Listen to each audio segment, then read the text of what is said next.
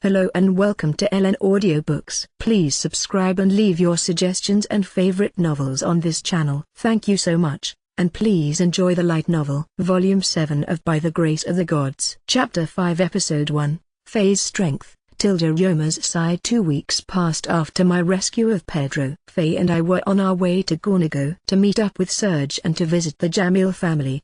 But I wanted to take a detour, so we entered a dark forest. "Sorry for dragging you into this," I said. "Don't sweat it," Faye answered. "Right now I'm your bodyguard. If you want to visit your old house, then I've got no qualms about tagging along. I'm used to treading ground like this anyway."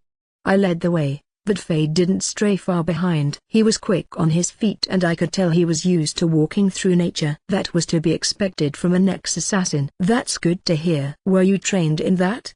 "Yes. But also, my country doesn't have as many paved roads as this one does. Roads make travel easier, but they also help enemy soldiers invade the nation more easily. I posed as a traveling merchant and visited many small villages for that role, and it was always like walking through this forest. Only big cities were different."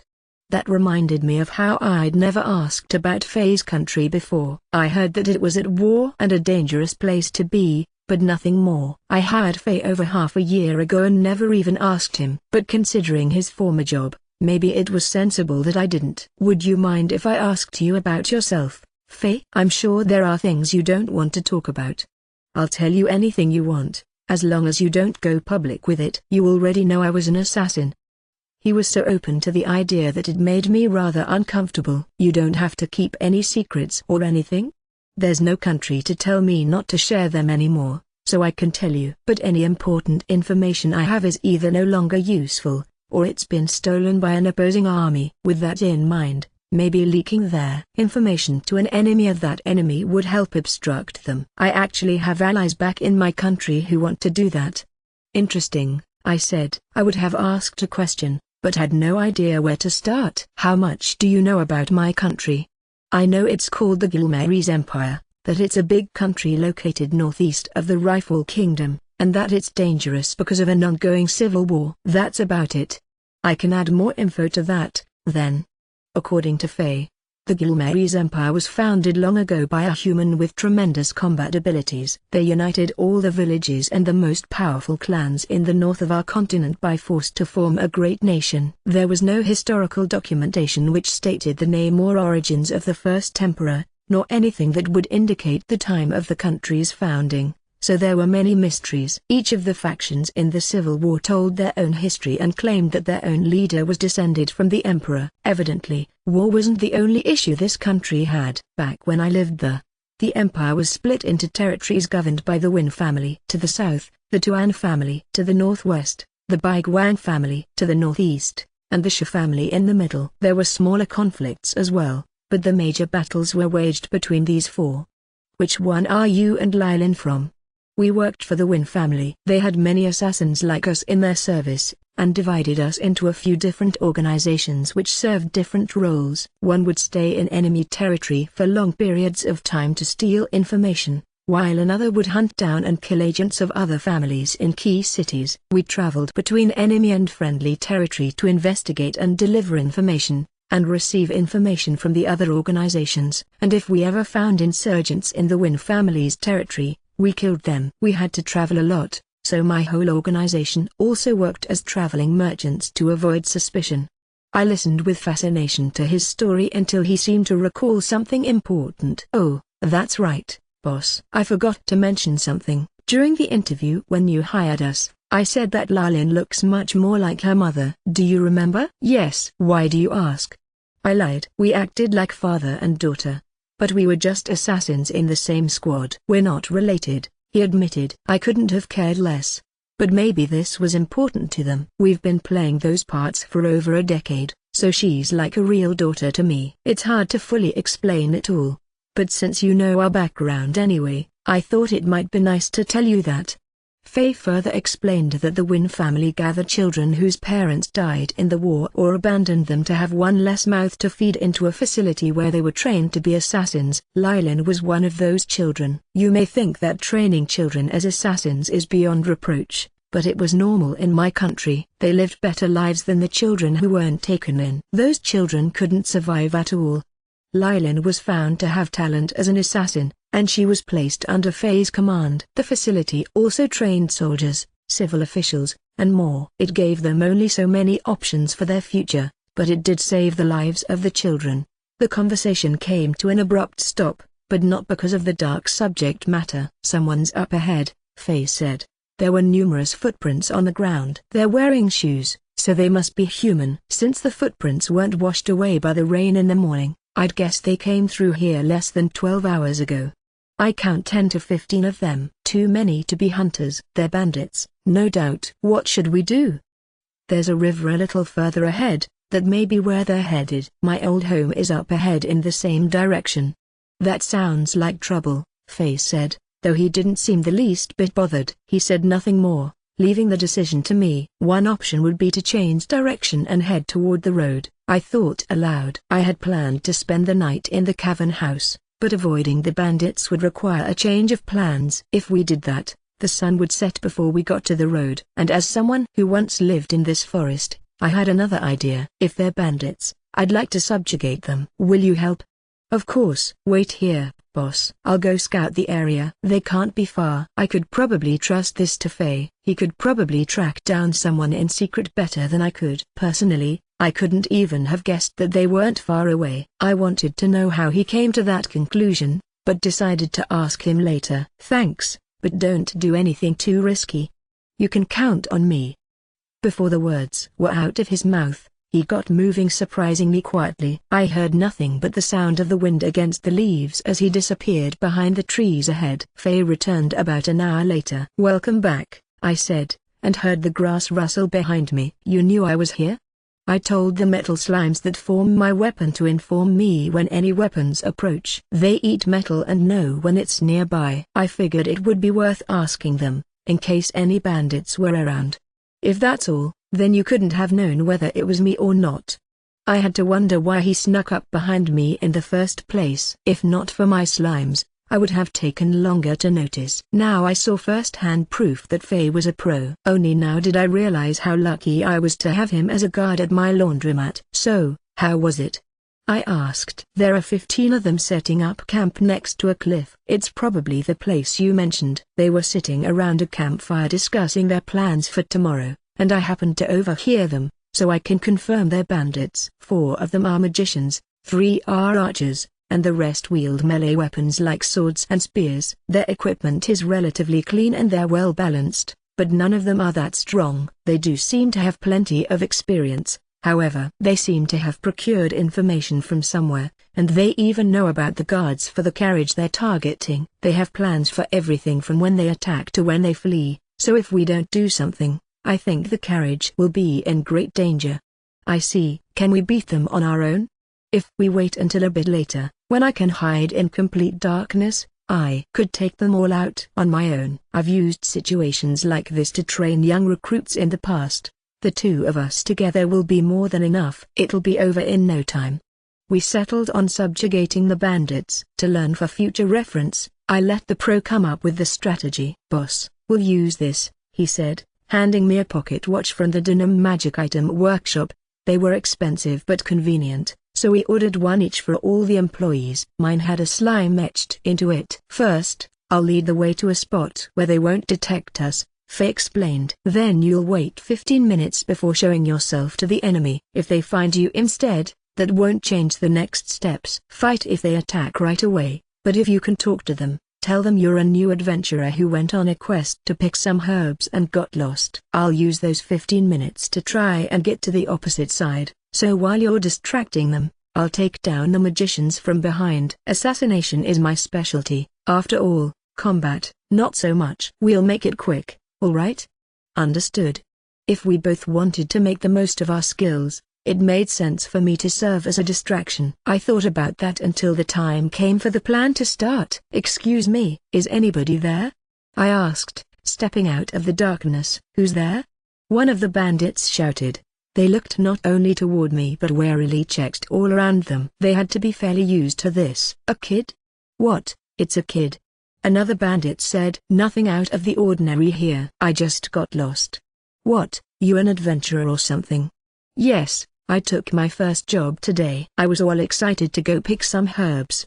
But somehow I ended up here. Sounds rough, kid. Hey, come get some rest over here, one bandit said with a chuckle. As I played dumb and approached them, they seemed to let their guard down due to my childlike appearance, but it didn't look like they were planning to give me directions either. They nonchalantly reached for their weapons. But before they could grab them, the 4 bandits furthest in the back suddenly collapsed. It reminded me of when a famous detective would start his deductions in a certain popular anime. One of the men turned to his allies, sealing his fate. I drew my blade and sliced the man's neck in one quick motion. An enemy? Gua? Yoon. Next, I stabbed one's throat, then swept with my blade. I aimed for lethal blows, always targeting whoever was closest. Little shit. One bandit roared and lunged at me with his knife, but I dodged it by a hair's breadth and pierced him through the heart. That was 4 down on my end too. I sensed magical energy and heard fate chant, Yan. He and a few of the bandits were swallowed up by rising smoke. It wasn't carried by the wind, so it didn't get in my way. This was my first time seeing Fate cast magic. I wasn't familiar with the incantation he used, but this was probably smoke, a poison elemental spell. The caster himself was inside the smoke, however, so it couldn't have been poisonous. I heard cries and shouts from inside the pillar of smoke. Once the men crawling out from the smoke were slain, the forest went quiet. Less than 30 seconds after the battle began, the smoke cleared up and revealed the men lying on the ground, and Faye holding a bloody straight sword. I could guess what took place behind the smoke. I'm done, boss. Impressive work. But now that I saw his skill, I felt like I wasn't paying him enough. I decided to talk to Calm about raising his income when I got back. Chapter 5 Episode 2, First Time Drinking at Home. Boss, you'd be a good assassin yourself, Fate told me after my slimes and I finished cleaning up the mess. What makes you say that? You have plenty of the essential skills for assassination. It doesn't hurt to be strong, but strength alone isn't enough. So you're saying those skills are more important in assassination than strength is? Yes. Back when our business was facing some obstruction, you left out some medicine that you made yourself. You know about both poison and medicine, don't you? That's important for an assassin. And you just had your slimes clean everything up. Disposing of corpses and cleaning the blood off clothes and weapons is also important. You also carried yourself well before the fight, and did an admirable job hiding. Then Faye seemed to realize something. Never mind. I don't know if you would be a good fit, but you could become a good assassin if you wanted. That's all I wanted to say, he concluded. It was just meant to be a compliment, apparently. I've gotten quite familiar with this country's language, but I don't always put things in the best of ways. Learning other languages is hard. I understand. I used to have to do business with foreign companies, and the language barrier was always a problem. Making small talk unrelated to work was especially difficult, and all this talk of language reminded me of something. Was that spell you used from the Gilmary's Empire? Yan, you mean? It means smoke, and yes, it's a poison spell. As I thought, it was the same as the smoke spell from this country, only in another language. Fate told me that he could use a little poison and wind magic, and that putting up a smoke screen to blind the enemy and kill them from within it was his favorite tactic. When I was cleaning away the corpses, I noticed that the 4 bandits in the smoke were stabbed in the back in vital spots through gaps in their armor. For the 4 magicians, he tossed poison needles from behind a tree, and the metal luster of the needles was obscured. He killed all 8 of them with one blow each. It was pretty ruthless, but he wiped them out as quickly as some video game protagonist. I said the incantation to draw their attention, but normally I would stay silent, Faye said. You don't use incantations? I practiced casting spells without incantations in my free time, but it had a low chance of working. Plus, if it did work, the spells were much weaker than usual, so I had yet to try it in an actual fight. I wondered if Faye could give me some pointers. Oh, I don't know if we need to stand around talking out here, I said. My home was right nearby. I collapsed the cliffside with earth magic and opened the entrance to my old home. Interesting, so this is your old house? Faye said, fascinated as I led him inside. This place brings back memories. Seems dusty, though. Uninhabited houses can normally deteriorate quickly, but I'd sealed off the entrance, so it wasn't that different from when I left it. I felt a lot of nostalgia thanks to how unchanged it was, but a lot of dust had piled up and some spiders had gotten in somehow, having made webs on the ceiling. But my slimes could make quick work of all of that. I cleaned up one of the rooms so we could have a place to rest. My sticky, poison, acid, healing, scavenger, and cleaner slimes, all the slimes who lived here with me, seemed to have memories of the place. They independently crawled around to the locations they frequented before. They looked ready to relax, but maybe that was also because of the fight from earlier. I brought enough food for all of them too, so they were probably full for the day. Faye and I decided to take it easy as well. I prepared some drinks and snacks, then decided to ask him about silent incantations again. If you want to use magic without incantations, you should start by using the same spell repeatedly, he said. I first learned to conceal myself and wield a weapon, then learned how to handle poison and drugs. I have continued to practice these skills as I gained experience. I never used magic much for assassinations. Drugs and tools were a greater priority. I'm not a magic expert, so it's hard for me to offer advice. Can you tell me about poison and drugs, then? You used poison with those needles, and a truth serum back when we were dealing with hoodlums. Just where do you get these from? I make them myself, for the most part. You pay me and give me time off, so I buy the materials from shops in town or go outside town to find them. We traveled many lands on our job, so we have knowledge of medicinal plants from all over. That includes this country to an extent. That made sense, but I was wondering one thing. Faye, if you need these things for your job, I can pay for it, I offered. I didn't want my employees to have to spend their own money for their job. I don't need them, but I keep making them just to make sure my skills stay sharp, he said. I guess he considered it private training, or a hobby of sorts. It does help my business if my guards are keeping their skills up to snuff. I don't think there's any reason for me not to help with that. It's fine if you and Lylin want to keep this knowledge a secret, but if not, I'd like to talk to Calm about it when we get back. That would benefit us too. As far as why we have these skills, you can say that we were trained as combat medics. Medicine is very expensive in my country after so many years of war. Common citizens can't use it, and fake medicine is commonplace, but combat medics would possess this knowledge. It shouldn't be any cause for suspicion. Understood. Faye still wanted to keep his past life a secret, and understandably so. Japanese fiction has no shortage of ninjas who don't really do ninja-type things, but I figured assassins actually do a lot of dirty work. Do you ever miss your old job? I asked. I'd love to keep you as an employee for as long as possible, personally. I suppose I do. In a way. I was an assassin for a long time. I trained a lot and killed a lot of people. That's something I can't put behind me. But I have no intention of returning to my country to serve them. All because of the final order we received. Can you tell me about that? Sure. Our final instructions were to evacuate the people of our territory to a safe place.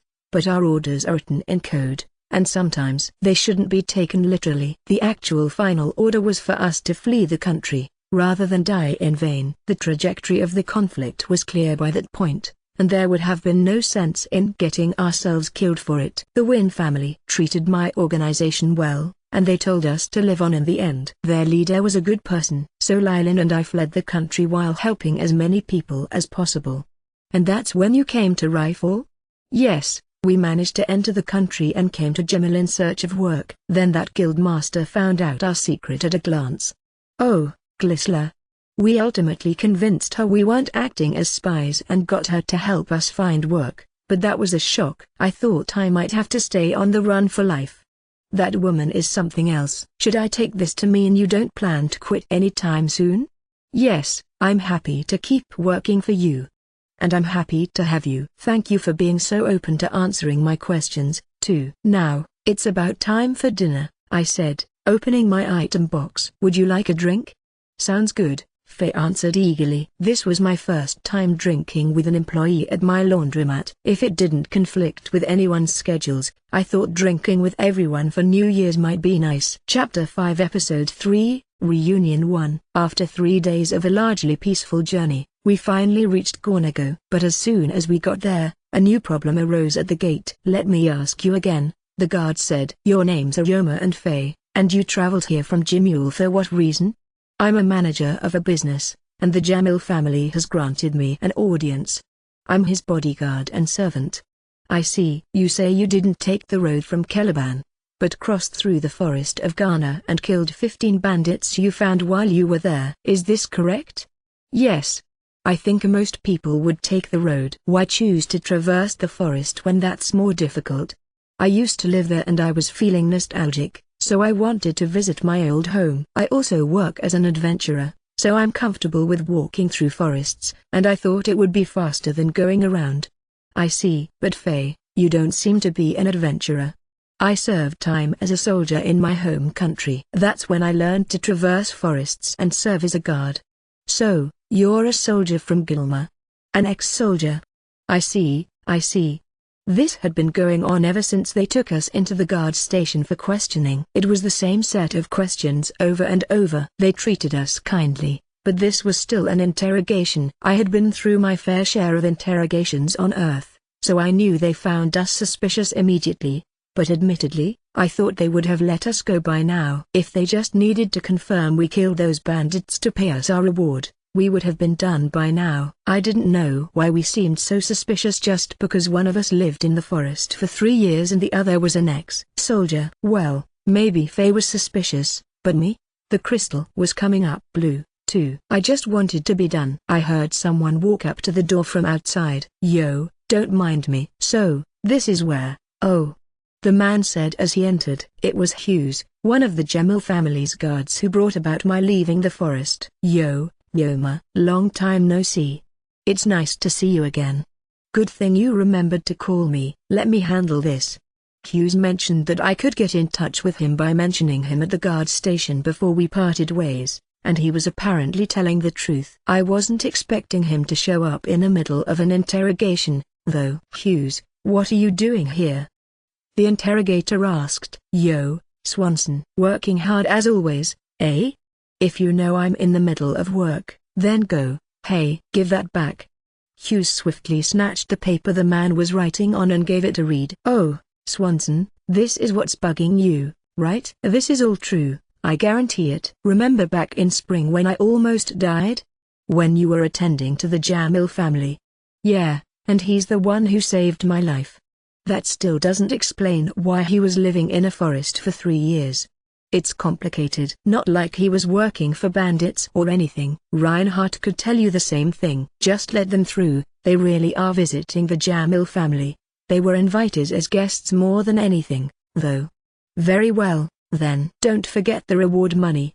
That seemed kind of aggressive, but I was free to go. "Thank you, Hughes," I said. "We'll talk later. Let's get out of here before he changes his mind." "Here, take the reward money." "Oh, right. Here's your bag, Faye. I'd like you to store it with your space magic. It would just be more to carry, and I have enough money on hand for the moment." "Got it, I'll put it away." We followed Hughes out of the guard station. The sun had already set, and the stars were bright. "What a disaster, eh?" Hughes asked with a grin, like he could finally let loose. "No kidding. He was just doing his job, though." "Glad you get it. He's not a bad guy, but he's stubborn about anything he finds the least bit sketchy. Works to catch criminals that the crystal can't sort out, though." Hughes spoke in support of the man, but I was more curious about how the crystal could fail. "Is there a way to trick the crystal?" "Don't know if I'd say that, but those things aren't meant for finding criminals in the first place. Can't uncover every crime that way." "What are they for, then?"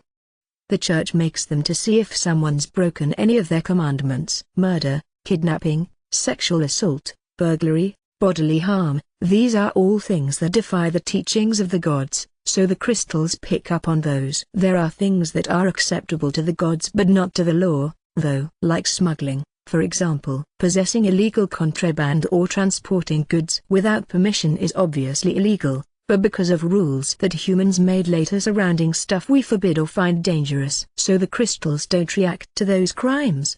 I didn't know about that flaw, but being able to confirm some serious crimes was still pretty useful. That seemed like it could act as a deterrent for those crimes too. Anyway, I was just following Hughes and didn't know where we were actually going. When I asked him, He came to an abrupt stop. "Oh, sorry, I just wanted to get out of there fast." "So where are we going?"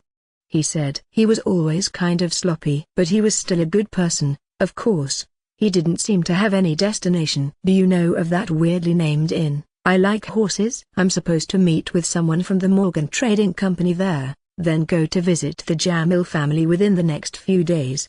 "I know that place. It's run by this guy who loves horse racing." "Guy likes horses so much that he just named his business that." "You don't want to bring up horses around him, believe me. He'll talk your ear off."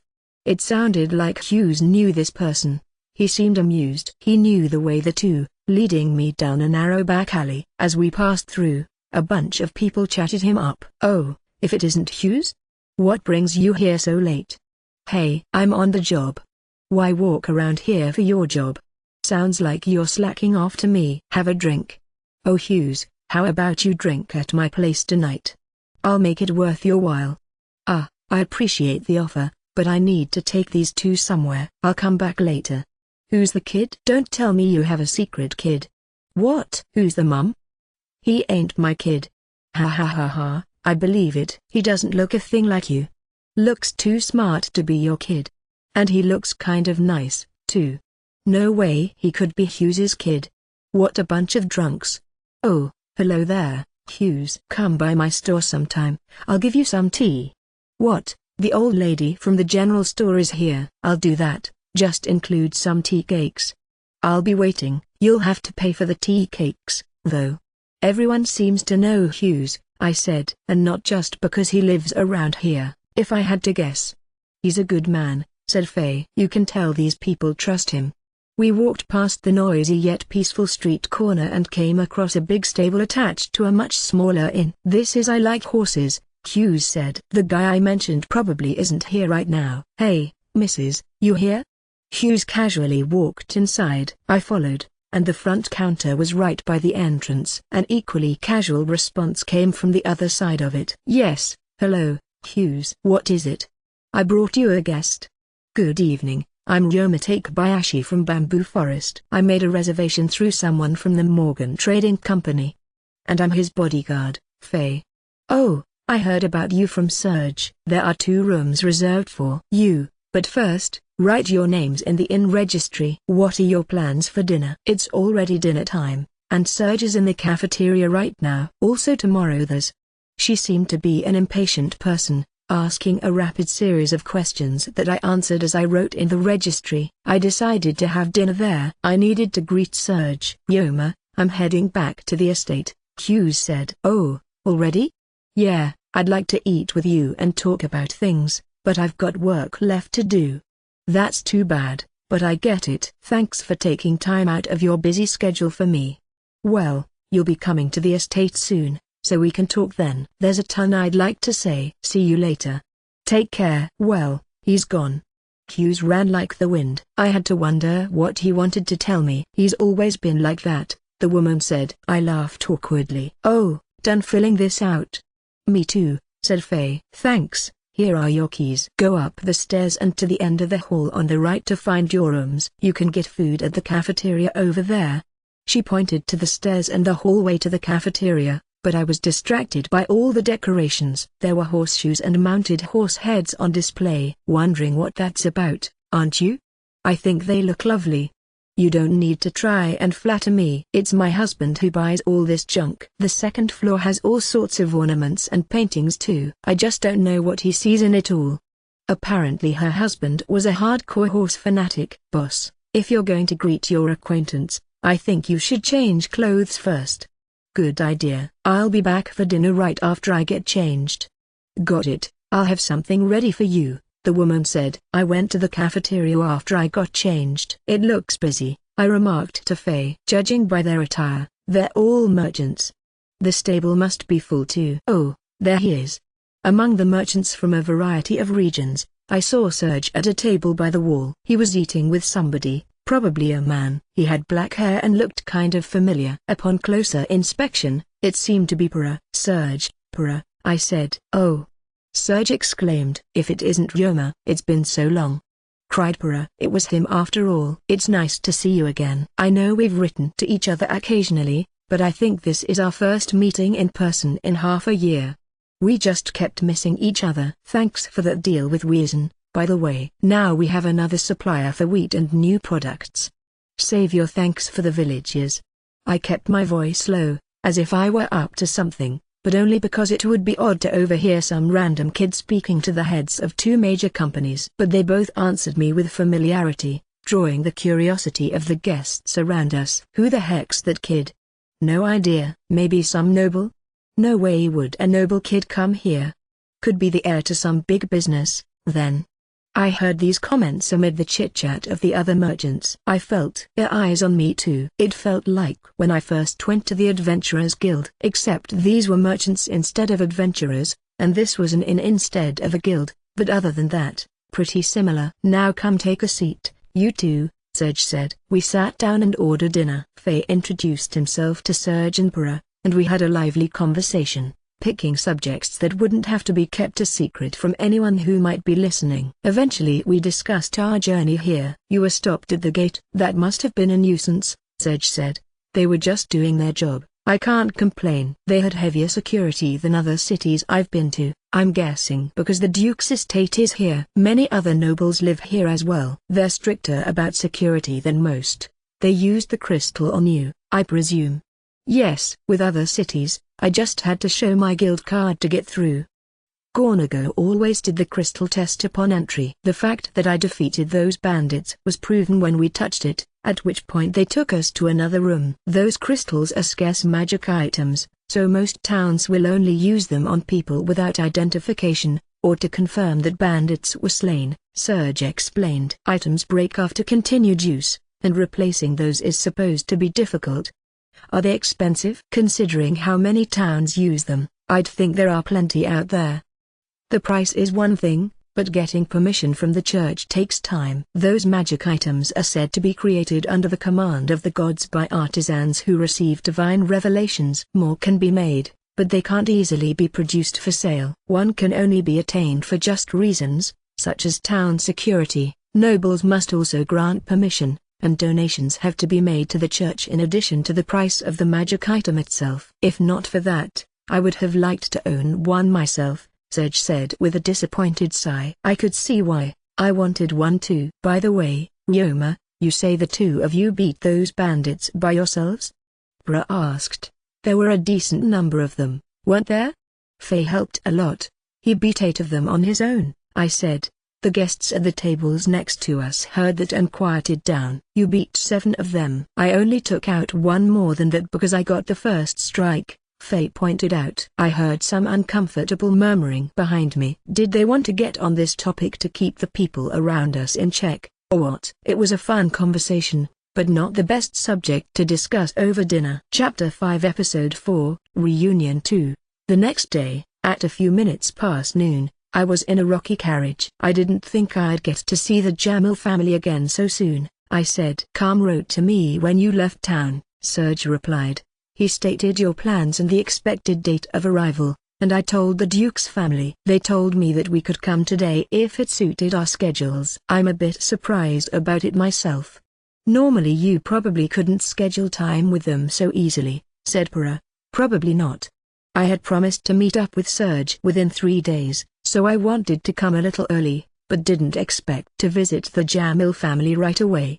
I'm sure they just can't wait to see you. That's the only reason I can think of, Serge said. I laughed awkwardly, knowing how kind they were. Maybe that was actually true. I was glad they still cared about me after we parted ways. This part of town looks different, I noted. The carriage was slowly climbing uphill. The higher we went, the fewer small shops and houses I saw, replaced by large businesses and restaurants. We're nearing the noble district. Not quite so many people around here, Peru explained. This town is composed of a small hill surrounded by a plain, Serge added, and higher on the hill are the more expensive neighborhoods and stores. But don't let it make you feel too tense. It's called the Noble District, but somewhat affluent commoners live here too, and they don't restrict entry to anybody. Well, we wouldn't go wandering around here without a reason, either. We're heading straight to the Jamil place, so nothing to worry about there. Their estate's up on the peak of the hill. I could have imagined, I said. I wonder what it's like. It'd have to be big, considering who they are. I imagined something like a castle in a certain magic kingdom. Calm down, you'll see it soon enough, said Para. Enjoy the anticipation, said Serge. Then they both said, by the way, at once, seemingly by accident. They argued over who should start until Serge was ultimately the one to do it. Yoma, I must comment on your clothes. I was wearing the navy blue suit I got from the tailor in Jamul. It was made exactly as I ordered it, so I was personally quite satisfied with the outfit. Is it too plain? I asked. The tailor and all my employees were also underwhelmed when they saw me wearing it. Pretty plain, yeah. Won't be seen as an insult, though, said Para. You could have done something more flashy, said Serge. From my perspective, their outfits were absurdly gaudy. Para was wearing a shirt covered in frilly lace and a coat with some slits that showed off brightly colored cloth underneath. As for Serge, well, the cloth looked expensive, but the design of the clothes was relatively normal, though he also had a ruffled collar around his neck, and a feathered beret in his lap that he'd presumably put on when we got out. After the tailor showed me so many clothes like that, it shouldn't have come as a surprise that it was popular. The fact that these two were wearing it wasn't strange, but I preferred the suit. I took a liking to this design, though. And it's easy to move around in, I said. I see. It's good to have preferences, especially when it comes to clothes, said Serge. If you just chase the trends, you don't typically get many compliments for your fashion sense, said Para. I wouldn't say I'm that confident in my fashion sense, I said with a laugh. Oh, but you look quite refined, Serge argued. Those materials are top class, and it was tailored well. I would actually like to have one myself. Where did you buy it? A tailor on the west side of Jamul. Take a right at the 5th corner off the main street. That store? I heard they were still new, but it sounds like you've discovered a fine business. Calm found it for me. I got all the clothes I needed without any hassles, thanks to him. I see. Does that include your necktie pin? The jewel is an heirloom from my grandmother. They took it to the most trustworthy and talented craftsman they know. The stand of the necktie pin had many layers of golden thread representing vines, and in the middle of it was a flower surrounding the big diamond. It wasn't so extravagant as something that displayed countless jewels, but the craftsman made it work. It's certainly wonderfully made. This detail could only have been achieved by a craftsman with some degree of talent in metal magic. If anyone could have guessed that, it'd be you, Serge. They did mention that when they gave it to me. Metal magic was a nickname for a combination of earth and fire magic which was used for working with metal. It was harder to work with multiple elements at once, and using magic for crafting demanded a lot of precision, so some high-level skills were utilized to produce this. At least, that's all according to the tailor, who told me all of this with bright A's. Skilled metal magic users had a tendency to be approached by the Mint Bureau or other national organizations, so they were seldom unemployed. Never did I hear that such a craftsman was in Jamul, said Serge. I would absolutely love to meet them. I was thinking of buying something for the wife, myself, said Para. Oh, to celebrate your anniversary? I'm sure Klana will be delighted.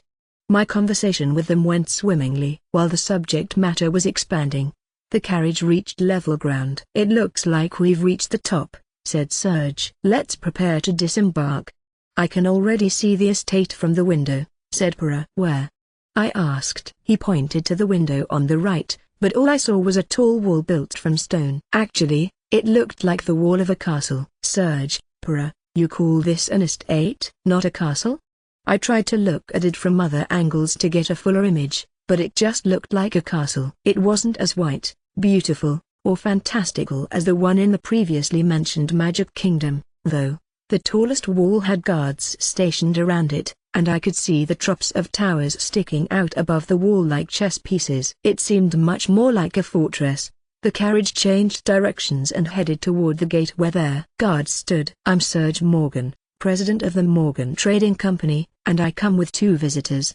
The coachman and the 2 in the back seats are servants. The luggage is a modest gift for His Excellency. I request permission to pass. We have been waiting for you. Please proceed to the estate. Someone will guide you once you arrive. I thought the security would be stricter, but they were surprisingly quick to let us in. As the carriage got moving again, I noticed something. What could that be? Is something the matter? Serge asked. I just felt something odd. You mean the barrier?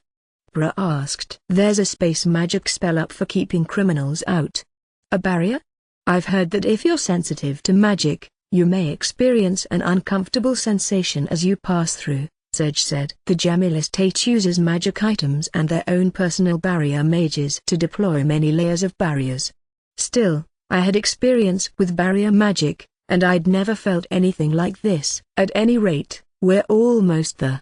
I checked my clothes one last time and got myself in order. Good work, I said to Serge's coachman, then got off the carriage. The first thing that drew my eye was the line of 20 servants who stood there to greet us, men on one side and women on the other. They moved to both sides to let us through and bowed as we passed. I saw scenes like this in manga and the like all the time, but I never dreamed that I'd experience it myself. What was more surprising was the building beyond. It looked like a fortress from the outside, but from here I could see there was a lovely Western-style mansion. The wall and towers made me think of a fortress, but the estate itself looked almost like a palace. It was made of grey stone that looked ancient, but well taken care of. There were no signs of any dirt. In fact, it felt tasteful and historical. Welcome, one of the butlers said. Presumably he held the highest position among the servants. He said that we would first be led to a waiting room to meet with the Jamil family. Faye and the other 2 servants would be made to wait in a different room. Our gifts were to be taken to be checked. Once they were confirmed to be safe, they would be returned to the waiting room before the meeting began. This way,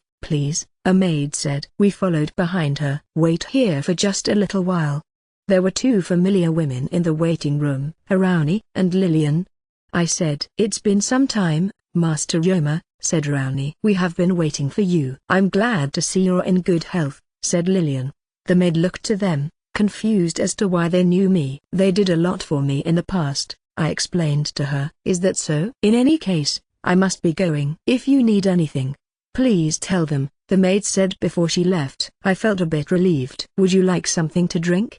We have water, tea, fruit juice, and some light alcohol.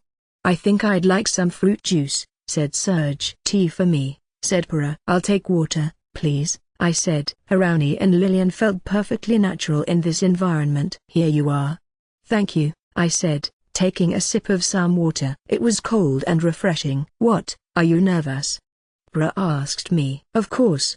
I thought it was a little strange myself. But it wasn't the meeting with the Jamil family that had me so anxious. Rather, this was my first time visiting a noble's mansion. And as the leader of a business, I felt like I had to conduct myself with some level of dignity. In my past life, though, I was never anything more than an employee. I was still new at this leadership position, and it stressed me out at times to have to play the part. But if I tried to act too self-important, I would only aggravate people. The proper conduct to show on occasions like these was rather vague to me. It was always clear enough in other situations, depending on the setting and the positions of others around you, but in these situations I would have to change my conduct depending on the mood in the room and the personality of whoever I had to talk to. They say you should just watch how the other person is acting and approach them with confidence, but when I tried that in the past, I would get told I was being disrespectful, or arrogant, or prideful, for some reason. Then I would try to be more careful,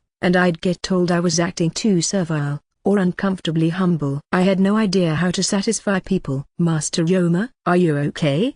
Serge asked with some strange frustration mixed in. Maybe he was still bothered by my suit. Yes, I'm just a little nervous. Really? Your eyes looked dead, said Para. As long as you aren't sick. You don't have to be so anxious, said Serge. If anything happens, Para and I will assist you, but as far as I've ever seen from you, you won't need the help. Arauni and Lillian also said I looked calm enough, especially compared to some other guests. I appreciated their support and hoped to meet their expectations. We chatted for a while, with the 2 maids joining in to help take my mind off things. The conversation centered around them, actually. We talked about how we met, what we'd been doing since we parted ways, and recent news about co-workers getting married. The variety of topics helped us pass the time. Chapter 5 Episode 5, Reunion 3. We're ready for you, a new maid announced as she came to the room. Thanks to Arauni and Lillian, I felt much more relaxed. It was finally time to see the Jamil family. Let's get going.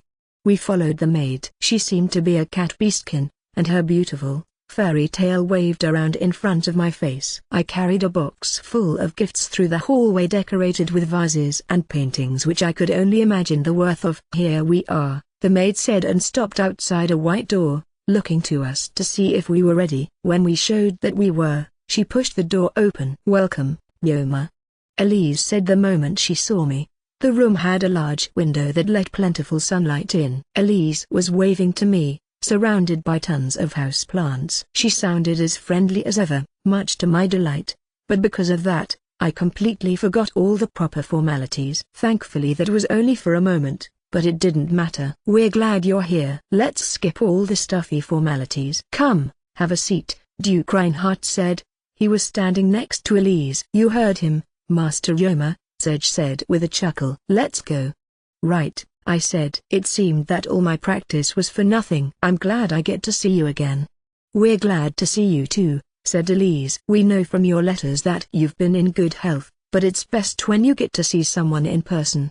"I worried about whether you've been handling life in the city well," said Reinhardt. "Serge, Para, and many others have been helping me."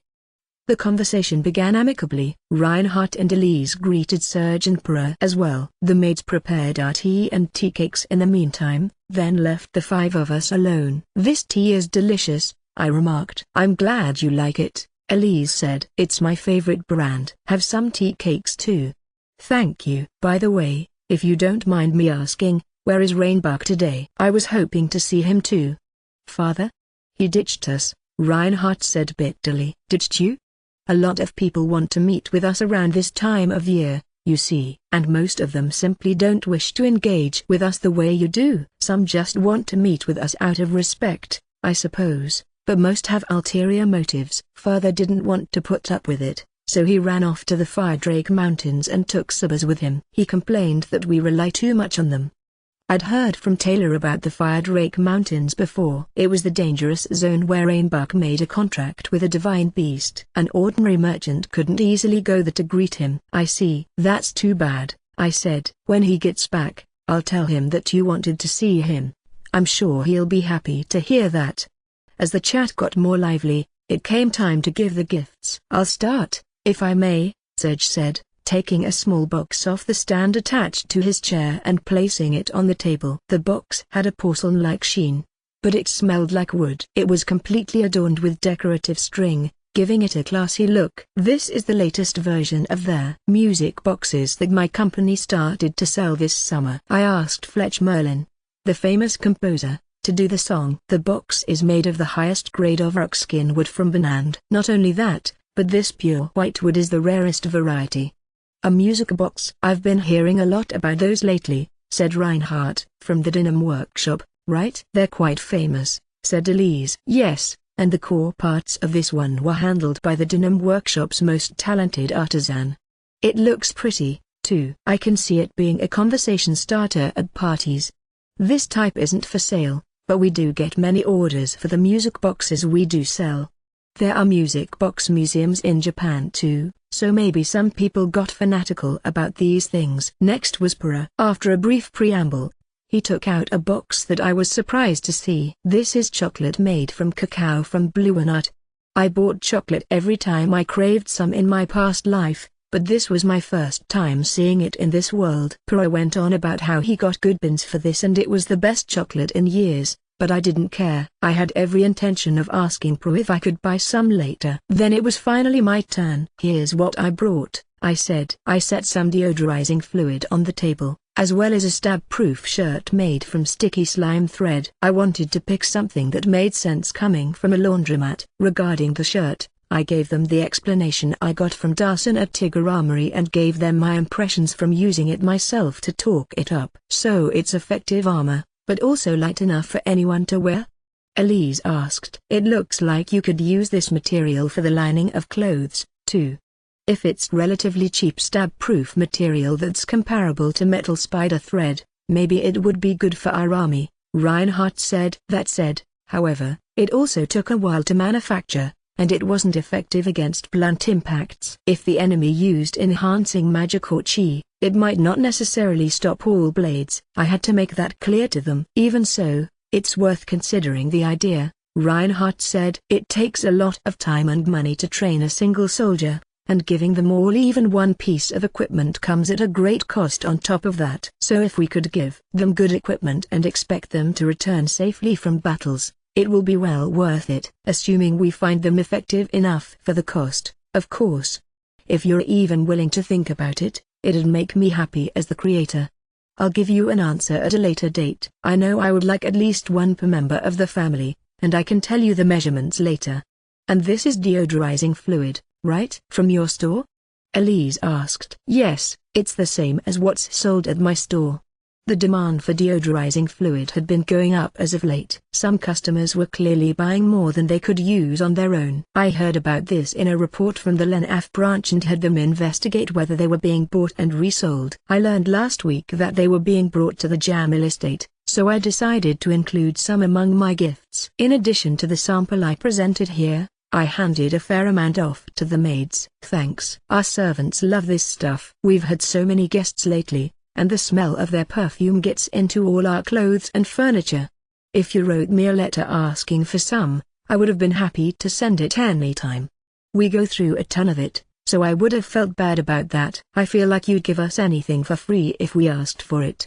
Well, I won't say I wouldn't. Since you've bought so much, I'll at least include a bonus for you from now on. It was a product from our store, so I couldn't just go giving it all away for free. Plus we had other customers to sell to as well. But it was true that I wasn't that stingy about it personally, so I smiled gently. Serge, Para, Ryoma, thank you for the wonderful gifts. I'd like to pay you back by inviting you to dinner tonight, if you don't have any other plans, Reinhardt said. Nobles were visited by many merchants around this time of year, so they couldn't spend too long speaking with any individual one. Merchants knew this, so they would come meet with nobles in groups the way we did. It wasn't a time for especially deep conversation, but if the nobles wished to spend more time with the merchants, they would invite them to dinner. If the merchants garnered their interest with their gifts and their brief conversation, and curried favor with them during dinner, they could even get a chance to stay the night. That was the implicitly understood goal of merchants when they visited nobles, as Calm explained to me over these last 2 weeks. I will gladly join you for dinner, I answered promptly, as did Para and Serge. Good, I'll tell the chef. By the way, Ryoma, Reinhardt said before I could leave the room. I looked to Para and Serge to see if they knew what he wanted, but they didn't seem to. Weren't you good at making figurines and such? I do remember being told that I was, I said, remembering the days before we parted ways in Jamil. And you can make statues of the gods too? I do that sometimes. Do you need divine statues? Yes, we need statues of Lulusia, Kufo, and Wiliris. They should be human-sized, or a little bigger than that. We can pay 10 small gold coins per statue. Could you do that for us? I see. Are they for the wedding? Lulusia had dominion over love, that is human relationships, while Kufo had dominion over life, and Wiliris dominion over the land. They blessed the health of couples and the birth of new life, so they were prayed to during weddings. Exactly, said Reinhardt. I'm sure you've heard about it already, but we'll be using these grounds to hold a wedding. The bride is a girl who's worked hard for our family for a long time, said Elise. She wasn't even going to have a ceremony herself, was she? Right. I'd heard about this from a Rani in the waiting room. There was a maid who had been serving the Jamil family for a long time and took her job seriously, garnering everyone's trust. But she was so focused on her job that she'd never had a relationship, and she was starting to grow older. That's what everyone thought, at least, but last month she suddenly announced that she had gotten engaged. However, her only friends were servants at this estate. Their schedules were arranged such that they couldn't all make it to a wedding without causing trouble for the Jamil family. She could have instead put the expenses of the wedding toward future savings and gotten married anyway, but she insisted on a wedding. The way Arani talked about her, she sounded like a mother concerned about her workaholic daughter. She does good work, but she prioritizes her jobs far too greatly over herself, said Elise. Since she wasn't going to be able to hold a wedding anytime soon, we decided to hold a surprise one here at the estate for her, said Reinhardt. Many of her co-workers want the chance to congratulate her as well. Serge, Para, if you could also help with the decorations and food, it would be appreciated. The two merchants smiled and agreed to cooperate. I wanted to pitch in too, but I wasn't so sure about it. You want me to make the statues for such an important celebration? I asked. This would be a memory that lasted forever for the couple, so I wanted to ensure I was the right man for the job. It'll be fine, Reinhardt said with a smile. They actually ended up hearing about the plans, so we're asking for their opinion as we make preparations at this point. They both said they'd be happy with your statues. Why not talk to her if you're worried about it? She wants to talk to you too, Elise suggested, then rang a bell on the table. You called? The cat-eared maid asked as she entered the room. We were just talking about your wedding, Lulunis. Huh? Now that I looked at this maid again, she had sharp eyes and glasses that made her look like a working woman or a secretary. She certainly had a serious demeanor, but when she heard mention of her wedding, she blushed a little. I could see her being popular with men, and wouldn't have been surprised if her fiancé drew a lot of envy. Thank you for all you're doing for us, the maid said to Elise. It's nothing. We asked Yoma to make the divine statues for the wedding. That's fine with you, right? My fiancé speaks highly of Master Takebayashi's talents, and we're quite indebted to him. He always insists on having Master Takebayashi make the statues, and I would be glad to have something made with more heart than what we could find on the market. As long as it's not too much to ask, of course. Not at all, I said. If it'd make you happy, by all means let me do it. But does your fiancé know me? And how are you indebted to me? Lulunis cocked her head. Did he not tell you? You just saw him yesterday. Yesterday? Yes. He was always saying how he'd tell you next time he saw you, and he did say he took you to the inn last night. Reinhardt and Elise commented on how they thought it was all explained to me already in the background, but they sounded strangely distant. If he was indebted to me, knew I could make statues, saw me yesterday, and took me to the inn, it all pointed to one man. You mean it's Hughes? Yes, it certainly is, the cat-eared beauty said, blushing even more. Hughes was nice, but I was surprised to hear he'd be with someone like this. They were within the same age range, but I couldn't see them getting married. And while I was happy for him, it was kind of vexing to see, as someone who'd never managed to get married myself. I could only feel conflicted as my meeting with the Jamil family drew to a close. Chapter 5 Episode 6, Reunion 4. I went back to the inn that night to pack up my things and cancel my stay, then returned to the estate. Reinhardt and Elise were seeing other guests at the time, so we were shown to our rooms. The guest room was like a suite in a famous luxury hotel I once saw on TV during my life on Earth. I was surprised by the size of the room when I first entered, but then I was also shown an additional 2 doors to the left and right. The initial room was the living room, while the one on the right was the bathroom. The door on the left led to a bedroom, so I was getting 3 rooms all to myself. And furthermore, there was always a maid standing by in another room, whom I could call on at any time. They seemed to pick maids who I knew, so it was always a Rowney, Lillian, or Lulunis. I honestly couldn't have appreciated it more, but the maids told me that the same level of hospitality was given to all the guests. Maybe the culture was different here, or maybe this was just the power of wealth. Someone knocked on the door. Come in, I said. Excuse me, Master Takebayashi, Lulunis said. My fiancé and 3 of his co-workers would like to see you, if you wouldn't mind.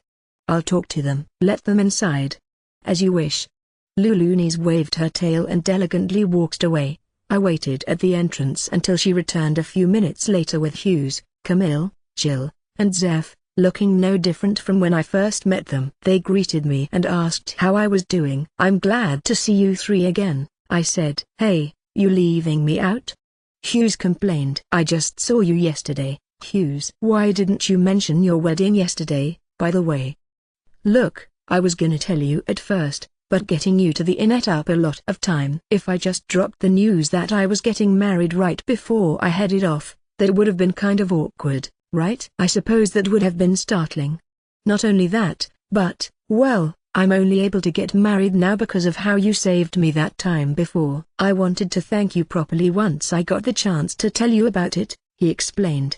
He seemed to be acting subtly different. I suppose even Hughes will get a little introspective after a near-death experience, said Jill. Must have been what got him to confess to her, said Camille. Hey, shut up, Hughes stammered. Don't think there's much use hiding it now, but I think that's enough. You too, Zeph said. At least show some tact for her, if not Hughes. I don't mind, Luluni said nonchalantly as she stood aside by the open door. Maybe she was trying to keep a straight face out of pride as a maid, but she was blushing. She seemed to have trouble with discussion of this subject. Come have a seat, everyone, I offered. We can talk inside. Right. Don't mind if I do, said Hughes. I'll see myself out, then, said Lulunis. The four of them sat on the couch in the living room. I forgot that I had been using the table there. Sorry about the mess. It's fine, we came on short notice anyway. No problem. What's this washed up for, though? Looks like it's full of sand. This room's so luxurious that it kind of makes me uncomfortable, so I've been making this, I said. The tub stuck out like a sore thumb against the opulence of the room, but I was using it to make a stone figure. It wasn't done yet and looked quite ugly, but it was just a test run for a god statue. There's also this one, and this one. That's a lot. It's full of the damn things. I wanted to finalize the designs for the statues before I actually make the final products. You're always so good with the details. Looks like all of them are smiling, though. When you line them up, you can clearly see the distinct moods between them. You couldn't have been here for more than a few hours, but you've already made this many? These are just test runs for figuring out the designs, so I just made one simple mold and packed it with sand to solidify it with magic, and I mass-produce featureless figures with it. Add the details after that. Lulunis came in with drinks for all of us. I cleared some space on the table. I have come bearing drinks, she said. Thank you. Would you like to stay and talk, Lulunis? Tell me which one of these figures you like. I'll take your opinion into account when I make the real things. As you wish. Lulunis stoically sat next to Hughes and scanned her eyes over the statues. This one looks pretty fun, Hughes said and picked out a Lulusia statue with a wide smile. I don't dislike it, but I think weddings should have something a bit more majestic. Like this, Lulunis said and picked up a statue with a serious expression. The disagreement started a hushed discussion between them. It didn't sound too thorny, but it was hard to get a word in. It almost sounded like they were flirting. This again? Subtlety went out the window with them ever since they announced the marriage. This is just how they've been all the time lately. Two of the co-workers looked at the couple and sighed, while Camille whispered an explanation to me as usual. Are people jealous of them? More so of Hughes. Lulunis was popular with the single men who work here. People are happy for her, but most of the men we work with don't have much luck with women, so that doesn't inspire much goodwill toward Hughes. Much like how I felt when I heard about Lulunis's marriage, it sounded like a lot of people were envious. Well, it's settled down a lot recently. The jealousy is still focused on Hughes, but it's little more than gentle teasing. People always liked him, and his lifestyle has changed a lot since he announced his engagement. He's been drinking less, and he started trying to get a promotion about a week ago.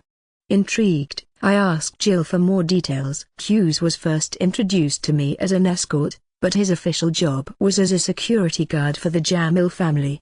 He spent most of his time guarding the Jamil estate, but sometimes attended to the family when they went out. There were many ranks and roles that security guards fit into, and while Hughes had been performing well ever since he was first hired, back when he used to be an adventurer, he was not very accepting of getting a promotion. They've talked before about putting him in a slightly higher position, but he always just said it'd be a pain. Now that he's getting married, though, he's asking for a promotion himself. Man, you never know how a person might change. I see. Do you think he'll be able to get a promotion? Considering all the times he's turned one down. Oh, that won't be a problem. He's been training for office work, so he can get one. If he does well enough there, he should be able to move up to some extent, enough for a salary that can support a family, at least. His history of rejecting promotions has had some effect, though. That, and his instructor's jealousy has made his training somewhat rough. It would have been easy if he just trained for this gradually over time, but now his laziness is all coming back to bite him. Hughes just hates writing reports and stuff. Jill had a nasty smile. It didn't sound like they viewed him coldly, though. It was nice to see that Hughes didn't have to work in the kind of environment I did on Earth. What have you all been talking about while we were discussing these statues? Hughes asked. Yoma, what's with that weirdly warm expression? Oh, nothing, I said. I was just happy for him. Is there anything you need besides the statues? I figured maybe they needed gifts or something else as well. I'd never taken part in a wedding before, so I was curious. Well, we already have gifts for all the guests, so nothing to worry about there. Was there anything else? I think we've got most of what we need, right? Thankfully the servants have been helping us, so there's nothing in particular I can think of, Luluni said. Would you like to join our planning session? It will start after the servants are done with their work, so it will be rather late. Representatives of the servants, guards, and all other departments gathered each night to discuss wedding preparations. That sounded like a good place to ask all about the wedding, so I was quick to accept their invitation. If their co-workers would go that far for them, they must have loved these two. I wondered what happened right after I died. It must have been hard for the landlady to rent out a room someone had died in. I guess Tabuchi would have been sad, and maybe some other people, but my boss probably didn't give a crap. He would have just been mad that my work wasn't getting done. I had to feel bad for whoever got my work. As for everyone else, I couldn't imagine they had much of a reaction. Back when I was technically in some leadership position, they hated any attempt at guidance that I gave. Compared to my experiences, it was incredible that these two could be so loved at work. You're really lucky to have great co-workers. Don't take them for granted, I said. What are you, our dad or something? Seriously, what? Hughes cried. Why are you being so protective of us, Master Yoma? Lulunis asked. He doesn't sound like he's joking, either. It's almost uncanny how sincere he is. What's up with you, Yoma?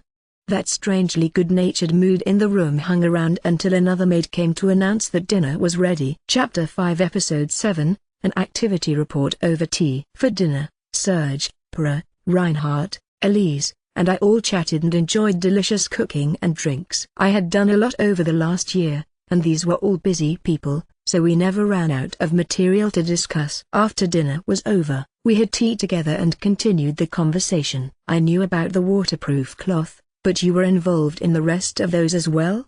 Asked Reinhardt. Yoma came up with the music boxes as well?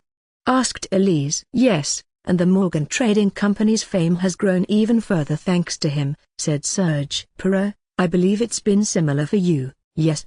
You mean with the barley tea? It's been gaining popularity as a new luxury item. I was only going to start expanding sales of it next year, but it's been doing well as a test product. I'm thankful that Yoma told me where I could get the ingredients and everything. I'm glad to hear it's going well. The ingredients come from the hometown of some of my employees. Luckily. Glad that you shared some of that luck with me. Luck's not something you can achieve through hard work.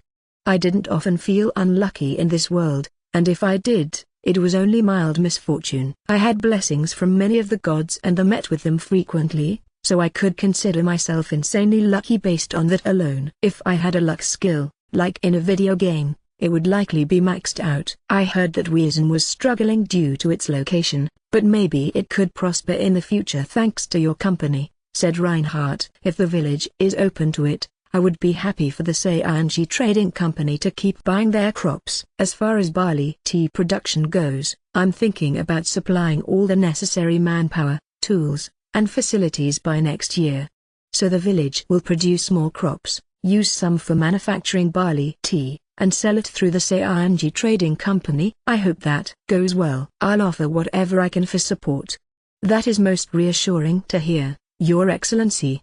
Throughout the casual conversation, I felt the occasional discomfort. I couldn't guess how many implications were hidden behind their words. When it came time for me to talk, I just gave an entirely ordinary rundown of recent events. That included the state of the abandoned mine and recent news about my slimes. I recently made contracts with a weed slime and stone slime. These are slimes that can camouflage themselves as weeds and stones, and I've been having them reproduce. Their food is easy to acquire, and they reproduce quickly, but you'd never be able to tell them apart from their food if you didn't already know. They seem to copy the local weeds and stones that they absorb in order to blend in with the scenery, and I've been thinking about whether I can use this trait to help with security at the mine. I could multiply these two slimes in great numbers and place them all around the mine, then use taming magic to sense any intruders who pass by them. Unfortunately, while they reproduce quickly, I still don't have enough of them. For now I'm testing them out in a few of the eastern tunnels,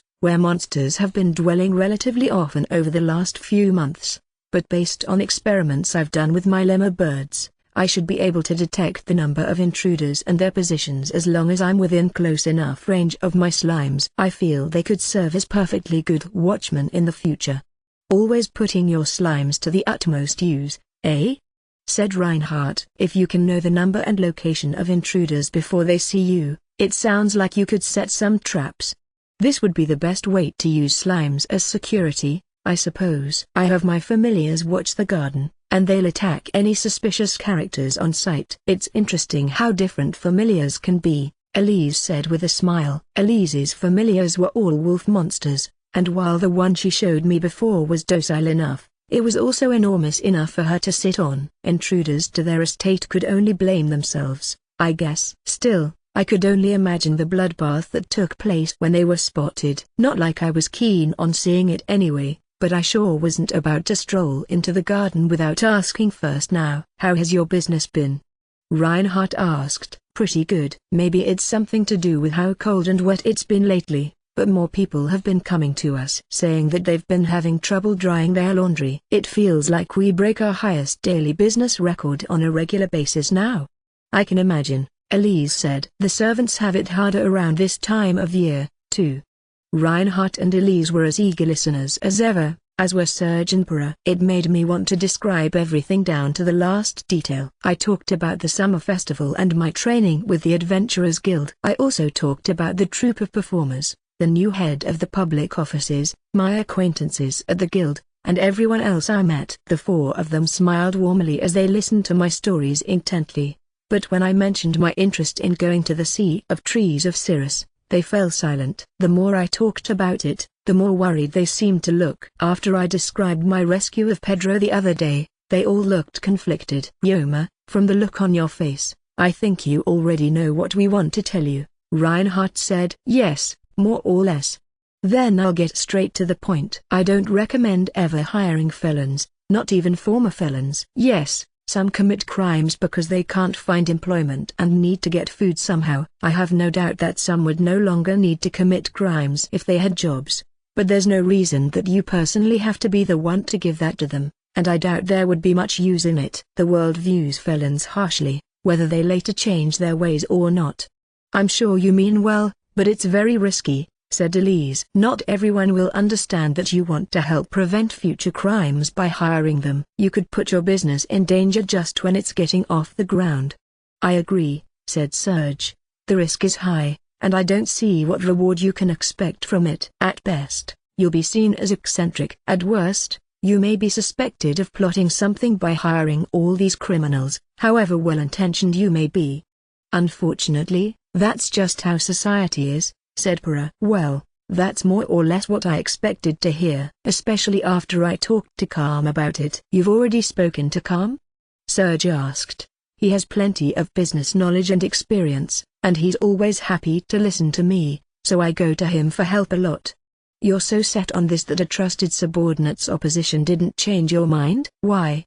Para questioned me in a somewhat firm tone. I had the idea after that experience with the bandits, but honestly, I'm not so sure myself. If I had to give a reason, I guess you could say I just want to. What? Para couldn't seem to understand me. The other three were also stunned and disappointed. Now hold on, Yoma, Reinhardt said. You want to? Is that all? Again, this would be a huge risk with no reward. It's a bigger burden than any individual can handle. Well, I'm just telling you how I feel.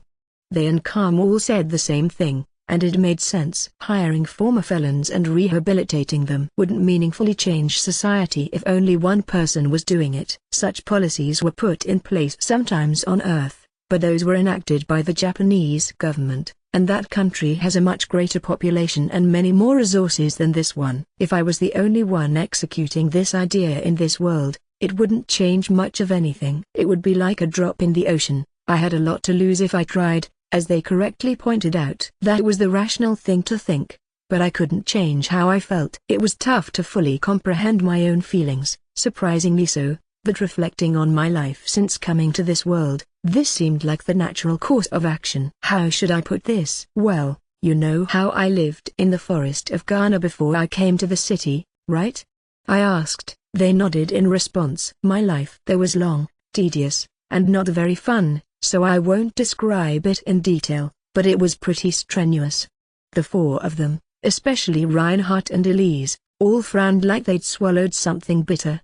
But I lived in the forest because I got fed up with dealing with people, and I figured I would live freely there.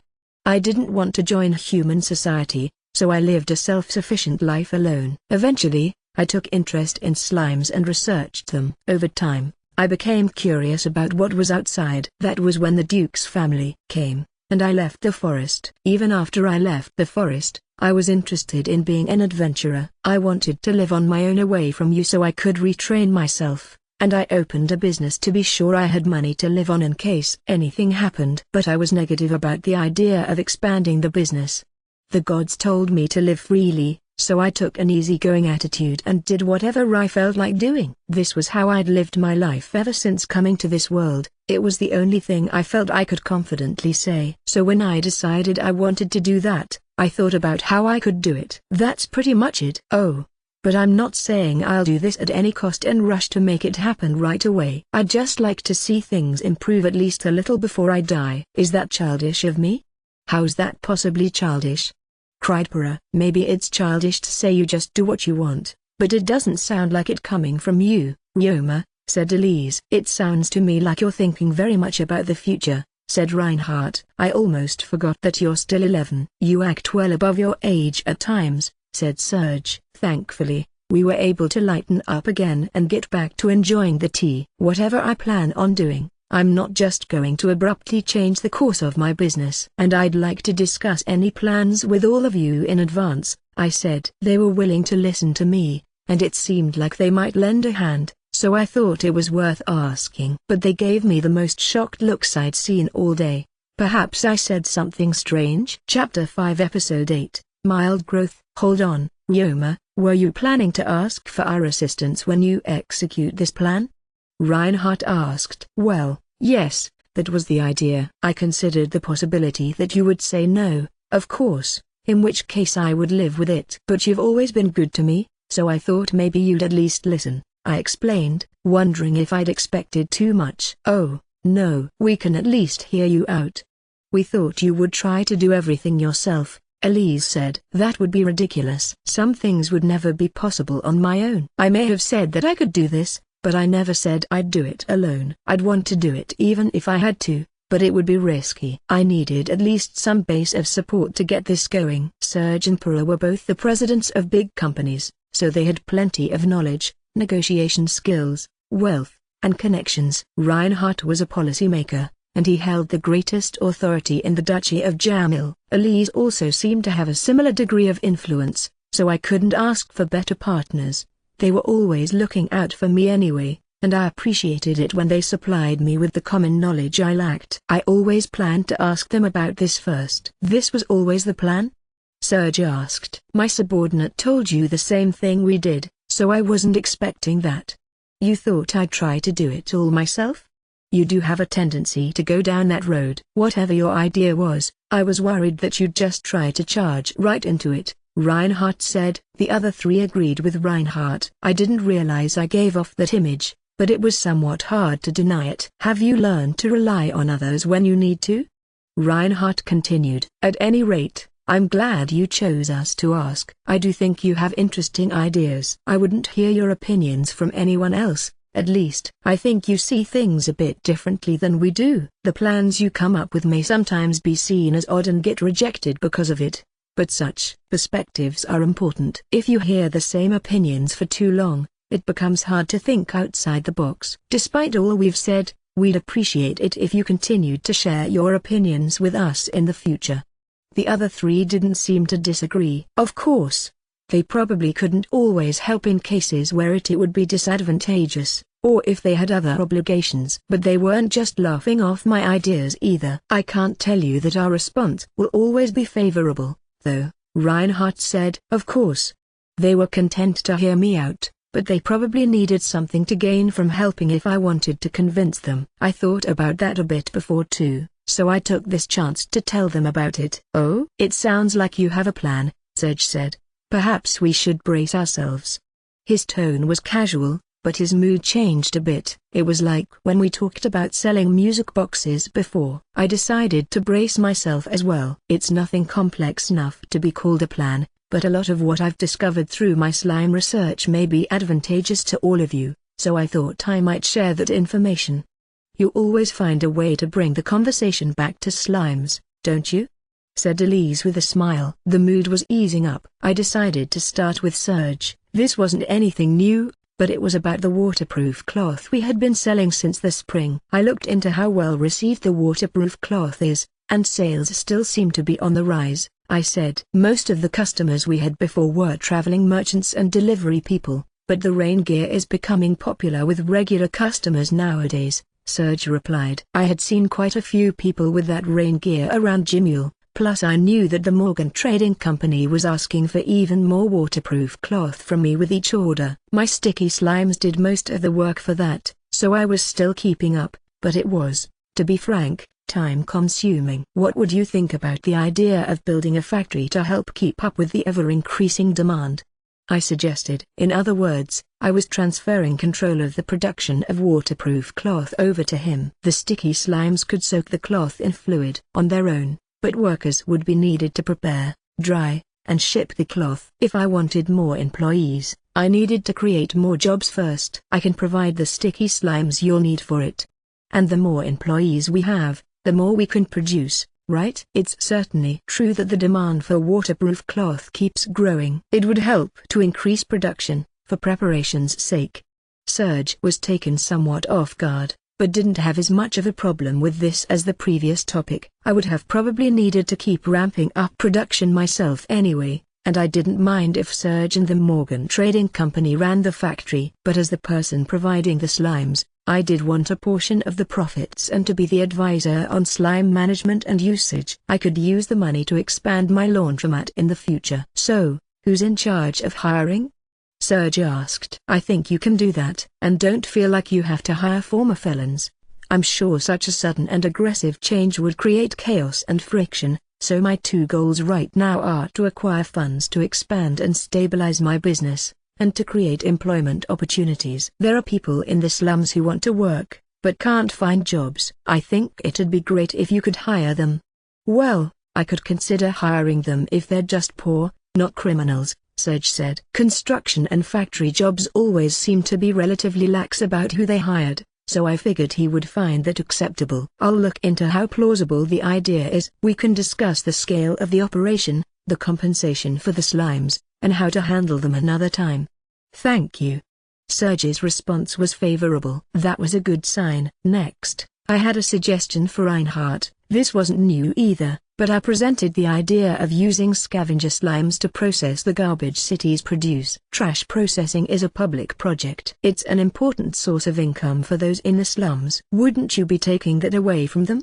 He asked. I thought about that, but after an investigation in Jimule, I found that there's more trash per day than the citizens of the slums can collect.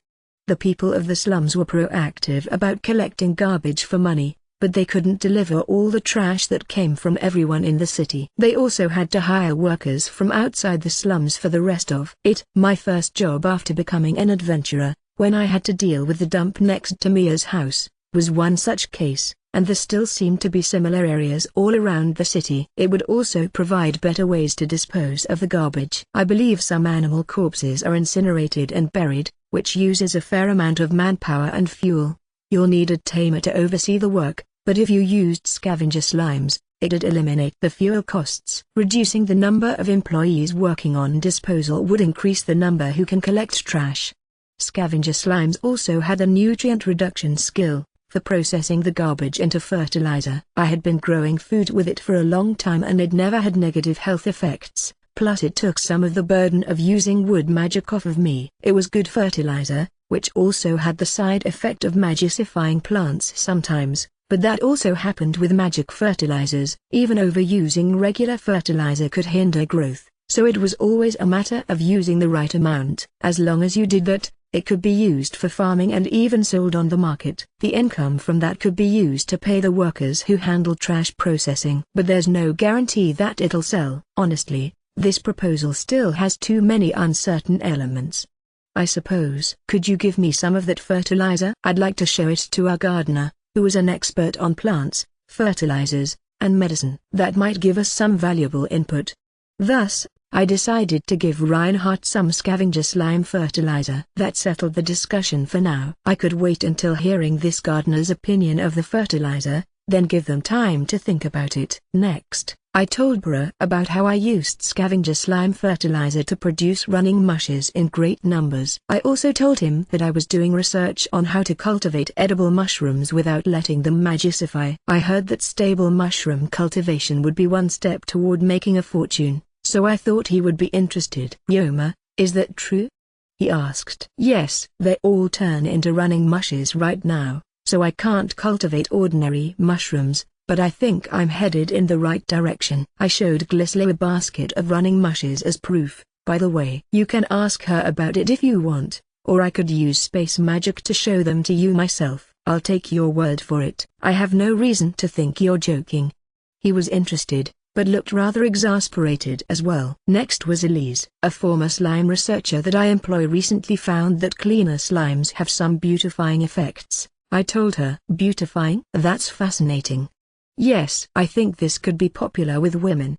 The cleaner slimes could remove dead skin, or make the skin drier, depending on the individual's age and the kind of skin they had. Still, I figured some additional care could compensate for that. My knowledge of medicine told me that there were a number of magic beauty products, and from what I heard the other day, the medicine was too expensive in the Gilmaries Empire, so they developed techniques like acupuncture and massages to treat the body. I was no expert on beauty products, but I sometimes overheard women in my old workplace passionately researching them. I didn't really understand why they took it so seriously, but then again, I knew better than to look down on a woman in pursuit of beauty. So if you put together slimes, medicine, foreign techniques, and more all for the pursuit of beauty, don't you think it'd work out?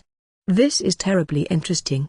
My idea here was still kind of vague, but Elise's reaction wasn't bad. Noblewomen had a tendency to buy beauty products like their lives depended on it, so if this worked out, it could make a killing. Especially if I could make good connections with some noblewoman. Yoma, that's quite the fearsome idea for someone your age to have, said Reinhardt. It's remarkable that you know how to capture a lady's heart, said Serge. And a lot of noblemen have to bow to their wives, said Para. Quite the schemer, said Elise. Well, it's honestly more of a side idea I have, I said. It was fun to think about, but it seemed a bit too high risk and high reward. Women are strong and depending on the situation, they can be a really fearsome bunch. I learned that in my past life. I'm just saying that it's a possibility. And just when I was getting excited about it. Well, ask me for advice if you ever want to go through with it. She didn't push me any further than that, but didn't hide her interest. Well, at any rate, it sounds like you're full of ideas, Reinhardt said, redirecting the conversation. There's just a lot of things that interest me. There was plenty more I could say about slimes, including some more useful information. You don't mind telling us all this for nothing, do you? Hey, it's not like I can do everything myself. Once I learned that Slimex could do I was already 80% satisfied. I figured it would be better to give that information to people I trusted, rather than just keep it to myself. I thought you'd be more reluctant to tell us. I don't see why I should hide anything from any of you. You should be at least a bit more protective, said Elise. I hope you're careful not to be tricked by any suspicious characters. Still, we're always willing to hear you out. We'll do that for free, said Serge. Especially if there's money in it for us, said Para. As the night grew later and the conversation ended, I got the feeling that they were worried about me for different reasons from before. Oh, and I forgot to tell them about bloody slime serums. That was the best idea of all. Chapter 5 Episode 9, Parental Love. Lulunis came to get me around midnight. Master Takebayashi, it's time for the meeting, she said. Thank you, I replied, and proceeded to get myself prepared. Sorry for the wait, I'm ready to go now. You don't mind staying up this late? I'll be fine. I used to go hunting at night, and sometimes I find myself staying up all night doing research for fun. Thanks for the concern, though. The room I was staying in had slimes crawling all about. My lemurbirds were staying in a stable exclusively for messenger bird monsters. While I'd waited for the meeting, I read magic tomes from the estate's library that had been suggested to me. Lulunis had provided everything I needed without any mistakes. It is nothing. Feel free to ask any time you wish. Now, shall we go? She said. There were glowing magic items on the walls. It was dim, but at least bright enough to walk through comfortably. Lulunis, may I ask a question? Yes, anything you wish. Thank you. I just felt something strange, so I was wondering if there are a lot of barriers around here. Barriers? There are barrier mages who put up several barriers for security purposes, but there aren't any in this area. Despite that, I'd felt a strange discomfort several times since leaving the room, especially around corners and doorways. It felt like something was watching me. When I described the vague feeling I had, Lulunis seemed to recall something. She stopped and turned around to face me. That may be the house fairies, she said. House fairies? I'd heard that fairies were considered monsters, and it was possible to employ them. There are fairies in this estate? Fairies typically live in nature, but on rare occasions they do dwell in old buildings. Repairs are done on this estate as necessary, but it's actually quite old, and I hear that fairies are spotted here sometimes, she said matter-of-factly, then resumed walking. Does that happen often? Well, the young mistress lived here until some months ago. I believe those with more magical energy will have an easier time spotting them. She and her servants spoke about sightings of them fairly often, and I have seen them a few times myself. I also hear that when foreign visitors or rare goods arrive at the estate, they gather around out of curiosity. It sounded like house fairies posed no threat to the inhabitants of the house, and they were actually more like guardian spirits. If one were to draw a comparison to Japanese mythology, they were probably closest to Azashiki Warashi. And these fairies are in this estate?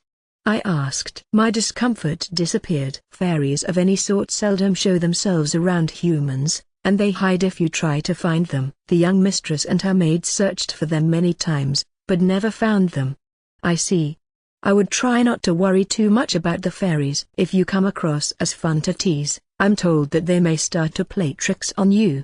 I would have loved to see some real fairies, but it sounded like it would be better to forget the matter for now. The conversation continued until we reached the meeting place. Excuse me? I said at the door, but got no response. I thought maybe nobody else was there yet, but then I saw Hughes. He was sitting still at the round table in the middle of the room, resting his head in his arm. It looked like he'd been the first to arrive, but maybe he was feeling sick. He seemed kind of fatigued. Actually, he may have been sleeping. When I took a few steps toward him, I could hear him snore. More of the usual. I see, Lulunis said. This isn't a new occurrence, I gather? He has been like this practically every night in recent days. His promotion training that I'd heard about in the afternoon must have been exhausting. He didn't seem to have a problem earning the trust and respect of the other guards, but the massive increase in work seemed to have gotten to him. He reminded me of a student cramming for exams. I'm glad he's taking his future with me seriously, but I worry for his well-being, Lulunis said. She looked around the room for a blanket to put on him. Her concern warmed my heart, but then I heard the door open behind me. Oh? I'm sorry, I said, turning around to see a middle-aged man about to enter the room with a basket that gave off a delicious aroma. Who are you? Bart, this is Master Takebayashi. He saved Hughes's life, and he's making statues of the gods for us, said Lulunis. Oh, right, he was going to join the meeting. My name is Bart, and I'm the chef here. I'm Ryoma Takebayashi. It's nice to meet you. Thanks for dinner, by the way, it was delicious. Oh, I'm glad to hear you enjoyed it. There was something about him that made me feel a bit nostalgic. He had a mild-mannered attitude and didn't seem to take himself too seriously. While he didn't seem especially tall, he was hunched over in a way that made him appear especially short and timid. Time had put wrinkles on his face and thinned out his hair. He looked like a father who didn't seem to belong with his family or with his company. Thank you for coming again today, Lulunis said. Oh. Anything to make my daughter's big day the best it could be. Daughter? I asked. Lulunis didn't seem to be the same race as Bart's. Bart's has taken care of me since I was young. In my mind, he's always been like a real father. Bart seemed to notice I had questions, so he explained himself. Her parents were a maid and a guard who lived here. Back when I was an apprentice, they helped me out a lot. I wanted to return the favor, so I started to look after her, and at some point I began to think of her as my own daughter. My parents both died from work-related accidents when I was young. Master Rainbuck didn't want to leave me on my own, so he allowed me to live at the estate as an apprentice maid. My co-workers are also like family to me. Oh, I didn't realize, I said. I did think it was a bit peculiar how the estate was being used for a maid's wedding, but now it made a little more sense. Lulunis also said that she used to be playmates with Reinhardt, and she'd previously served Elise after her own marriage. She was raised in this estate, and her experiences, talents, and loyalty were held in such high regard that she was tasked with important duties. She was too young to do any work at first, and now she's old enough to marry, said Bartz. You always say that I have everyone to thank for assisting me back then. I think every servant who's been here for a while feels the same way about you. Lulunis turned a bit red. Master Takebayashi, oh, just call me Ryoma. Guest or not, I wanted to have a normal conversation with them. As long as I was helping with the wedding, I wanted them to relax around me. They had to act a certain way for their job, but they could at least drop it for these meetings. Bart nodded and said, Ryoma, I hear that you know Hughes. Yes, I wouldn't say I've known him for very long, but he's done a lot for me. Yeah? In that case, I want you to be his ally. It's not that we dislike him, or oppose his wedding, or anything of the sort, but it seems like we'll have to be hard on him, he said with a bitter yet warm expression, setting the basket on the table. Hughes groaned. Oh, did I wake you up? Dang. Did I fall asleep? Bartz, has the meeting started? Of course not. We can't very well hold the meeting while the groom is asleep. Fair enough. Wait, Ryoma and Lulunis are here too? We've been here for a while. Good evening. Finally noticed them, have you? Bart said. This is no way for the groom to act. If you do anything to make Lulunis cry, I'm going to lose even more of my hair to stress. I've got enough of a hang-up about that already. Maybe I'll put some hair growth formula in your food while I'm cooking. Oh, you better not. You know, you don't have to try and act nasty with me. You've been doing this for a while and it's getting annoying. Like I'd even want to make her cry. Let's hope that never happens. He didn't seem like the sort of person who would say this, but his feelings seemed to be complicated. I'd never been a parent, so I couldn't understand how he felt. Everyone had their own feelings. I watched them and Lulunis from a short distance to see how it played out. More people started to gather, and the meeting finally began. Chapter 5 Episode 10, About the Unspeakable Meeting. What are you going to do now, Ryoma? Reinhardt asked me the next morning during breakfast. I already knew my answer to that question. I think I'll look for house demolition work at the Adventurers Guild. House demolition? Glad to hear you're intending to work, but why that? It all began at last night's meeting. This was the first meeting I'd attended, so they had started by going over their plans and reviewing their current progress. Once they were done going over everything, Hughes had suggested helping to set up some things for the wedding site. It's being held in the back garden, and it's an elf-style wedding, right? The maids should be able to set that up on their own, said Reinhardt. It is an elf-style wedding, but we're constructing a human-style church in the middle of the grounds, said Elise. Why, though? Everyone was confused when that got brought up last night too, I said. To explain it, I wanted to make sure I understood the types of weddings and their features. So, just so we're on the same page, human-style weddings involve going to a church, and swearing a vow in front of family, friends, and clergy, right? And the wedding reception can vary depending on income, but it's separate from the ceremony, right? I asked. Everyone at the table nodded. And elf-style weddings, by contrast, set up a stage in any space that's large enough, place tables with food around it, and use an elder or someone of high status in place of the clergy. You still make the vow in front of friends and family, but after that, everyone starts the banquet right away.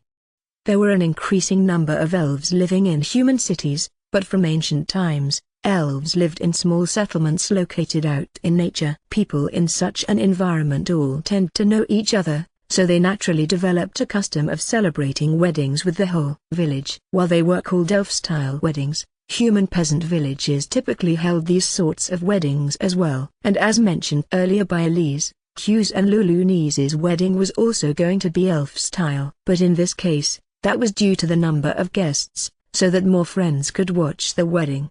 They wanted everyone to be able to enjoy the banquet. Most importantly, though, Lulu niece just wanted an elf-style wedding. She said she was interested in human-style weddings as well, but she definitely wanted an elf-style wedding.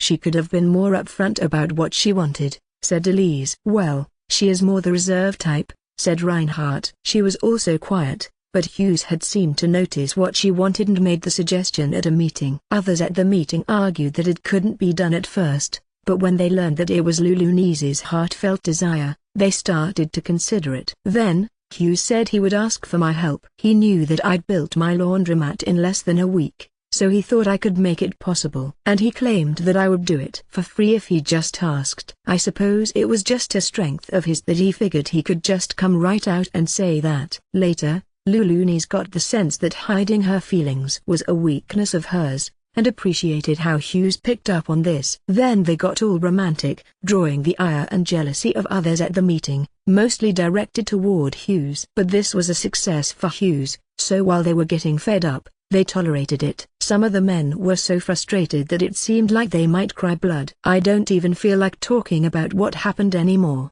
so I'll leave out the rest, I said. But after discussing it, we decided to have a church-style stage. I think it's going to be big enough to hold my god statues, the bride and groom, and whoever's acting as the clergy. The entrance should be big enough to see what's going on from the outside. I think it'll take about as much work as building a break spot with a roof in a park, or a small hut. The gardener and the guards are offering to help, so once the design is settled, it should be ready in a day or two. Knowing what you've accomplished, I'm sure it won't take long, said Reinhardt. I also wanted to see the sights around town and check out the guild, so hopefully there are some jobs available where I can get some of the necessary resources. I wanted to see if there were any jobs, and if I got those out of the way early, I planned to visit the church and get a solid idea of how the god statues should look. Hughes said he would pay for the resources himself, since he was making the request, but there were plenty of other ways he could spend that money. I wanted him to save his funds where possible. Thankfully, he didn't seem to mind if it was made of recycled materials. You'll be back by dinner, won't you? Elise asked. She didn't seem to want me to work too hard. Yes, I'll have dinner here again tonight, I answered. That was my plan anyway, but she didn't seem to completely trust me. After breakfast, I was riding in a carriage. Elise wanted me to take the carriage if I was going out, but it seemed odd for an adventurer to ride to the guild in a carriage bearing the crest of the Duke's family. I tried to decline, but she was pushy. In the end, I decided to ride it until I was at least out of the noble district. I feel like Elise wasn't this protective before. Her daughter is living away from her. Maybe she's feeling lonely, Faye replied. He was staying in a room with Sergeant Burra's servants, and when I went out, he naturally came along. You think she is? No good parent wants to be away from their child. They can go too far with it, but for nobles, traveling by carriage is normal. I suppose it was something like sending a child off in a car to go take lessons somewhere. Wait, you knew that Aaliyah started going to school? The Duke and Duchess brought it up when they summoned me yesterday. Huh? They knew what my old job was, and wanted to make sure there were no issues. When they heard I had a daughter, we mostly just spoke about our own daughters. I see. They were good people, but the Jamil family were still nobles. It was normal for them to be wary of suspicious people in their territory, and to seek out information like that. Glisler knew about his former job and ended up finding a jobs for him, so she probably reported it back then. But I didn't think the Jamil family would meet with Faye in person, let alone tell him about their daughter. I'm glad it all worked out, I said. They even gave me written identification and a letter of recommendation to the Adventurers Guild. Did the same for Lylin, too. They only want me to look after your businesses in return for that. That's awfully generous of them. Faye took out a piece of high-grade paper. The sealing wax on it featured the same crest that this carriage had. Now that you have that, why not register with the Adventurers Guild? I suggested. I probably can't bring you along on the jobs I take.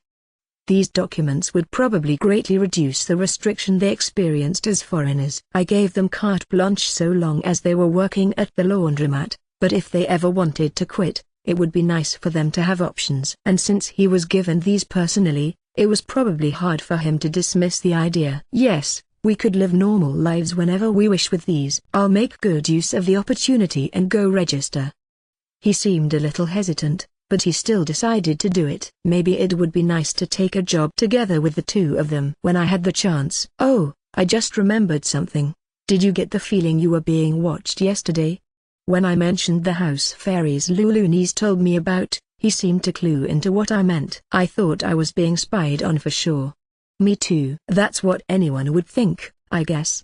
The fairies were doing it of their own accord, but come to think of it, maybe it could be called spying. Fairies that watch over a house, though, that's a new one. There were fairies who brought misfortune upon the owners of the house in my country. They would show up whenever inhabitants of the house died in horrific ways. They say that's when they're born. Those are fairies, not evil spirits or undead monsters or something? In my country, they're both called gwi. Like the term monster, it lumps many things together, so maybe they are the same. To fend these gwoff, I believe they used what your language would call necromancy. They had that magic, so that's what they used. Sounds like they're evil spirits or something. I wasn't familiar with this magic, so I was curious. Our conversation kept going until the carriage came to a stop. Chapter 5 Episode 11, Hobbies, Practical Use, and the Unexpected. Boss got a new recruit here. Nice. Bring em on over. They sounded like bandits. After Faye registered at the Adventurers Guild, I parted ways with him and accepted a demolition job at the reception desk that looked optimal. After that, I went to the site of the job, and the man in charge furrowed his brow at me. "What's a scrawny kid like you doing here?" he said. I looked like a kid, so I was used to this. "Good morning, I'm an adventurer," I said, then showed him the request sheet and my guild card. "Oh, you're the one who took the job. It'll be simple enough, but, you look pretty young, but you're D rank, eh?" "Yes, I'm confident in my strength, and I know earth magic as well." "A mage, eh?" "Guess that works." "So as far as your payment, what do you mean you want these materials?" "You saying you want to take the wreckage?" "Taking the standard reward money?" I was glad I could get right to the point. Something about the mood here brought back memories. "Of course, but I'd also like to take as much of the wreckage as I can. As far as transportation goes, I can also use space magic, so I'll do it myself." "Then take whatever you want, I don't mind." "Hey, take this kid out back." "Thank you." Thankfully he didn't need much convincing, just like the people at the guild told me. His whole job was demolishing buildings, and he hired other businesses to deal with the debris once he was done. I took the payment in advance, and it was that much less he'd end up having to pay other businesses. It honestly didn't seem like he expected that much from me, but I was being paid by commission, so he had nothing to lose. "All right, here we are. It's all you now." The young man led me to the place opposite where I was. It was just like the boss described, but nobody else was there. There was a large building, with one wall having a few meters worth of decay on it, but that was all. "There's no one else here at the moment, but this is where we have a jobs for mages. The others are elsewhere, then?" "I'm told that using magic takes focus, and if you were to get tired out and run out of magical energy, they just get in the way." It was true that if I pushed my magic to its limit, I would probably become too tired to stand. On top of that, a construction site is far from an ideal place to flake out. You'll get paid for as much as you can do, so no sweat if you get worn out at some point. Just tear down the wall of this building and the rest of what's on these grounds. Don't damage the roads or the other buildings. The only other thing I can tell you is to watch out for falling objects. I'll leave this for you just in case," the man said, and left a large hammer leaning against a wall that was still intact. "You can take a break if you want, but if you're an adventurer, I'd like to see some guts."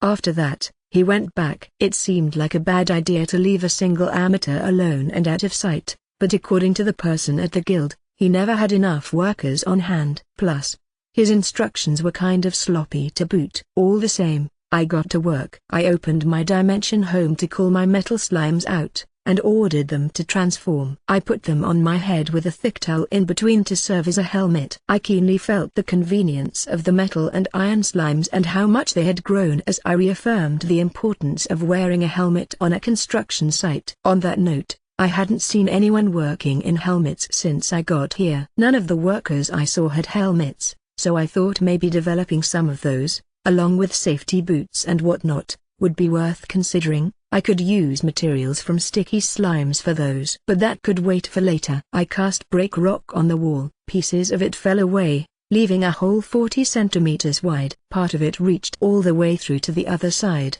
but that part was only 10 centimeters wide. It was all I could do with the magical energy I had, a smaller hole than expected. Maybe this wall used that anti-earth magic paint I had heard about at some point. If so, I figured it could be prudent to increase my magical energy a little bit. I cast break rock again with more power than before, leaving a bigger hole than last time, but now it seemed a little inefficient. The debris from the wall fell to my feet, where it turned to sand. That was fine for destroying the wall, but I didn't need to break it down to such small bits. I just needed it in chunks small enough to carry, like the workers out front with hammers were doing. I decided to improve on this. I limited my magic's range to a line instead of a wide area, running from the top of the wall to the ground. I cast break rock again, my magical energy seeping through the wall and causing sand to fall from it, as through the wall was packed with sand. After the sand fell, a groove covered in 2 centimeter bumps remained. Success. I broke through to the other side again by using the same amount of magical energy. Now I can cut this into appropriately sized chunks.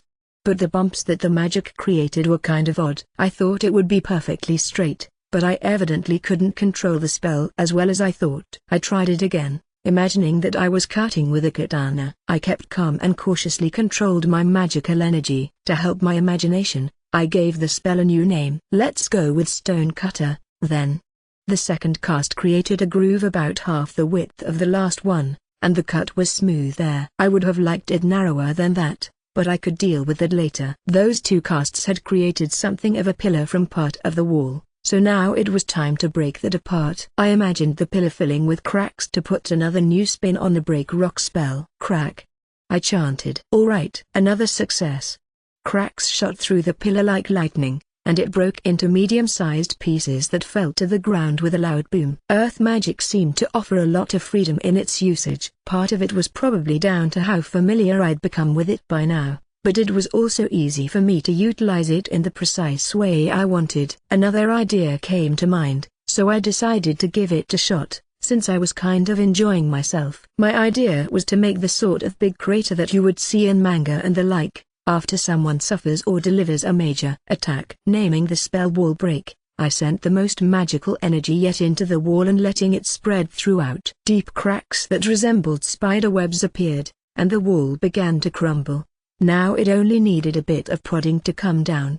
Having gotten the exact results I imagined, I quickly proceeded with my work. This spell left a hole about 2 meters in diameter. Considering the first attempt was 40 centimeters, this was a big jump. I was using more magical energy now. But even so, this was more efficient considering the area of effect. One more cast of this spell would almost entirely bring the wall down. What the hell? Just as I was feeling content with my magic, the man from before approached me. Hello. Is something wrong? I heard something loud and decided to pop in. Did you do this?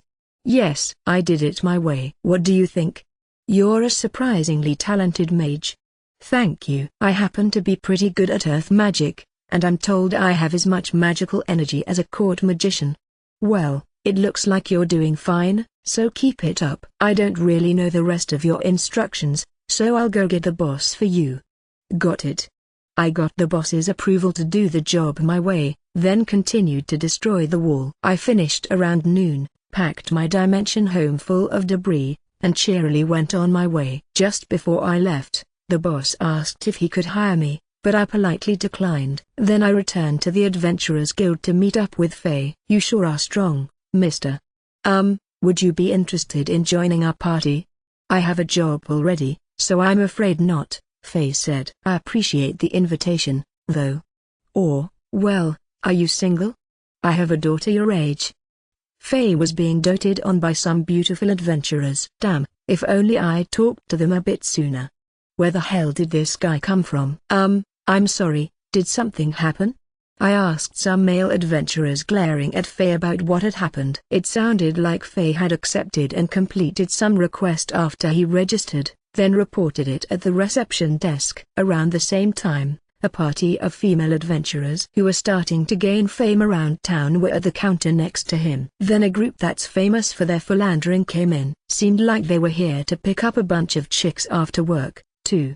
When they saw the female adventurers, they wouldn't leave them alone. The men were lustful and drunk, but stronger than the women. The girl at the reception desk tried to stop them, but the men wouldn't listen. Faye saw them and interrupted, upsetting the men. They picked a fight with Faye, but he restrained them all, leading to the current situation. He was like some kind of protagonist. "Oh, boss," he said, "help me out." "Why are you just watching from over there?" He spotted me. I didn't know what was going on to start with, so to be honest, I didn't know what I should have said. Also, the women's eyes were pretty terrifying. They were looking at me like carnivorous predators. "I'm sorry, could you wait a moment?" I said. "I have to report on my own job. Besides, I don't know how to deal with women either." Boss. Reporting on the request you took was absolutely required for adventurers. I told Faye to wait until I was done and hoped he would have done something about the women by the time I was, as I hurried to the counter. Chapter 5 Episode 12, For a Tired Body. Master Yoma. After the situation at the Adventurers Guild was under control, we returned to the Jamil estate. Chief Maid Arauni stopped me with a grave look on her face. "What's wrong?" "There's a problem with Luluni's wedding." "I'm sorry to bother you when you just got back, but can you spare me some time?" "Of course, if there's anything I can do to help." I had no idea about what had happened, but I followed Arauni. Eventually, I heard a lot of voices. It sounded like an argument was underway. "I'm sorry you had to hear that," Arauni said and tossed the door open. "Girls, what nonsense are you shouting about? We can hear you out in the hall." The women instantly went quiet, but at the same time, Arauni's expression hardened. "Elise, you're here? Hello. Oh, Yoma, you're back? Hello, I heard you wanted to talk about the wedding, if now is a good time." "Of course, this way, please. I'll prepare a seat for you. I have to make tea. I'll get some tea cakes." The maids busily ran around, further muddling the mood in the room. Then the meeting started up again. "Arauni, you said you wanted to talk to me?" I said. "Yes, it's about the wedding site." "Here." She showed me 5 familiar pieces of paper with the designs I provided for reference at last night's meeting. I never got married myself, but when I was approaching the age of 40, most of my old classmates had. I was often sent invitations and wedding photos, so I drew my designs based on memories of those. I thought they were received well, but maybe I was wrong. "There were a lot of opinions about those pictures," Arauni said. "Next, I was given a list of requests to change some part or other of my designs. I want you to sort these suggestions out into things you could do and things you couldn't." "Understood." One request was to set up a bell tower for the wedding. Depending on the location, that would be possible. Another was to create stone pavement at the wedding site. This would also be possible. Decorating the walls and pillars would be possible, but depending on the amount and the decorations in question, it could be hard for the guests to actually see the wedding. "All right, Arauni, I'm done. Thank you. I'll use this to make a summary of the demands for the wedding." There were a lot of questions, but the basics were settled. I could start work on this tomorrow. "Good work, Yoma." "Ah, thanks." Going through the list took more time than I expected. The servants in the room were entirely different from when I first arrived. Only Arauni and Elise had stayed. "How much time has passed?" "About 2 hours, I think." "Would you like something to eat?" "Thank you, but I took a break to have a tea cake." "Incidentally, what brings you here?" Elise's ever-present smile faded. "A guest whom I hoped not to see has suddenly come, so I'm hiding away." "I didn't know there was such a person." "Unfortunately, there is." I was curious about who this person was, but Elise seemed uncomfortable, so I changed the topic. "That sounds tough." "Is it exhausting having to deal with guests every day?" "Yes, but it's my job, so I can't complain too much." "I wish I could go to a spa." "A spa, eh? You like those?" "Do you know about how my father-in-law controls a territory called the Fire Drake Mountains?" "Oh, I heard about that from Mr. Smith. He once formed a contract with a divine beast and gained some privileges and rewards." "Right, That one reward he received was the Firedrake Mountains, in which there's now a hot spring town. I used to go there all the time. The spa there was relaxing and very good for the constitution. Sounds nice. I'd love to visit there sometime. How's the water there? I was a little curious. I wondered if there were any fantasy elements to this hot spring town. I don't know enough about water quality to say, but it's quite bubbly, and makes your body really warm and red the moment you go in.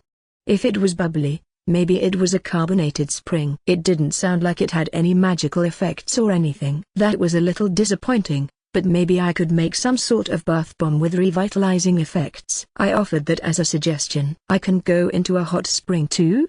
Elise asked. She was more interested than I expected. Her eyes were shining. I can actually make bath salts that'd make bath water similar to hot spring water, provided I have the materials.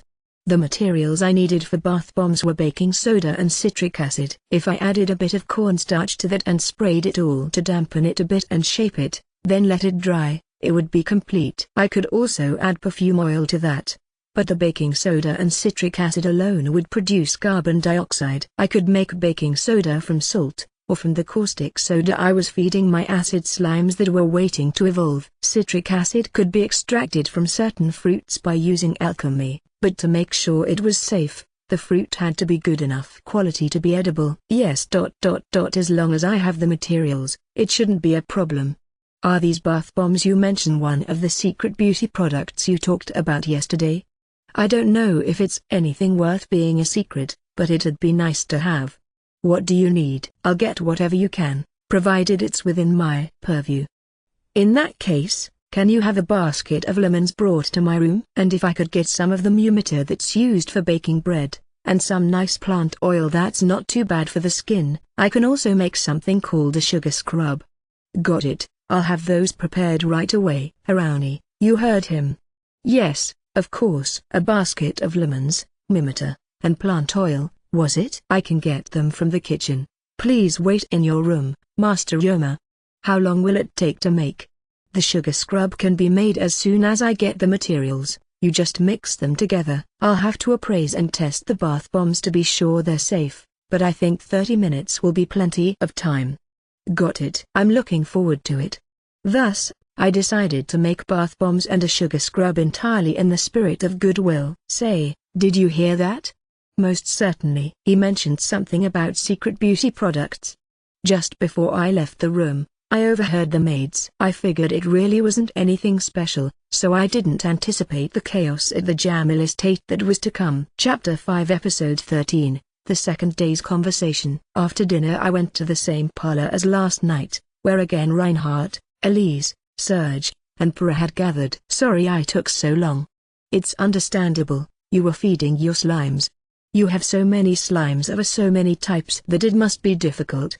Speaking of which, how many types do you have now? 19, with about 4 waiting to evolve. I hear you have tens of thousands in total. It must be hard to take care of them all. I feed all those of a given type at the same time, so it's actually not that bad. Reinhardt, thank you for the slime food. It helped a lot.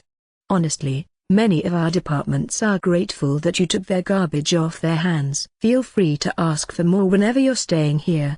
I answered everyone's questions as I sat next to Elise. Now that Yoma's here, let's continue from where we left off yesterday. Well, normally I'd say as much, but first, there are 2 things I want to ask. We got some messages, you see. I wondered if there was some sort of problem. Reinhardt suddenly went somber, and Elise handed us some documents. I flipped through them and saw portraits, criminal charges, and reward listings. Wanted posters, and half of this is information about damage known to have been done by bandits in our territory. I happened to get a report about it during work today. You 3 travel between towns a lot, so I thought you might like to know. Much appreciated. Information on the safety of roads could mean life or death for a merchant. Serge and Para thanked them as well and read through the documents with zeal. But I was more curious about the wanted posters. Now that I take a closer look, the reward money differs a lot by person. The pay could be anywhere from 10 small gold coins to hundreds for the same criminal offense, and there were even bounties as high as 2 platinum coins. When I asked why, Reinhardt kindly explained. The reward money is decided based on the damage done and the danger involved, but sometimes the nobles or merchants who are harmed will raise the bounty themselves. The ones with platinum coins as rewards are a band of burglars who steal jewels. They're pretty famous. Since they only stole jewels, the cost of the harm they did was immensely high. They not only incurred the wrath of the jewel merchants, but also the nobles who served as their clients. So that was why the reward money on their heads was so inflated. They don't commit crimes often, but when they do, they're well prepared and very cautious. They also seem to have a number of skilled users of space magic, so they escape fast and they're hard to track down. Their targets have guards, of course, but they've succeeded in their crimes many times, so they must have a fair bit of talent. I haven't heard of them targeting anyone who was on their own, but be careful, Yoma. Understood, thank you for the warning.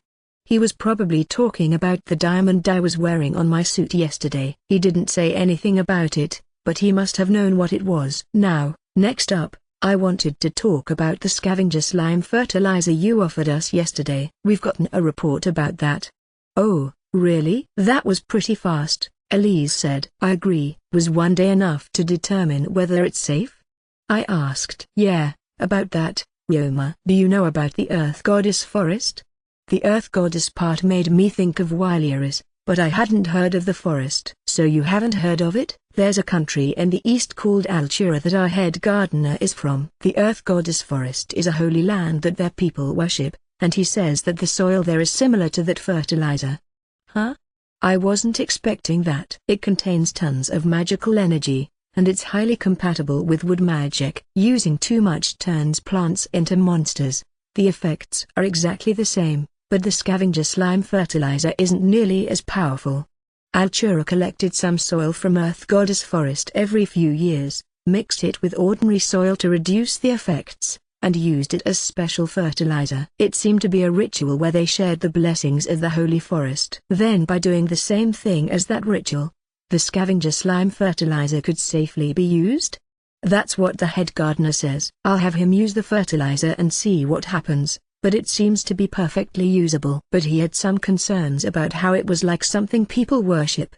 One is soil from Holy Land and one was produced inside a slime. I personally can't see them as being alike at all, but I suppose they might sound that way to some. He might say it's unacceptable and all, too. People get pretty extreme when it comes to their faith sometimes. I think he can be convinced that it's a separate thing, but if it were to be put on sale in the future, that's probably something to think about. These were unexpected concerns with the fertilizer, but it was good to know that now instead of later. That's all from me, said Reinhardt. Then may I go next? Said Elise in a much better mood than Reinhardt, probably because of this afternoon. Elise, I notice you've been strangely giddy since dinner. Yes, you see, Yoma made bath bombs and sugar scrub for me. That perked me right up. Elise started to talk about how she felt using both. Is this about yesterday's beauty product discussion? Medicine that can turn a bath into a spa is fascinating. Yoma, is your skin cleaning medicine that effective? It depends on the person. I want more of both. All you have to do for the bath bombs is put them in the bath, and it warms the body way more than regular bath water. And just rubbing the sugar scrub on your skin changes how moist it is. Seeing Elise talk about this reminded me of something. Both products felt like everyday items after continued use, but they were certainly impressive on the first use. The first time I used a sugar scrub back on Earth, I was surprised myself. I honestly had no interest in beauty products, but I didn't want to waste something I was given. Even then, I thought it was pretty nice the first time I used it. When I talked about it at work, I got laughed at for how out of character it was coming from me. What I made at noon was produced in the most simple way possible. If I used different types of oil and aromas, I think I could make it even better. By adjusting the amount of baking soda and citric acid in the bath bombs, I could also make the bath slightly acidic or alkalized to make it easier to remove dead skin and clean out pores. Alkali water is effective at neutralizing sweat and odors, so it's a great ally of middle-aged men. The slight acidity of the citric acid has rejuvenating effects, treats inflammation, and kills odors in a different way. Human skin is slightly acidic, so it's more gentle on the skin than alkali water. Which to use depends on one's constitution, skin, and mood. There were many other ways to improve it too, by use of medicinal herbs and seasonal plants. That sounds wonderful. It even works on that old people smell, eh? Maybe I should try it out. Purr, that's something you're worried about?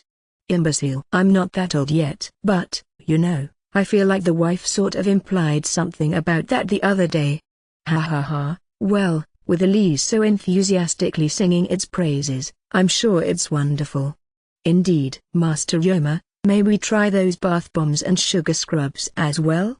You're more than welcome to. I still have materials left from this afternoon, so I'll make some and have it sent to your rooms later. Thus, Elise's discussion of beauty products concluded.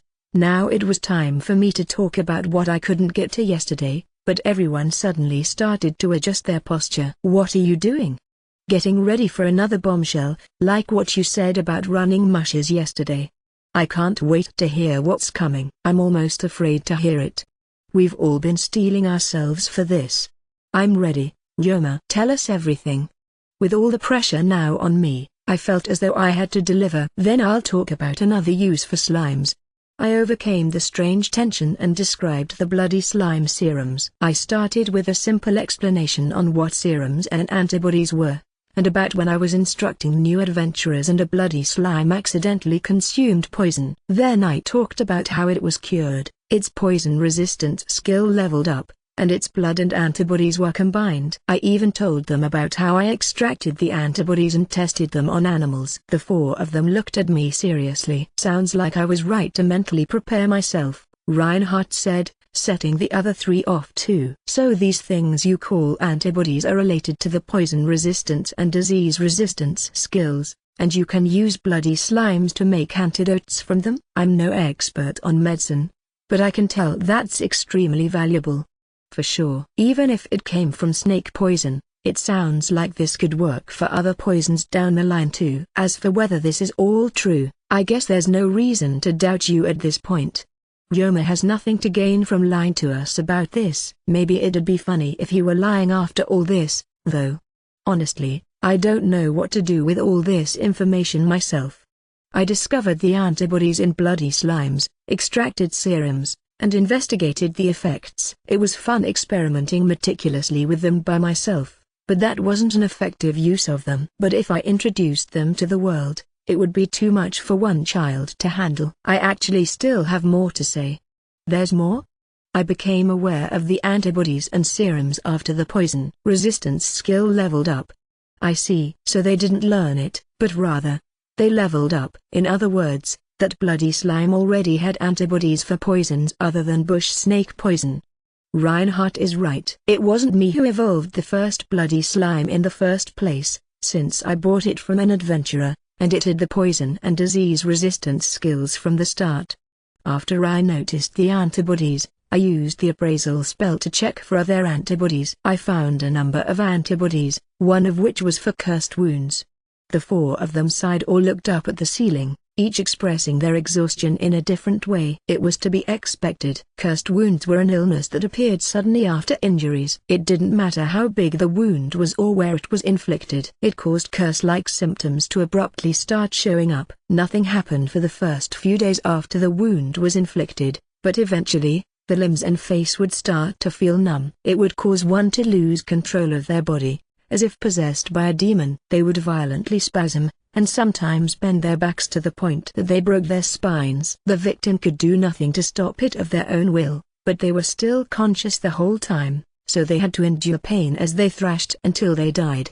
The death rate from the illness was extremely high. In other words, it was what we call tetanus on Earth. It killed people even in modern Japan where we had serums, but this country had no effective treatment at all. As such, tetanus was seen as an incurable curse and feared by everyone regardless of their wealth. Now the chance to cure it was right in front of them. The value of that was immeasurable. Was it really cursed wound antibodies? Not to doubt your word. But all the same, I used appraisal, so there's no question. Cursed wounds can occur anywhere, so naturally the cause of it could be found anywhere too. Tetanus bacteria is known for being commonly found in soil, The bloody slime probably picked it up from some soil somewhere. But Ryoma, wouldn't it have to take in the poison and survive to produce the antibodies? Cursed wounds have a high death rate, so how was the bloody slime fine? One possibility is that it didn't take in too much of the disease, and it couldn't reproduce inside the slime like it could in the human body, so little poison was produced and the slime could ultimately injure it. Another possibility is that it's because the main symptom of cursed wounds is muscle spasms, and bloody slimes have no muscles or nervous system. They're made of blood, so maybe it wouldn't do much to them. Anyway, humans and bloody slimes have very different body structures, so I think it took advantage of that. But unfortunately, I can't say anything for sure. Right, that makes sense. I already saw a lot of value in a new method of medicine production, but if this means you can even create a cure for cursed wounds, well that's wonderful, but also dangerous. It's a big find, to say the least. If some unscrupulous character learns about it, you could be targeted. In fact, for sure you'll be targeted. Medical guilds and research institutes will never let up. Probably. You can't trust research institutes too much, either. We were stumped on how to handle the serums. For a while, there was no sound except the sipping of tea and chewing of tea cakes. Ryoma, Reinhardt said to break the silence. Yes. He looked at me with more sincerity than he ever had before, and sat up straight. How would you like to be our family's technician? Chapter 5 Episode 14. Invitation. I understand that you hate being put in restrictive positions. I won't force you to do anything, Reinhardt said just after he'd made the offer. I take it that's the reason you aren't serving some other noble, either. But if they catch wind of how much you know about serums and such, many nobles will want you as a servant, whether you like it or not. You know that, right? I nodded. The cure for cursed wounds alone would be widely sought after were society to learn of it. There would be merchants and nobles who would want to sell it for a high price. Unfortunately, it would be no surprise if someone did something drastic to steal the rights to the medicine. If such a thing came to pass, we would like to assist you. But under the current state of affairs, it would be difficult, Reinhardt said. While I was treated well by the Jamil family, I was still a commoner. I wasn't even their retainer, I was just some kid they took some interest in, but even that was enough to keep people from messing with me too much. Nobody wanted to have a family as powerful as the Jamils as their enemy. I was just an adventurer, an owner of a small business, and the manager of an abandoned mine. I had some odd ideas before too, but none of that was worth the risk of going after me. Still, if you can create a cure for cursed wounds, that would change everything, Reinhardt continued. We may wield a lot of power, but it's not impossible to defy us. I worried that there could be some sort of plot against me. Elise seemed to get what I was thinking and bitterly smiled. You probably aren't wrong, Ryoma, but it's more simple than that, she said. I mean, you have the right to do whatever you want with your business, right? But if you tried to do something too self-serving with it, there would be people who'd try to stop you. It would depend on what it is, and maybe you'd get away with it once or twice, but eventually you could lose the trust of the people around you. It's like that. We have a lot of power, but we can't just wield that power whenever we want. But if you were our technician, we could tell them you're not interested and reject their attempts to recruit you. If we tried that without employing you in some way, they just argue back. We'll have to come up with some good reason to grant you that position, of course, and I don't think it'll be simple, but it'll be worth it. If we acted like this conversation never happened and kept the serums a secret, maybe there wouldn't be a problem, but I would have to live the rest of my life in fear that someone would find out. And as knowledge of the bloody slime serums spread and research picked up steam, they would discover that the serums could cure other diseases as well. I couldn't predict how great an impact the serums would have, but they could save a lot of lives. To hide them away would be unfortunate, to say the least. Can you tell me a bit about what serving as a technician would entail? I asked. How would my life change if I agreed? Well, a technician is a technical expert who serves a noble, Reinhardt explained. They only have to work when their services are requested. They may be asked either to use their expertise personally or to provide consultation. Aside from that, they're afforded a fair amount of freedom. A lot of talented technicians are picky in ways that are hard to understand. You see, for example, we have a medical technician who lives and works in the estate, but we also have a blacksmithing technician who runs a workshop and store in the middle-class district. On paper, they strictly serve us, but we don't want to stifle their talents by keeping them all to ourselves. As long as they could get in contact with me, I wouldn't even have to live in this city. Could I keep living at the mine and working out of Jimule? I asked. Yeah, I'm sure we can always send letters to your store. I'd like you to inform us in advance if you're ever going to be away from Jimule for a long time, but that's all I would ask. You already send us letters regularly, so I can't imagine that will be a problem. I'm thinking of making you a third-class technician. That's the lowest rank, but it will give you the most freedom. And all technicians, regardless of rank, serve me personally for the most part. You won't have to take orders from other technicians that way. Could you tell me more? Specifically, I wanted to know what a third-class technician was, and what it would mean for me to serve Reinhardt personally. If they only served him for the most part, presumably there were exceptions. Third-class technicians are the lowest rank, followed by second and first-class technicians, Elise said. Your rank is determined by your history and accomplishments before becoming a technician, as well as the accomplishments and contributions to the family that employs you after becoming a technician. That rank has a substantial effect on how you're treated. Technicians of all ranks receive job security and research funding, but for third-class technicians, that's all they get. Second-class technicians are provided with employees and a place to perform their experiments. If necessary, they could also be given a few guards. First-class technicians have the right to lead a whole squad. It would be no exaggeration to call a first-class technician's knowledge and techniques hot property, Reinhardt added. Protecting those technicians and their research facilities requires a fair number of guards. Incidentally, as far as accomplishments go, I'd say your cure for cursed wounds is good enough cause to make you a first-class technician, said Para. But first-class technicians have a lot of fame and influence, which could put a burden on you. With that in mind, third class might be better for you. According to Surgeon Para, the specific conditions of employment for any given technician differed based on their particular expertise. That gave technicians more freedom than other roles, which seemed to be one reason that Reinhardt suggested it to me. As for the question of who I had to serve, each field of expertise has multiple technicians who could sometimes form teacher-student relationships, and sometimes a teacher and their student would be hired as technicians concurrently. All I had to do was not form such a relationship. Most of the time you'd be doing work for us as a technician. I probably won't be around, Reinhardt said. I'll send a representative in my stead at those times, but you won't be working for that representative. You talk to them as equals, offer your own opinion, and if you disapprove of them, you can make a direct appeal to me.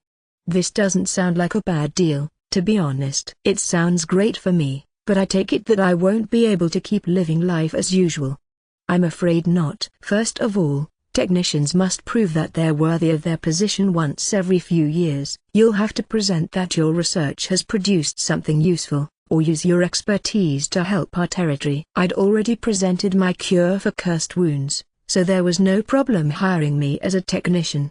But depending on my future work, it was possible that I could be stripped of my role and the authority it offered. Makes sense, I said. Considering the magnitude of your accomplishments, maybe we could delay those evaluations for you, but we pay you with the taxpayers' money. After all, you have to provide something in return. I'm sure you'll be more than capable of keeping your job, but just remember that some work will be expected of you. We won't make any unreasonable requests of you, of course, so you may continue your current work, but you will probably become busier, and it may take time away from one of your other jobs.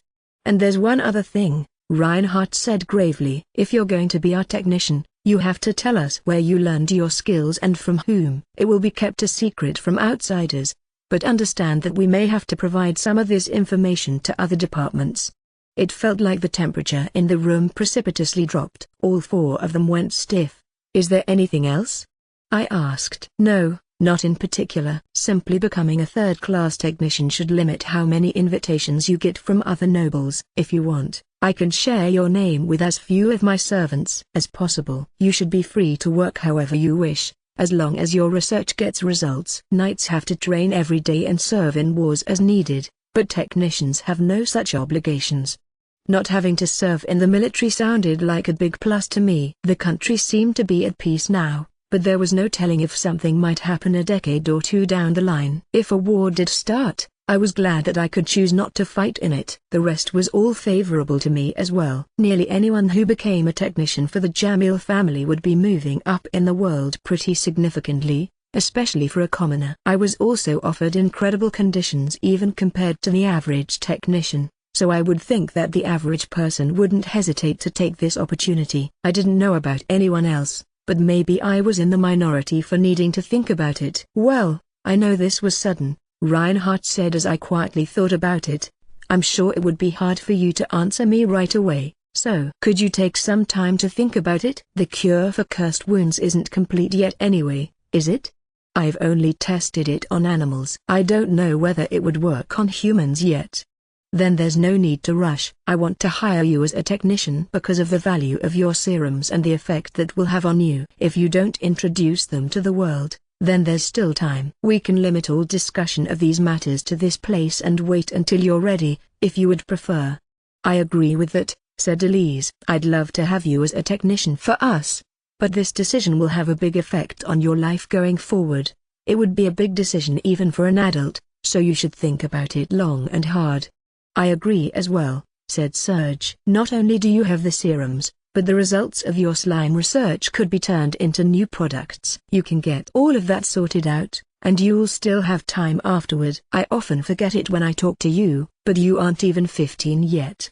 I'm thinking the same thing, said Para. Technicians are usually talented craftsmen with years of experience, or they got top marks at the school in the capital or a research institute. They're typically in their 20s at minimum. I know you've got skills, but you're too young compared to those people. A boy just over the age of 10 becoming a technician for the Jamil family? Serums or no serums, that could end up starting a few rumors.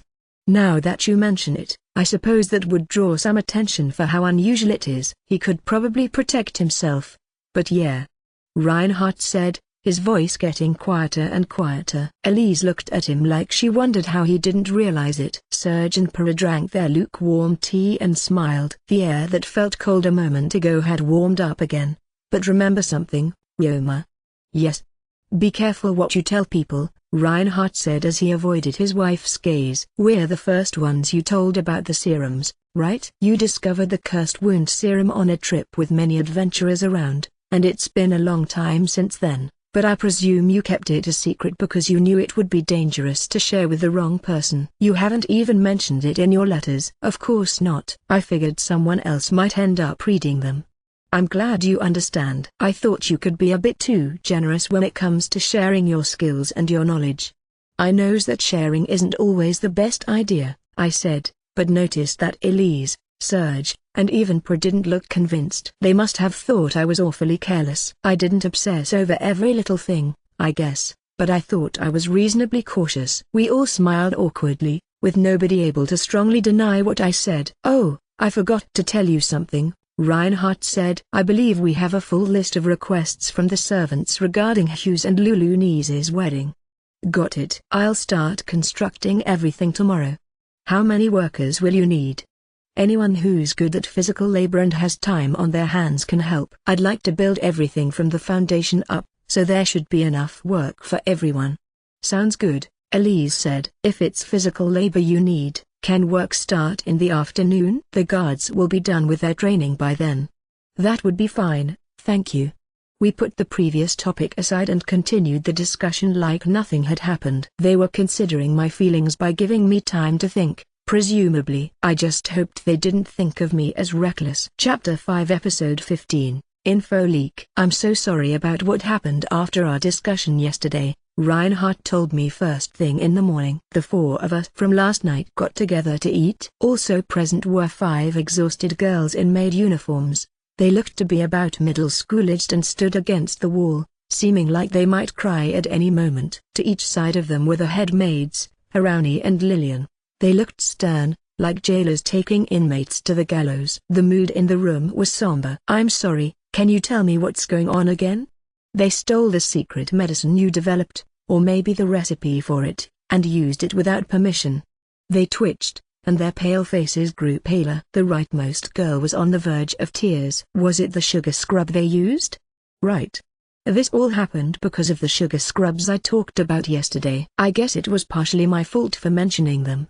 These girls had overheard the recipe for sugar scrubs from their co-workers while they were on break, acquired all the materials, and tried to make them on their own. The problem was that details on sugar scrubs were distorted before reaching them, like a game of telephone, so they just thought that mixing mimoto and plant oil together and rubbing it on their skin would do the trick. These maids had been doing the laundry for all the servants for a long time. Despite their young appearance, the skin on their hands looked dry and cracked. With their hands like that and the information they obtained, they must have thought it was worth a try. But the elder servants found out about it, and now we were talking about stolen recipes. The servants of nobles were contractually forbidden from leaking or using information they learned from their employers or their guests. The sugar scrubs were a product introduced by a guest, and while these girls didn't know that, they still broke this rule. The servants who told them about sugar scrubs were being investigated as well. They have sullied the good name of the family they serve,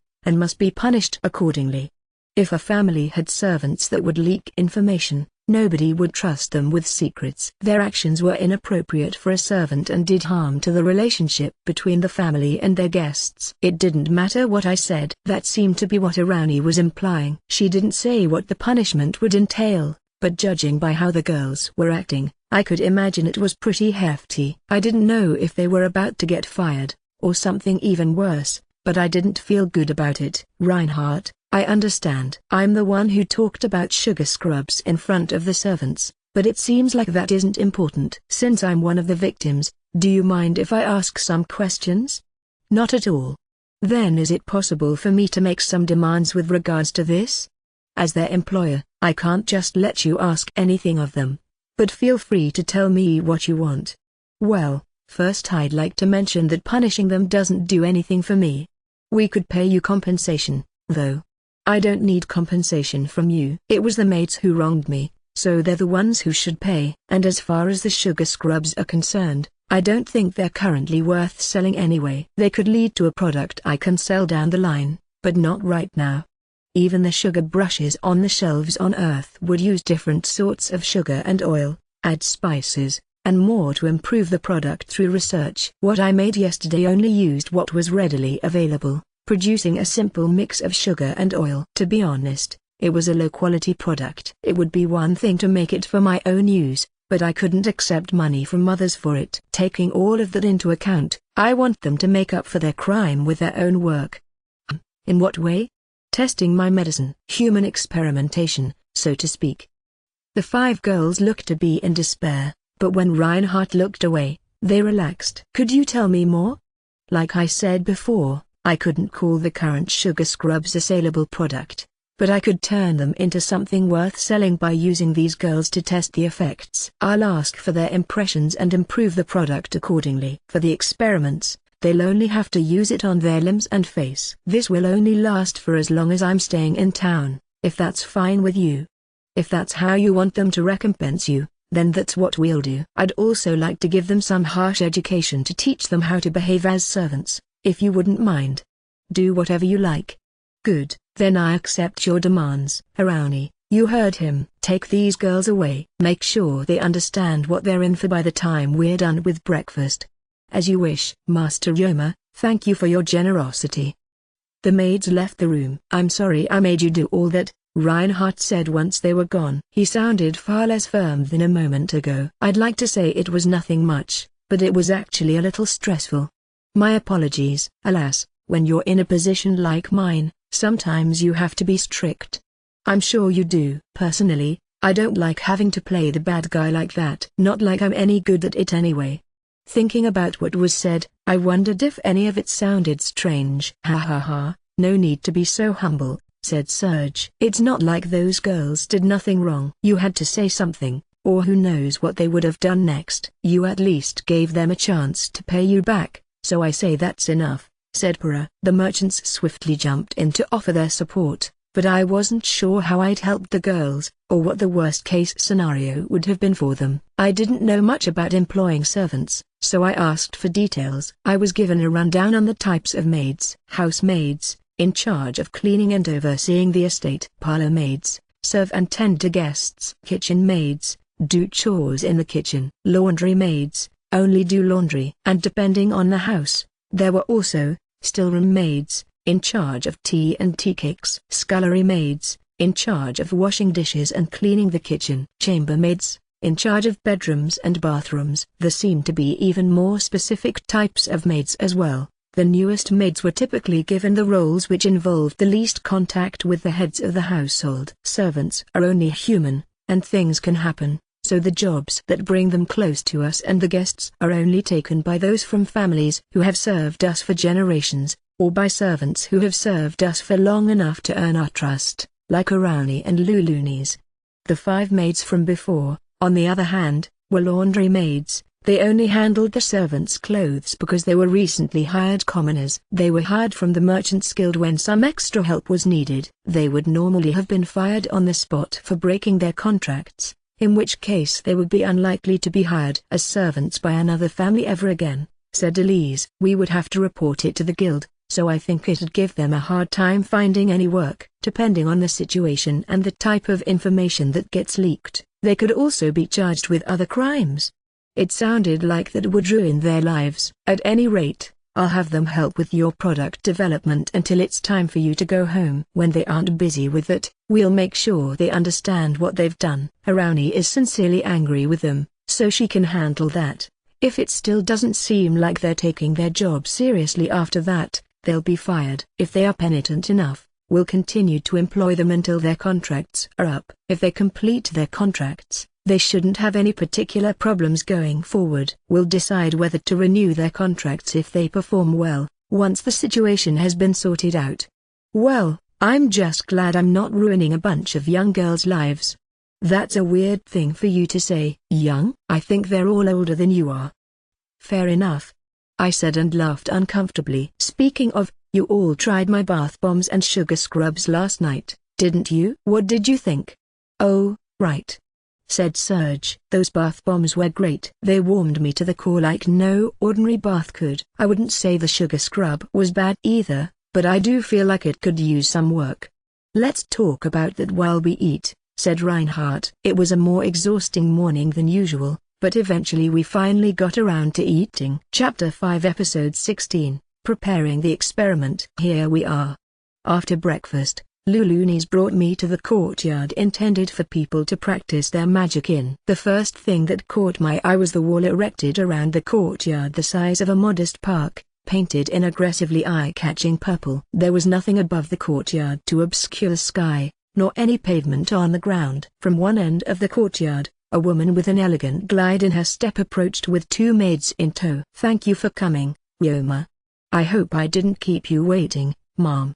When it came to work, all I had on my agenda was the wedding venue construction in the afternoon. I had decided to use my downtime in the morning to improve my sugar scrubs. When Elise decided to join me, apparently, she'd kept her day open from the start, in order to get some R&R. I didn't deny the importance of a day off, but her eagerness to observe seemed rather premature. I haven't even gotten the experiment ready yet, I clarified to her. I have to start with the farm work, anyway.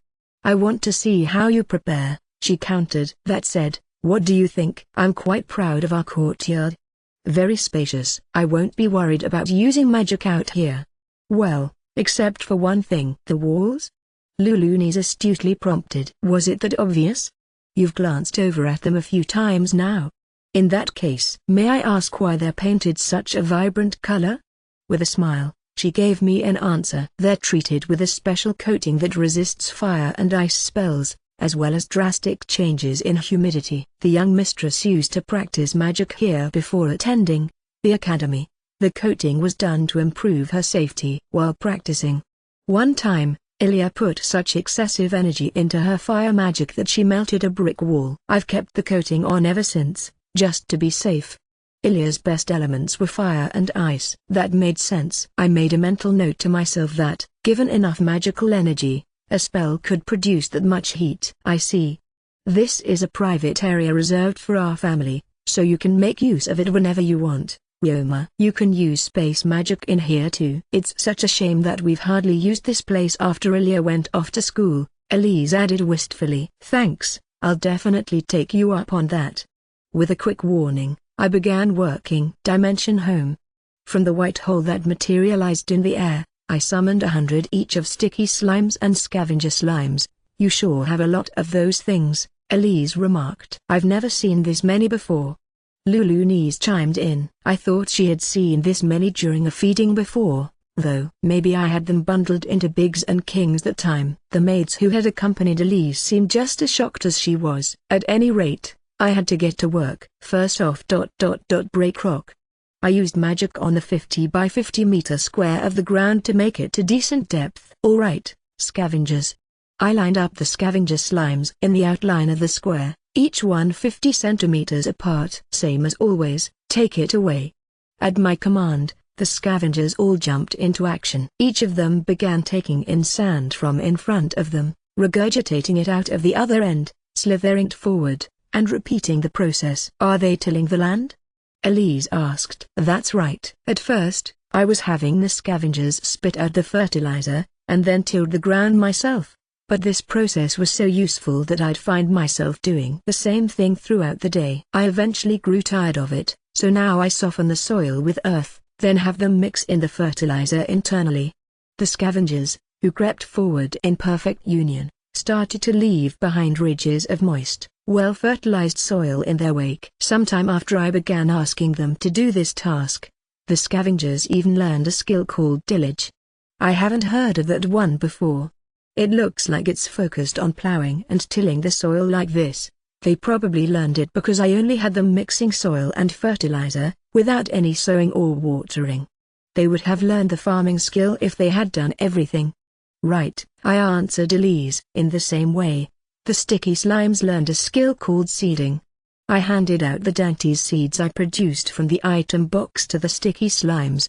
They adeptly received them, molding the upper half of their bodies like bowls, and carried them to the ridges that the scavengers had tilled. In a single file of one sticky per ridge, they each used their tentacles to plant the seeds one by one in fluid motions that showed mastery in their craft. While the slimes, as was their nature, moved rather slowly, the sowing process was far more efficient than doing it all myself. I never thought slimes could farm. One of Elise's handmaidens blurted out. Oh, pardon me. It may come as a surprise, but slimes can learn tasks quite well. They just can't do much in the way of heavy lifting.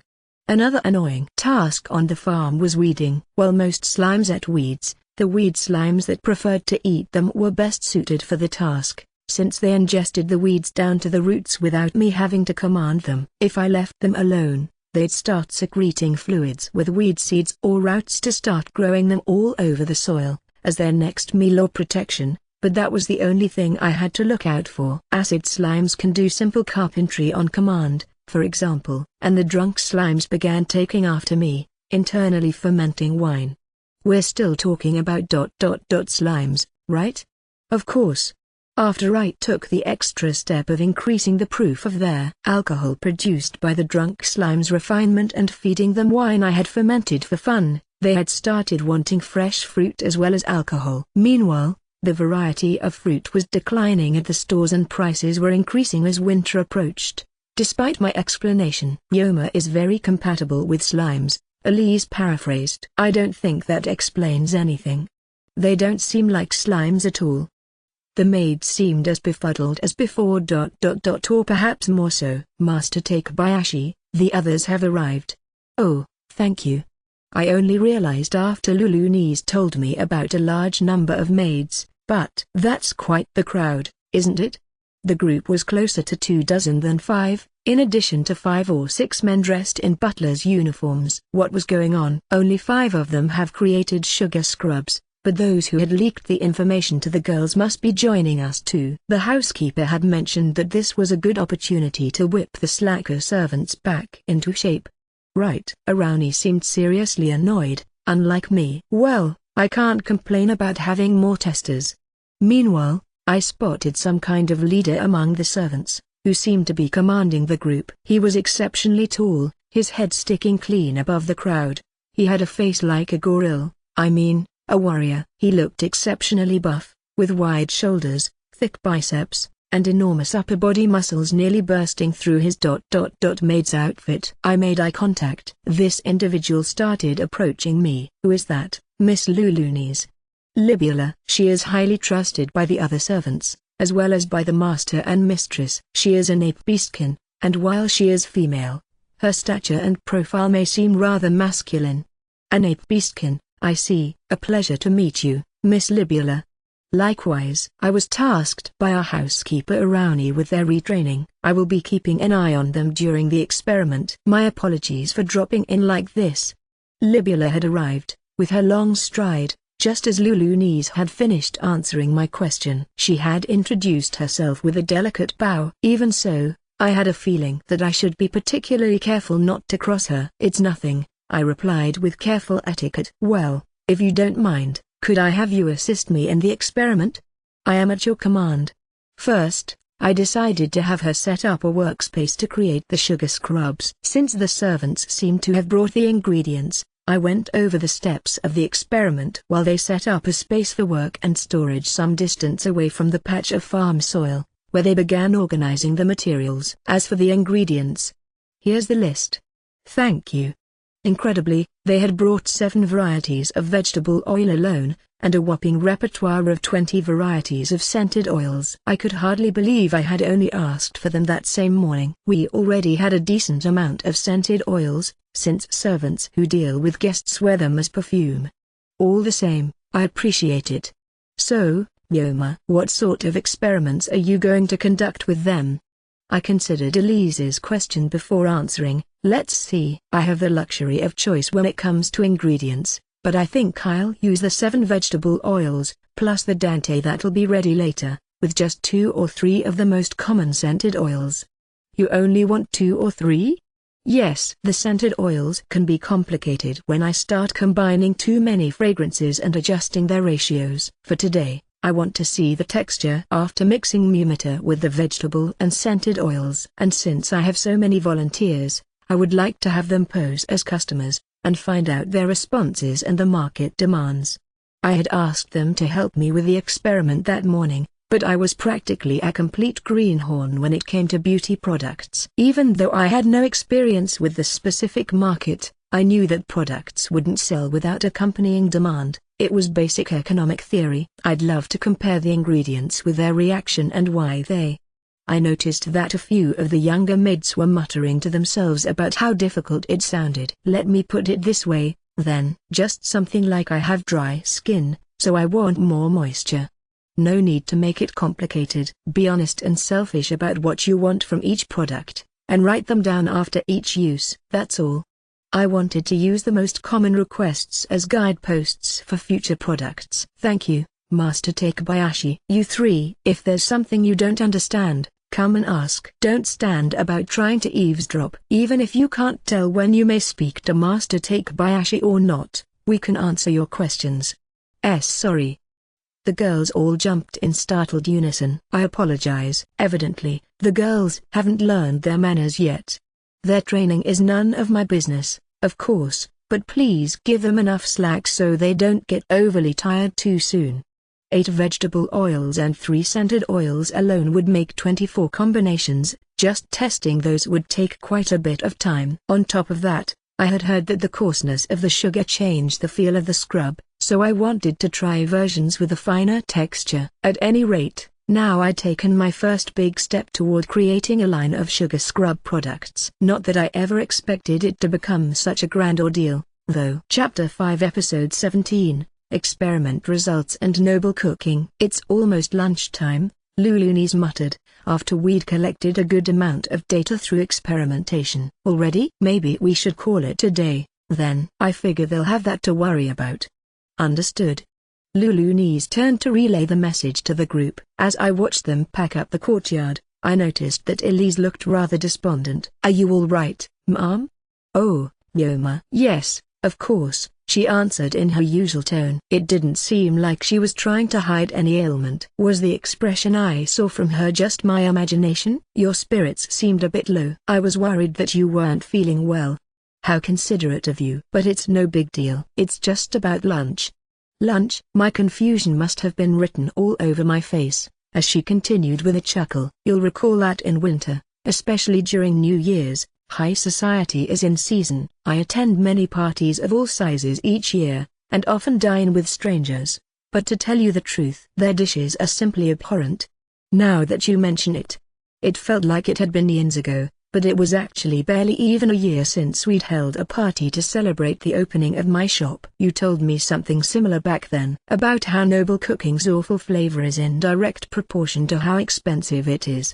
When they gave my cooking such high praise, I had commented that the ducal family must have eaten better food than mine often enough, only to be met with a strong denial. Of course, everything I'd had since coming to the manor was both delicious and luxurious. Party food isn't the same, Elise explained. Some families primarily dine on them, insisting that they're true noble food. But or rather, we don't subscribe to that line of thinking. So we eat normal dishes most of the time. Even when we have guests, we weigh both options depending on whom we're hosting. I see. Evidently, it was safe to assume that the two types of cooking were of completely different culinary genres. I assume you mentioned it now because you're having high society dishes for lunch today. That's right. We have to decide what meals to serve when we host parties, and we're already invited to many gatherings as it is. We can't very well not touch the dishes served to us, so we try to get accustomed to those dishes again when winter comes around. Are you interested in them? I'd be lying if I said I weren't. The dishes which Elise seemed to adamantly despise were the ones which struck my curiosity. That being said, I was sure that high society dishes would cost more than their usual meals. I was tempted to ask for a plate, just for curiosity's sake. I don't recommend it, but if you want to try a dish. No, really, I do not recommend it, but I'm sure there's at least an extra serving in the kitchen they've cooked for tasting. I would just need to give the head chef the word, although I cannot emphasize enough how much I don't recommend doing so. If you don't mind. My curiosity had gotten the better of me. I shall see you later, then. I'll send someone for you once it's ready. I looked around the courtyard to find that it had been neatly packed up behind my back. Lunchtime came around. Hello, Ryoma, Reinhardt said. How was your experiment? Very insightful, all thanks to your help. I went on to report the results to Reinhardt as we talked, waiting for the dish to be served. The results from this morning pointed me in a direction I want to take the products in. Considering how my volunteers had ended up there, I had been concerned that they would be hesitant to share their opinion, but they were surprisingly open to sharing their thoughts with me. There were two responses that were particularly prevalent among the volunteers: the desire for a strongly scented scrub, and for an unscented scrub. The number of people who expressed each opinion were nearly identical. I was a bit surprised, since I hadn't doubted whether I had to scent the scrubs until I got the results. I dug into the demographics of each response and found that the strongly scented sugar scrubs were mostly requested by the working class female servants. On the other hand, the unscented scrubs were wanted by the men, a small portion of the female servants, Elise, Lulunis, Libula, and Elise's two handmaidens, who were generally of higher status. I asked the volunteers to explain their request, and the women who wanted scented scrubs explained that scented oils were a luxury which many of them couldn't easily afford. Some of the oils were downright unobtainable for the working class women, giving the scrub a certain extravagance. Thirdly, they hoped that the scent would linger on them after using the product. Scented oils were quite a luxury for them. In fact, they opined that they felt rejuvenated after I'd mixed a single drop of it in the scrub. They then emphasized that any lingering scent on their body was a great bonus. One particularly open individual had suggested some surprising uses, such as tempting men after taking a bath. She was soon scolded by Libula for going into risque details that, according to her, no child should ever be made to hear, but I defended that maid as if my life depended on it. That was probably the most exhausting part of the whole experiment for me. Sounds like even more work than I'd expected. I think their opinions were very helpful when it comes to product design. That's good to hear. So why did the others want unscented ones? A few different reasons. While they were a minority among the larger volunteer pool, most of the men stated that they simply dislike scented oils. I can see that. Makeup doesn't really smell nice to me. That was something we could both agree on. Women, on the other hand, want to be beautiful for their men. Elise muttered. I know you work hard on your makeup, of course, Reinhardt swiftly responded. I couldn't read from Elise's expression whether he had made the correct response. I continued explaining. Some of their reasons were work-related too. For example, Those who work in the kitchen expressed that strongly scented scrubs would impede upon their work, or lead to them getting reprimanded by their boss. I imagined that the ladies of higher status already use scented oils day to day, since they told me that they usually wear an oil of their choosing, so they wanted a scentless sugar scrub to use while bathing which wouldn't clash with their own scent. One of the kitchen maids mentioned that she wanted a scented scrub, but would prefer to use the unscented ones because of her work. It was very eye-opening to hear how opinions varied so much according to one's occupation and status. Not to mention I just found it all quite interesting. I already had a general direction in mind for my products. I would market strongly scented scrubs to the working class women, while I would stick with unscented or lightly scented ones to the others. Personally, I was hoping that I could use the excretions of deodorant slimes to develop the unscented scrub. Deodorant slimes came from cleaner slimes after revolving them by feeding them charcoal. While there were variations to the deodorizing fluids, I knew that they were all black and included minuscule charcoal particles. I'd also verified that those properties lasted, even when the slimes were mixed into others. Extra fine charcoal might have cleansing properties in addition to the deodorizing abilities. Though I might have gotten carried away. Sorry for rambling. No need to apologize. It's certainly quite interesting. Plus, I find it impressive how you've thought all of this through from a single experiment. Everyone's been wonderfully cooperative. Plus, I hadn't done something like this in a while, so I ended up having fun. I still made an effort to research slimes here and there, but after leaving the forest and opening my shop, since I left the forest, there's been so much more that I've learned, and more responsibilities as well. I feel like I have fewer opportunities to concentrate on one thing. Oh, but I don't regret leaving the forest, though. Meeting all of you, and everything that led up to me being here are all good memories now. I have no complaints about my current situation. I had rushed the last bit, making sure to get it out before the moment was lost, and Elise and Reinhardt seemed to pick up on my desperation as they wore gentle smiles. I felt a bit embarrassed, somehow. Excuse me. Yes, finally. I was relieved from the atmosphere of silent pity. The other two at my table, however, were clearly beginning to lose their spirits, despite their best attempts to conceal it. We have an Alban salad today, then a beef soup. Bart's, the head chef, had brought out the plates himself, perhaps because they were high society dishes. Backed by the concise description of each item on today's menu, the maids quietly served the room. Then came the moment of truth, my first taste of genuine noble cooking. I kept my cool, taking my cue from my table mates. I started with the salad. It tasted alright, a bit like avocado. The flavor profile was a bit different, but it was a good salad. Nothing unusual as far as I'd noted, other than the sprinkle of gold dust. This is a good salad. You can really taste the Alban. I heard we had a good year for Alban. Nutritious and in season. This plate alone would cost 10 small gold coins, at the very least. 10 small gold coins, just for this little dish? No one could have gotten more than 4 or 5 bites, or 2 mouthfuls if they were hungry, from that dish. So this meant my first bite was worth 2 small gold coins? How expensive can these foods get? Are you all right, Ryoma? Oh, yes. It was delicious. I was just a bit surprised by the price. That's good to hear. But the price is in line with food served at noble parties. And all the guests are served, of course. How many guests are typically invited to a party? I don't know. It all depends, but we're talking hundreds. 10 gold coins for a salad. Times 100. I couldn't imagine being responsible for all of that. It's not every day I get to see you flustered. Don't tease him so, Elise. Was she teasing me? Were you kidding? Not at all. I see your point, Ryoma, Reinhardt interjected. In a way, though, it's a noble's duty to spend money on parties. That's how the economy turns.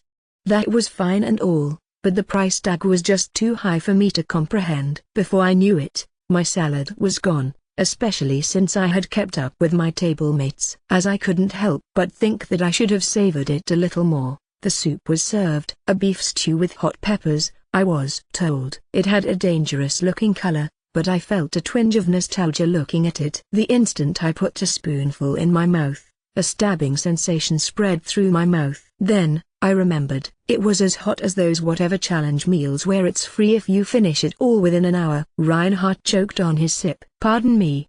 Meanwhile, Elise seemed too overwhelmed to speak. "Are you two all right?" I asked. "Yes, I'd simply forgotten how much of a punch it packs." "And you, Yoma?" Reinhardt seemed surprised at how nonchalant I was. I took another spoonful. I could totally finish this.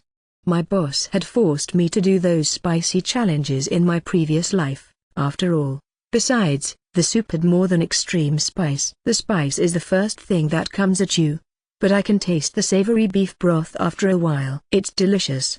That made it quite distinct from dishes that were just spicy for the sake of it, to prevent people from eating it all. While the soup was spicy, it still tasted like the chef wanted me to enjoy it. I guess it would have been tough on somebody not as good with spicy foods, but I could totally handle it. It was a small serving to begin with, so my bowl was emptied rather quickly. I had finished the soup without touching my glass of water, which seemed to perplex the maid who was standing by with a full pitcher. "Now that's what it's all about," Bart said. "Didn't think you'd notice the flavor under the spice." At noble parties it's all about the dishes that use the more expensive foods or spices. There's a traditional spice scale of 1 to 10 peppers, but I sometimes wonder who would ever eat something so spicy that it's uncomfortable to eat. 1 to 10 peppers. Just like they had in modern restaurants. Coincidence or not, nobody in their right mind could call that traditional. Talking to you, past traveler. Even so, I wanted those with enough daring to savor the dish, and now I feel like my efforts were worth it. "Thank you." Bart's gratitude made me wonder. Was a dish like this not palatable to the majority of the population? Probably not, unless you're a noble who eats this sort of dish on a daily basis. If you're working class, you can hardly use any spices to begin with, so the flavor might be too strong. It's kind of funny for me to say this, but I'm impressed you could finish it. "I've had something like this before," I vaguely explained. "That's right," Reinhardt chimed in. "Spices grow in your homeland, don't they?" Yes, we had plenty of black and red peppers." "In your homeland, you say?" Bart dug in. "I'd like to hear more about them sometime, if you're not too busy. Might help out for the next time I want to make something that uses a lot of spices but still has flavor. I'm certainly not an expert, but I'd be happy to share what I know." That concluded my conversation with the head chef. Having saved face by playing along with that misunderstanding, I moved on to the next dish, still surprised that the Japanese culture, if one could call it that, of super spicy dishes had been carried on in this world as a noble tradition. Roast beef, with cacao reduction.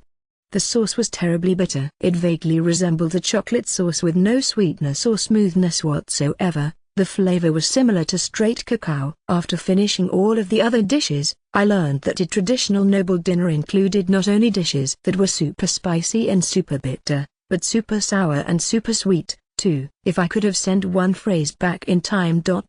I would have gone with less is more. Chapter 5 Episode 18, Considerate Colleagues. One afternoon, I was walking through the woods that grew through the grounds, along a path that had been cleared of branches and trimmed of tall grass just enough to walk through. While I was still on the grounds, this area seemed to have been kept as natural as possible. Every now and again, I would sense a creature lurking ... and see a wolf-like monster stare at me from a distance before trotting off unbothered. "Is that the mistress familiar?" I asked Luluni's, who had been leading the way. "Most likely," she answered. "Most wolf-like monsters around here, especially those who seem curious about us, are mistress familiars on patrol. Of course, there's a chance it may be one of the servants' familiars that happened to walk by. In any case, I have notified the security chief about our plans for the day, so they won't attack us." Glad to hear. I wondered if many servants of the ducal family were also tammers. The lords and lady of Jamil have always been tammers, but they have an environment suitable for the familiars to roam in. Since they open these grounds to the servants and their familiars, I'm sure it's an environment suited for those who study taming magic. Take a look over there, for example.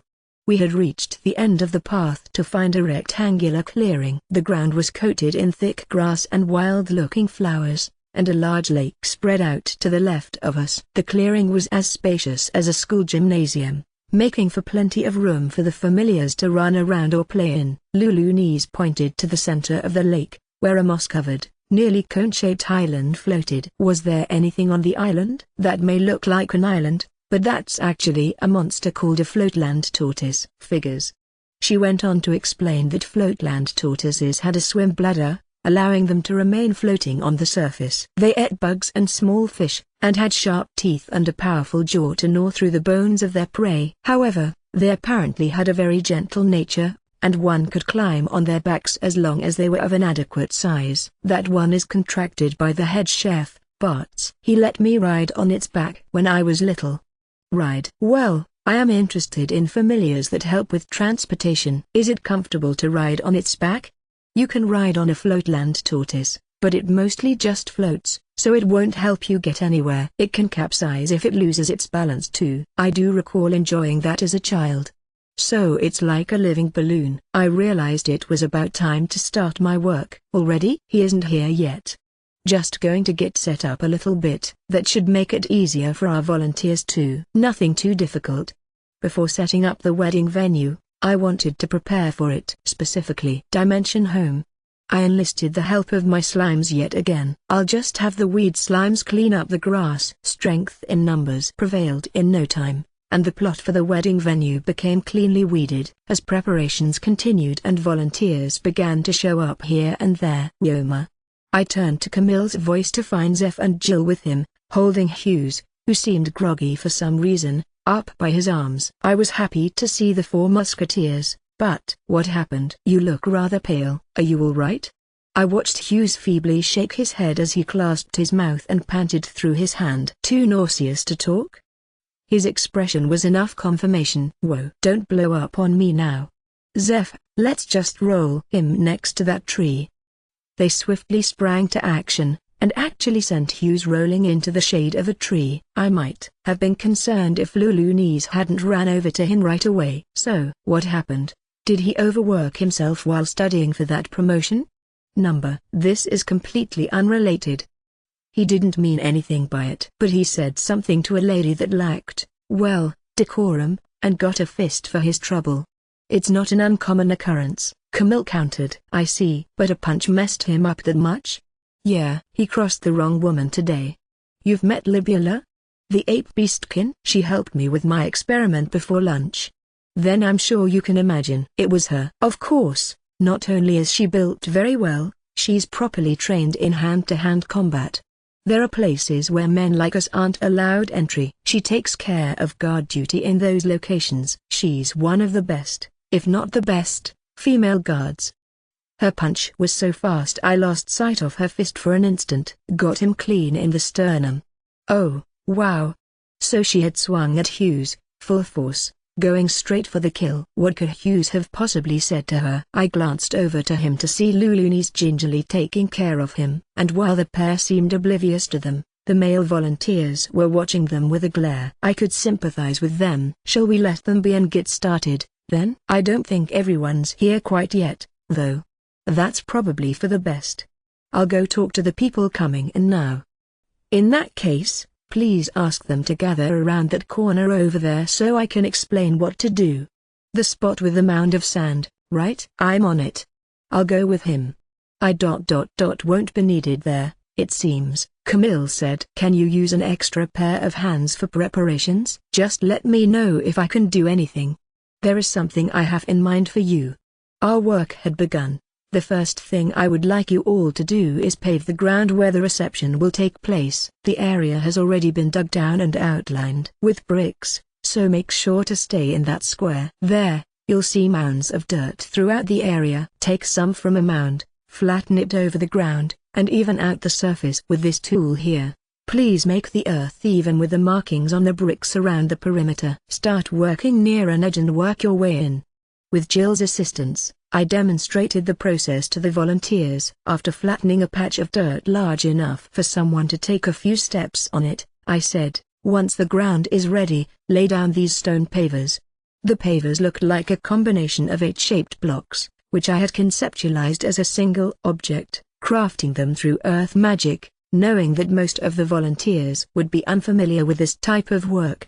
They were a bit cumbersome at 3 meters by 3 meters. But that would allow us to quickly lay out the floor of the reception space after the ground was flattened. The drawback was their weight, but most of the volunteers, since they were guards, seemed pretty muscular. I would like you to leave no gaps between the pavers, except where there will be a block-sized gap between a set. Here, I would like you to place one of these blocks. This will neatly fill the gap and connect the pavers. Hey, this seems easier than I thought. Spread the dirt and lay down the pavers. You sure that's all you want us to do? This will do nicely, I reassured them. Taking on too many tasks would take up more time, not to mention make things more difficult once we would have to restore this place after the wedding. In lieu of laying down additional material, I had solidified the ground somewhat with an earth spell. The ceremony and reception would last a day. I figured the structure would last for a week without trouble, accounting for any preparations and cleanup. I've also prepared levels over here. Please be careful to keep the dirt and pavers even throughout. A lip can be a trip hazard after a few drinks, and a significant tilt can make plates and glasses slide off of tables. It may seem like a simple task, but it's up to your workmanship to ensure that everyone can enjoy the reception. So it's up to us to make a good party, huh? He's got our attention now. That's the spirit. And one more thing. I would like to fill the gaps between the green bricks and pavers by trimming the same brick as before. If anyone here can use earth magic, I would like you to help me with this. Allow me. I'm a member of the magic squad. I specialize in barrier magic, but I can use my fair share of earth magic, as well. I can too. Same for me. Two voices called from beyond the wall of muscular men. The group parted, and a slender man and woman came up to me, as well as a few others from around the pool of volunteers. I noticed that Camille was with them, and judging from the title Magic Squad. So you're magic specialists. Thank you so much. This is amazing. My flattering, albeit a bit overblown, show of gratitude was met with quiet and somewhat satisfied chuckles from members of the Magic Squad. Now if the mages could step aside over here, I'll have more things to go over with you. Everyone else, please jump right into your work. All right boys, let's do it. Jill called, to which the men responded enthusiastically. Meanwhile, Camille had grouped the members of the Magic Squad together. Zeph had begun telling some late arrivals which groups to join. Once the three members I was acquainted with jumped in to manage the crowd, work progressed rather smoothly. And meanwhile, as for the two stars of the show, I'll help. Oh, Hughes. Your gut feeling okay? Don't let us keep you lovebirds apart. You know what? Go back to her, now. You realize we're all jealous, right? Women can get cold feet, too. Yeah, are you out of your mind? You never get to work when it matters. If you cause any trouble for Miss Lulunise, your ass is grass. Go talk it over. It's not too late to change your mind, you know? Just go already. Get away from us, you traitor. Wait a minute, Hughes protested, don't you THMMF. Excuse me, but could you take him away? I didn't know whether they were really jealous or just concerned, but only that they had knocked out Hughes yet again to manufacture themselves some alone time. He went on to spend time with his betrothed, spending what must have been a heavenly yet torturous afternoon with most gazes piercing him from a distance. Everyone seemed to be close friends, but I had no idea why they each had to be so aggressive. Chapter 5 Episode 19, Mutant Slave Trading Company. The next day. What a lovely day. Maybe it's because I haven't left my room in a while. It seems brighter, somehow. Reinhardt savored the small patch of sunlight that came out as they walked from the first entrance to the carriage. As annoyed as he was by the event, I couldn't help but think of how busy Reinhardt must have been. Which reminded me, are you sure about this? It's a huge help for me, but I feel bad having you waste your day off on me. I'm happy to help you out. To be honest, I haven't been able to relax during my days off anyway. I used to spend a lot of my time off playing with or teaching Ilya, but now that she's at the academy I've caught myself working on my days off out of sheer boredom. Mr. Reinhardt, not that I have room to talk, but... Yes, I know. I think I'm beginning to understand how you feel now. More collateral damage caused by Ilya's attending the academy. Everyone was worried about Ilya before she left. But now I'm beginning to think that the parents were the ones who needed help. In any case, I did appreciate the company, and definitely wanted to prevent Reinhardt from becoming a full-blown workaholic. That being said, are we going to a dangerous establishment? I asked. No, not dangerous. But I would hesitate to send you alone, Master Yoma. The place itself is fine. Its representative, on the other hand, Serge, Ririnra and Faye were joining me and Reinhardt. We were headed for the Mutant Slave Trading Company. After some discussion the previous night, I had decided to work on construction during the afternoon. I had mentioned the company as a way to kill time in the morning. As soon as I did, these three practically insisted on coming along. I pointed out that Faye alone could be an adult coming with me, but that didn't seem to be the issue. Accordingly, Serge had only given me the information to provide me with a safe option if I were ever in need of such services, not that he was in favor of coming here. It was clear that something had happened at this establishment before, and he was hesitant to tell me. Something wrong with the owner? Yeah, I mean, you don't have to worry about being ripped off or anything. You can trust him when it comes to doing business, and that's his one good quality. It's only been a few years since he took over the business, but he has kept the good things about his predecessor's business model, and has made improvements where needed. In particular, his talent for judging one's character is something else. Definitely more talented than any of us, and I dare say he's on the same level as the guild master. I was reminded of the elderly lady who served as master of the Jimule Business Guild. He sounds like a very talented businessman. He is, and that may be why. Those with genius talents are hard for ordinary people to understand, I suppose. Long story short, he's an eccentric one. Says a lot of sketchy things too. I wouldn't want Ilya to be in the same room with him. Ilya. Putting all the verbal cues together, I wondered. Was this garbed number? I won't judge him until we've met. Pardon my interruption, the coachman called, informing us that we were nearly there. As we were preparing to get out, the carriage slowed down and went through a large gate. While it didn't quite compare to the Duke's manor, the expansive grounds, the size of the building, and its exterior all exuded picture-perfect nobility. We climbed out of the carriage, and a clerk dressed like a butler immediately approached us. My three companions wore a bitter expression. Duke, Mr. Serge of the Morgan Trading Company, and Mr. Para of the Sayanji Company. Welcome. Nice to see you. Or est. Why are you working out front? Don't you have a business to manage? I appreciate your concern, sir. Of course I don't neglect my managerial duties, but it's vital for me to oversee how each department of the company operates. I trust you will concur? The man coolly countered.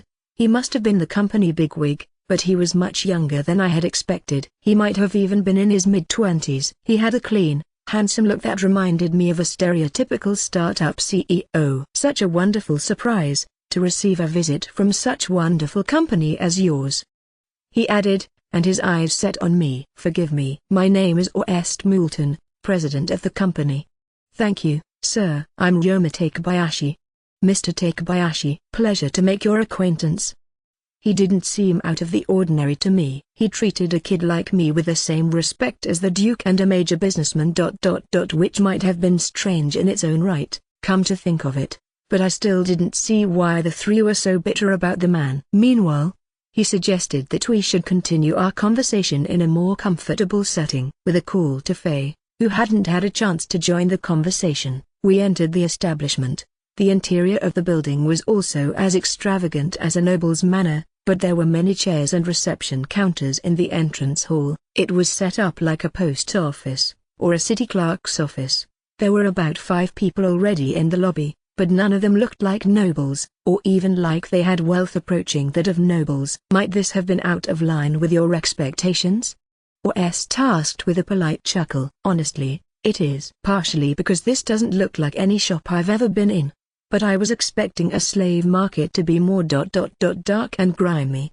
Unfortunately, some businesses are far smaller, and abysmally maintained. At the end of the day, the slaves are human beings too. And from a business perspective, we need our products to be in impeccable health. That's why the Moulton Company provides comfortable, clean rooms to our slaves and keeps them well fed, in addition to maintaining a full-time medical staff to ensure their health. He went on to explain that in order to provide those things to the slaves, they had to expand their business. They simply needed more rooms. Of course, most of our shops are not as extravagant as this one. The building once belonged to a noble, who put the manor up for sale. My father bought it and made some renovations to it. I see. So my initial impression wasn't off the mark. This way, please. We were shown to a room with a simple rectangular table and about a dozen chairs. It seemed to be of an ideal size, considering how some of the slaves could be called upon to join any clients in the room. Seeing how Orest showed me to the chair opposite his own, he already seemed to recognize that I was going to be his customer for today. He had focused much of his attention on me on our way up to the room too. It's anyone's guess how he managed to figure it out before we said anything. The man did seem as astute as the description I'd heard. Quite casually, Orest rang a bell placed on the desk, and told the woman who emerged from a neighboring room to bring us some drinks. The entire interaction was ridiculously smooth. Now, Mr. Takebayashi, what kind of slaves may I interest you in? Well, I explained about the business I was running, and that I was looking for security personnel. I need someone who can look after themselves, and they must be trustworthy. And since I have my business to see to. I understand, Orest chimed in. You may find a short-term hire through the Adventurers Guild, but a long-term fit may be hard to come by. Adventurers who knew what they were doing could usually make more money through monster hunting than by taking on a civilian job. Some might accept a temp position, and I didn't expect finding someone with adequate prowess, and who happened to be considering retiring from adventuring, was going to be easy. First and foremost, I'm looking for someone with honorable character. Of course, any strength in combat would be a bonus, but as long as they have the basics down, I can have our person in charge of security here, Faye, train them to a certain extent. I wanted to see the character and skill of the slave for myself, and consider their price. Calm had given me permission to make a deal on the spot if they had someone exceptional to offer us. Given what we were looking for, I doubted that it would come to that. Character first. Moulton stood, grabbing a pile of documents from the shelf behind him, and placed a bookmark in it before bringing it to us. Thank you for your patience. We keep books on all of our slaves. Please pick a few candidates from our list of those with combat skills. We were made to select a few from their resume before moving on to interviews. He had given us the book right side up, where each page included the slave's name, sex, race, and experience, as well as each of their skills and their respective level. These are very detailed. The value of a slave depends highly on what kind of work they can produce, as well as the knowledge or skills they possess. Slaves are required to show their status board. We look at that information and price them accordingly. From what you've mentioned to me, Mr. Takebayashi, I recommend the ones around here. Slaves who hold level 2 or 3 combat skills. We can narrow our range down to those who have highly rated character and personality. I see the prices fluctuate quite a bit, even among those with similar skill sets. Some slaves have sold themselves to repay a debt. As slave traders, we must pay their lenders their entire debt upon completing the transaction. So their price had to at least be greater than the amount of debt they had incurred, in order for them to turn a profit on those slaves. Precisely, sir, Moulton confirmed. Thanks to the well-organized papers and Moulton's thorough explanation, my first slave transaction was going rather smoothly. Why are Reinhardt and the others still so apprehensive of Moulton, anyway? Chapter 5 Episode 20, The Beast Within. Selecting our candidates took no time at all, owing to the meticulous organization of their resumes that allowed us to pick out those that met our requirements through little more than a cursory skim. That being said, even though we had only pulled out those that strictly met our requirements, we were still left with a pool of over 50 candidates. I would have loved to narrow them down more. If I may be frank, they're all very similar. Most of them had tried and failed to make a career out of adventuring. Otherwise, they had accumulated debt from some terrible mistake. Most people in the world who have combat skills are adventurers. Some have experience as bodyguards, but they only acquired that position through proving their mettle as adventurers. I see, I muttered. I was stumped on figuring out the next criteria to narrow them down. Any ideas, Mr. Fay? Tough one. Have you ever had anyone work under you?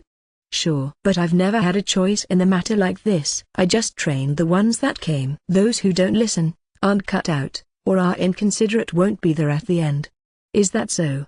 I wondered if they wouldn't be there because those attitudes were quelled during training, or I decided not to dwell on it, and concentrate on the task at hand. I expected a little bit of sugarcoating when it came to the descriptions of the candidates' personalities, but assumed that they would be more or less accurate. The customer was sure to find out sooner or later if a slave was oversold to them, and I doubted that a business which stooped to that level would earn the approval of Reinhardt and the others. I was looking for someone to guard the shop, after all, so I decided to focus on combat strength, first and foremost. Just by selecting the candidates with scores of 3 in combat skills, we narrowed the pool down to 12 candidates. Looks like differences in a single level can narrow them down a lot.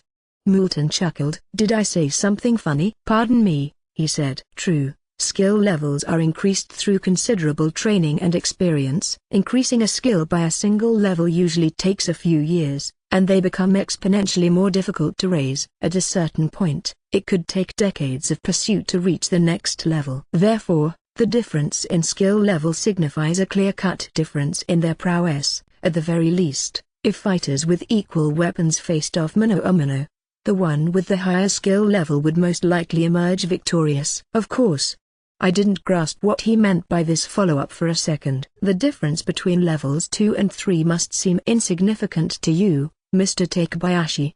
What do you mean? I asked, and a thin smile stretched across his face. At the same time, I sensed the tension rise among the rest of my team. You are also an adventurer, Mr. Takebayashi. A highly talented one at that. Not that I was ever the great at fighting. To be truthful, I have been looking into you for a while now. Looking into me, you say? I suppose my name's gotten around, then. It didn't seem like Moulton had anything to hide based on unprompted admission. May I ask why you went through the trouble? I have several reasons. For one, these 3 gentlemen, as well as Lady Glisler, have become your patrons. Any businessman with a certain degree of influence has heard that much, as that information is being subtly passed around through the Merchants Guild. Secondly, you are someone whom I wanted to keep an eye on, for the sake of my business. Your slime-based cleaning business is rather unusual, unprecedented, rather. Starting any business, with or without precedence, can be risky. Our inventory includes quite a few individuals who had failed to start their own business. Apparently, this was why he kept one eye on new, eye-catching, or declining businesses. He added that he didn't really expect me to fall too far, given my backers. My third reason is simple. You piqued my interest. Who is Ryoma Takebayashi? Examining your connections and new business was only a part of searching for an answer. I felt the most pressure from the third reason, despite it being the most straightforward. After research, you think that level 2 or 3 ones are no match for me? I'm certain of it. You first began revealing your strength when you took on a hunt in the northern mine. I heard you joined in with an army of extremely rare slimes that wield weapons. Despite it being your first hunt on record, you joined an E-rank team. The previous day, you had single-handedly taken on a sinister group of adventurers who decided to pick on a child. One of them, a C-rank, at that, was taken down by you in the blink of an eye. Oh, you must be wondering how I got all the details. That crank adventurer found his way to me. He was registered as a criminal slave sentenced to slavery as punishment for his crimes. I wasn't aware of that. Small world. Indeed, it is. He was sent to a coal mine soon after registration, but I had a chance to speak with him in the few days he was here. When I asked him to describe his defeat, he said that he didn't know what had happened, and that he had been defeated before he knew it. His skill board showed a level 3 battle axe skill. I'm generalizing, but that means he was a confident fighter. Considering that he was taken out in an instant, you were far more skilled than him. No amount of underestimation on his part could account for that. In fact, a mere victory against this man was an assurance of your skill set, to a considerable point. Oh, which reminds me of another story.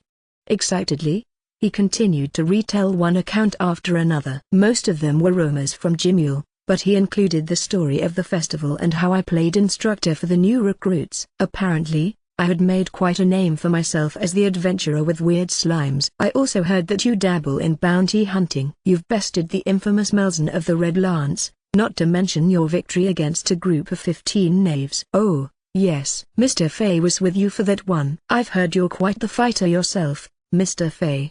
I wouldn't have been surprised if this stalker of mine knew what I'd had for breakfast that morning. I cleared my throat rather theatrically. Oh, pardon my rambling. Once I get started, I can't say I'm not impressed by your thorough research.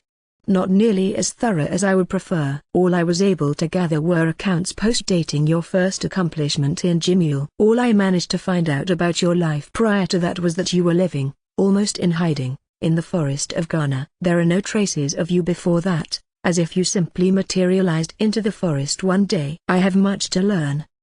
He would have blown my socks off if he had traced me further back than that. Was this the side of Moulton that Reinhardt and the others were concerned about? I simply loved listening to the slaves and customers, ever since I was a mere child. Men or women, children or elders, human or beastkin, elves, dwarves, dragonettes. Those from all walks of life, and all species. We are all different in so many ways. What goes through their minds? How have they lived their lives? I can't help but want to learn about them. Oh, some people have inferred a sexual implication when I say this, but that is unfounded, I assure you. Not that I discriminate against anyone I sleep with based on gender or race. Who the hell asked you? And why did he bother clarifying the sexual implication bit? I mean, there wasn't much I could say about consensual relationships among legal adults. I guess one could say he was fine with anyone, or anything. Come to think of it, I shouldn't have been surprised with any sexual preference, given my familiarity with the fetishes prevalent in modern Japan. From cat ears, and other animal-type ears, to French maids and tzend ears. These were all commonplace. Digging a little deeper, one would find plenty of material to do with cross-dressing or straight-up BL. And I once even saw a fetish that involved robot girls. Personally, I had nothing against any sexual preference or orientation. I mean, I'd have to politely turn down anyone who had their eyes on me in that manner, but live and let live, I say. Or est Moulton ... he's alright. I had reached a conclusion in my mind. Was it this side of him that my team was worried about? I was struggling to get a read on him. If I may continue to be candid ... what are your combat skill levels, Mr. Takebayashi? It's not your job to find out everything about Ryoma, is it, or est? He isn't a slave, Pura, who usually maintained a happy-go-lucky attitude, declared with solemnity. True, asking that question wasn't exactly professional of him. Thank you, Mr. Pura, but it's all right. There was something about or est. I had the impression that he was simply curious, and never shied away from satisfying his curiosity. I didn't get the feeling that he was sussing out intel to use against me or anything. His mask was off. In fact, he'd practically tossed it out the window, but now that he had revealed what was underneath, I felt a strange sense of familiarity, unlike when I thought he was just a polite young man. Putting my own feelings aside, he wouldn't do anything to lose your good graces. Maybe it was my own curiosity taking control, but I wanted to put myself out there a little. I turned to Moulton, and showed him some of my stats. My mains are sword mastery and unarmed combat, both at level 7. The room fell silent, and the tension in the air turned palpable, mostly because of the 3 adults who must have been feeling like they were co-parents to me. They were all waiting in silence, while Serge alone was sweating bullets. Faye, sitting next to me, sipped his tea without a care in the world. Moulton was staring at me with surprise, having been taken aback by either my stats themselves or my cavalier attitude toward sharing them with him, but his interest and excitement were getting the better of him. Level 7? I hadn't expected them to be that high. I could just be kidding, you know. He chuckled. You can say some frightening things with a straight face. We stared at each other without relenting. How was he going to take this? Would he take my word for it, or call me out as a liar? I certainly wasn't telling any lies, so I just stood there calmly. I assure you, regardless of any financial backers, I would never misuse any of my clients' personal information. Besides, I may very well be the one who gets burned if I were to try anything, he added in an amused tone, still completely comfortable with himself. In that case, I'm sure level 2 and 3 individuals seem inadequate. He was apparently taking my claim seriously, but he also looked more concerned than he had been all meeting. Is something wrong? Excuse me for a moment. He stood up and soon returned with a new bundle of papers. I must point out that the slaves on this list are distinct from our usual lineup. How so? Unlike those on our main registry, these may be unable to perform manual labor. They may be too old or too young. Many of them can't utilize their full potential because of an injury or illness. I don't usually recommend anyone from this list to clients, but I do have one slave in here who is a level 5 swordsman. Or est flipped through the pages as he talked, turning the file my way after opening it to the page of the slave in question. Ox Road, aged 37. He is an ox beastkin with a level 5 skill in dual wielding. His stats were impressive, but the document also described in detail the reason he was on this particular registry. Apparently, he was raised in an orphanage until the age of 15, when he entered a training center for gladiators, who fought each other for show. He quickly became successful, and spent his 20s as a famous gladiator. Early in his 30s, he had won a top-tier tournament. Then he wounded his left hand in a match. The injury itself seemed minor, until the pain worsened, forcing Ox to amputate it at the wrist. There was an annotation that described Oxbeastkin as a burly and muscular race. Gladiating was a popular career choice for them. Many Oxbeastkin gladiators could wield heavy armor and weapons with ease. Ox had specialized in dual blading, a style that leaned toward quick flurries of two swords, but he didn't waste his strength, either. His specially made, extra-heavy pair of swords allowed him to unleash devastating onslaughts of exceptional power and speed. A one-handed dual-blader. Naturally, he can't fight like he used to. But, he can still swing one sword, and has bested another slave with level 3 skills. His background as a gladiator means that he has plenty of combat experience. In fact, I usually have him train with other slaves skilled in combat. I'm sure he can be of assistance to your instruction, Mr. Fay. That might do the trick for a shop guard. If he can teach tactics, this could be an investment. But I found myself looking at the note that said he had a strong attachment to his swordsmanship, and his price was 8 million suits, marked up from the rest on the list. What was that about? I asked Ors directly about it. It must be an expression of pride, in some way. He'd made a living out of nothing but his swords. Even after losing a hand, he still trains every day. His direct quest is to be sold to a master who needs a good swordsman. And before the amputation, he had bought some time to look for an alternative treatment by applying a rare magical medicine. Bought some time, Halter? You're familiar with it? That's correct. Halter was a magical medicine that, as its name suggested, halted wounds from worsening. Instead of disinfecting or healing the wound, it simply maintained the wound as it was, as if time was frozen for it. As mysterious as it was, it did exist in this world. Though it came with a very high price tag, he had considerable savings after his career as a famous gladiator. He couldn't let it go, even after he'd spent all of his savings on the medicine. He racked up loans, which led him here. He'd sold his estate and everything in it as well, except for his swords. He didn't sell them? Yes. He adamantly refused to. I've tried to convince him otherwise, but he threatens to choose death over letting go of them. That's extreme. I was starting to get a little nervous, but I had the feeling that maybe he'd be a good guard. He may be stubborn when it comes to his swords, but he is rather reasonable otherwise. We have observed through his training of some of our slaves that he has the sense of responsibility to perform tasks assigned to him to the best of his abilities. As for the price, of course I'll take into consideration that this is your first transaction with us, Mr. Takebayashi, not to mention the recommendations of these valued customers. In addition, we do offer installment plans. In any case, there will be no charge until you've signed a contract. Why don't you keep him as one of your candidates and see how things go? I'll take you up on that. We were going to see the others in person anyway. Another candidate couldn't hurt.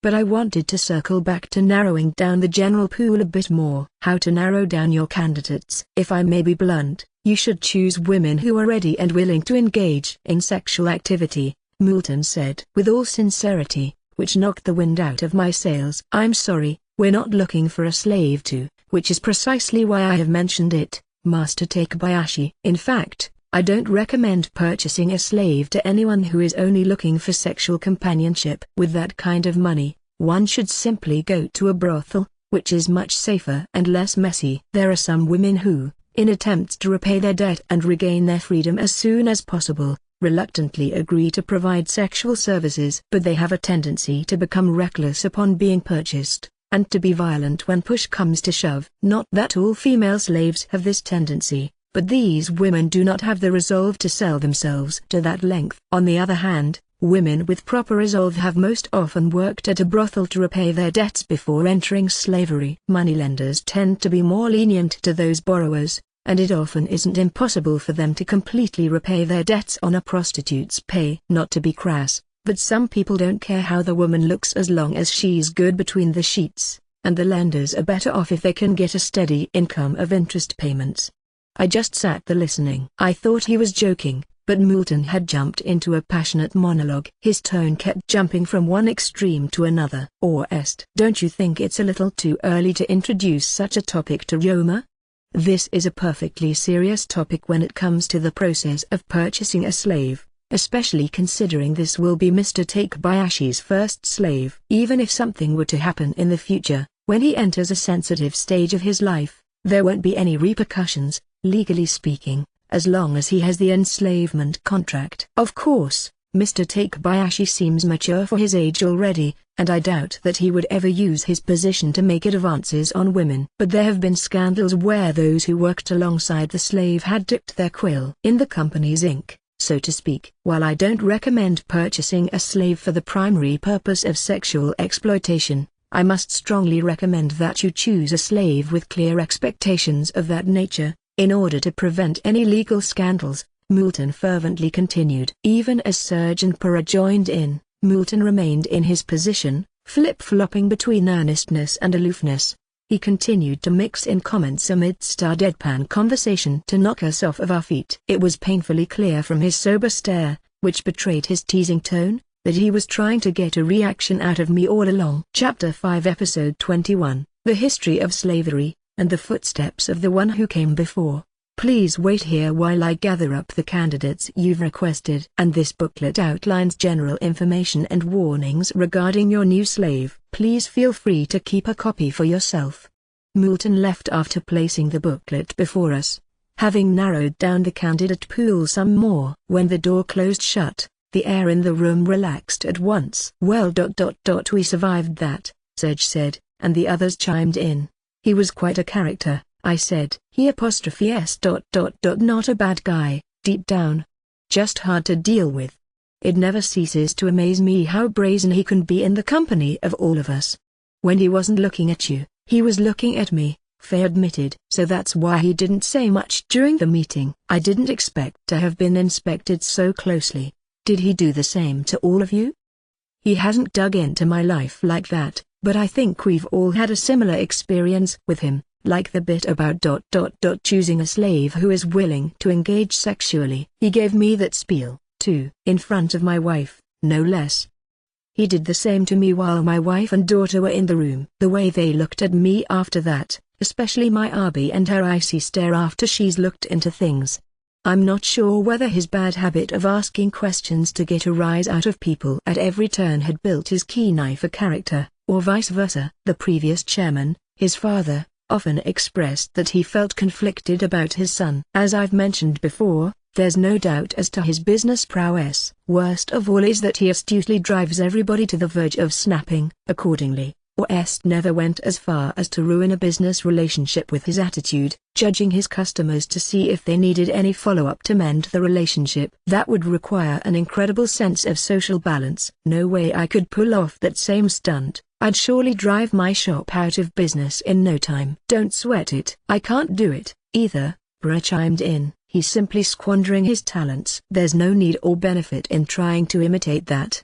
A Japanese adage came to mind. There's a thin line between a moron and a genius. Let's take advantage of this time and rest up for a bit. I second that. Then why don't we get some drinks? Pra rang the bell, asking the lady who stepped in for some drinks. I decided that I might as well read up on the booklet provided to me. The first page contained an overview of slavery. In contrast to my first impression, slaves were guaranteed some human rights in this world. They lost their right to choose their occupation, but could request some conditions for their master to abide by. They were also automatically granted the right to food, clothes, and shelter, as well as adequate treatment for any injury or illness and reasonable time off. That much concurred with what I had expected through some research I had done before coming here. It was basically the same as hiring a normal employee. What caught my interest was the old system of slavery, established in a certain nation before the current system was in place, as well as the history of the transition from the old to new system of slavery. This was definitely worth reading into. The old system of slavery was more of what I had expected before, where owners ignored the rights of the enslaved. It all began when a new law was enacted in a country that no longer existed at the time of me reading the booklet. There had always been slavery and laws regarding it, but they had drastically varied depending on the region. What had standardized and dramatically worsened the treatment of slaves was the implementation of the unemployment tax. At the time, this nation had assigned labor as one of the civic duties of its citizens, just like modern-day Japan. I didn't know if that was because of anyone who came from Japan before me, but neither Japan nor this country had enacted this law as a means to force its citizens to labor. That all changed with the enactment of the unemployment tax. It was said to have been implemented with the intention of improving the country's productivity and wealth as a whole. Being jobless was not evil, and no one would be arrested for it, but any citizen not working was neglecting their civic duty. The government requested extra taxes in exchange for their shortcomings. The decree had brought much suffering to the nation's people.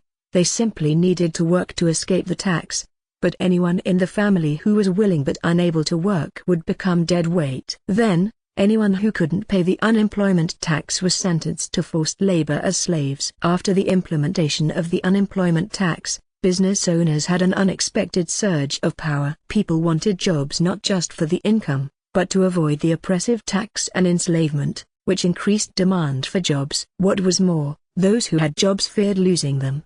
Gradually, more and more business owners began realizing that they could afford to worsen conditions for their workers, further oppressing the lives of the employed workers. Meanwhile, the upper classes bribed the lawmakers, who were nobles and clergymen. With lawmaking monopolized by the aristocracy, conditions never improved for the citizens. Power continued to be consolidated, and any existing checks and balances were lost as more and more laws were enacted to make the rich even richer at the expense of the employed and enslaved. Then it got good. Naturally, such an oppressive system led to a flurry of outraged workers and the emergence of a rebellion willing to change the country, by force if necessary. Long story short, the rebellion took over the nation in a successful coup d'état. The one who led the rebellion was apparently a man with dark hair and dark eyes, who could take on a battalion on his own and controlled the entirety of the battlefield with his intelligence. This was the part that got me wondering if I was in the same boat as him.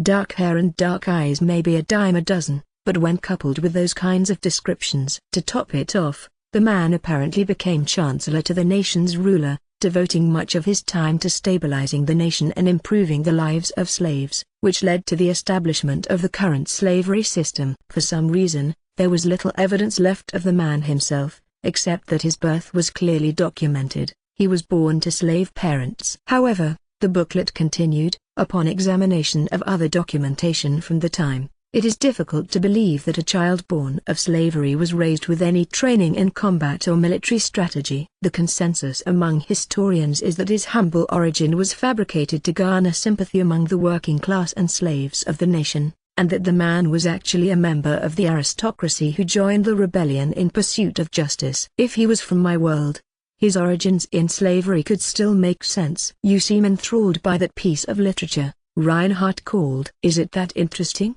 I looked up to find the woman from earlier in the room again. Any refills for your drinks? Oh, thank you, I answered. Some of these historical accounts are quite fascinating. Now I'm remembering how that part of the history of the slavery system was written into an epic. Sorry to interrupt. No, thanks for the heads up.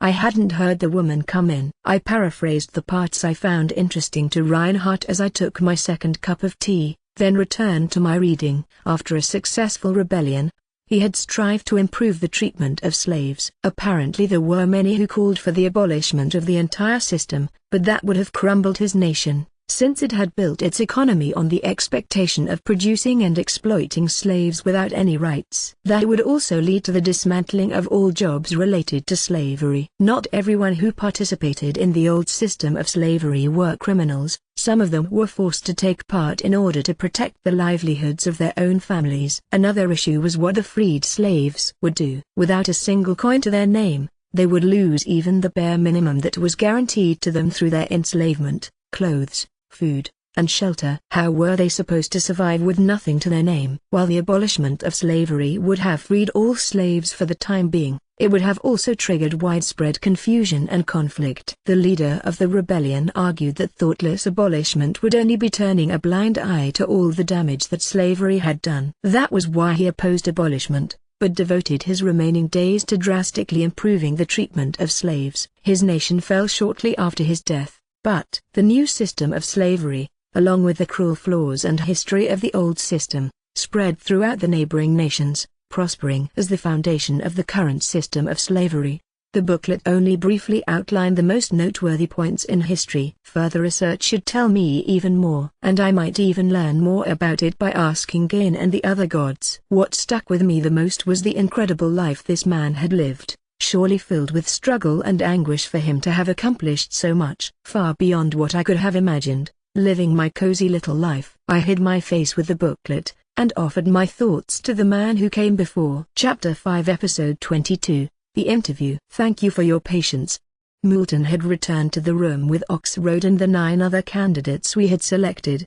Perhaps out of consideration for our safety, no one was carrying a weapon, or wearing any clothing thick enough to conceal one. The other 9 candidates consisted of some humans and beastkin. One of them was another Rock's beastkin, but Rode exuded an aura distinct from the rest. His numerous faint scars all over his well-built physique, coupled with his glinting eyes, completed a perfectly intimidating look. While I doubted that this was his intention, I would have expected the faint of heart to be terrified by his presence. The horns protruding from his head were smaller than I had expected, only slightly peeking out of his hair that had been kept short for visibility. Combined with his intimidating presence, he looked more like a Japanese horned devil than an ox right now. I felt bad for the rest of the lot, but they already couldn't match up to Ox. The interview was conducted in 2 groups of 5, Ox being in the second group. He was seated toward the back of the second group on a chair that seemed a bit too small for him.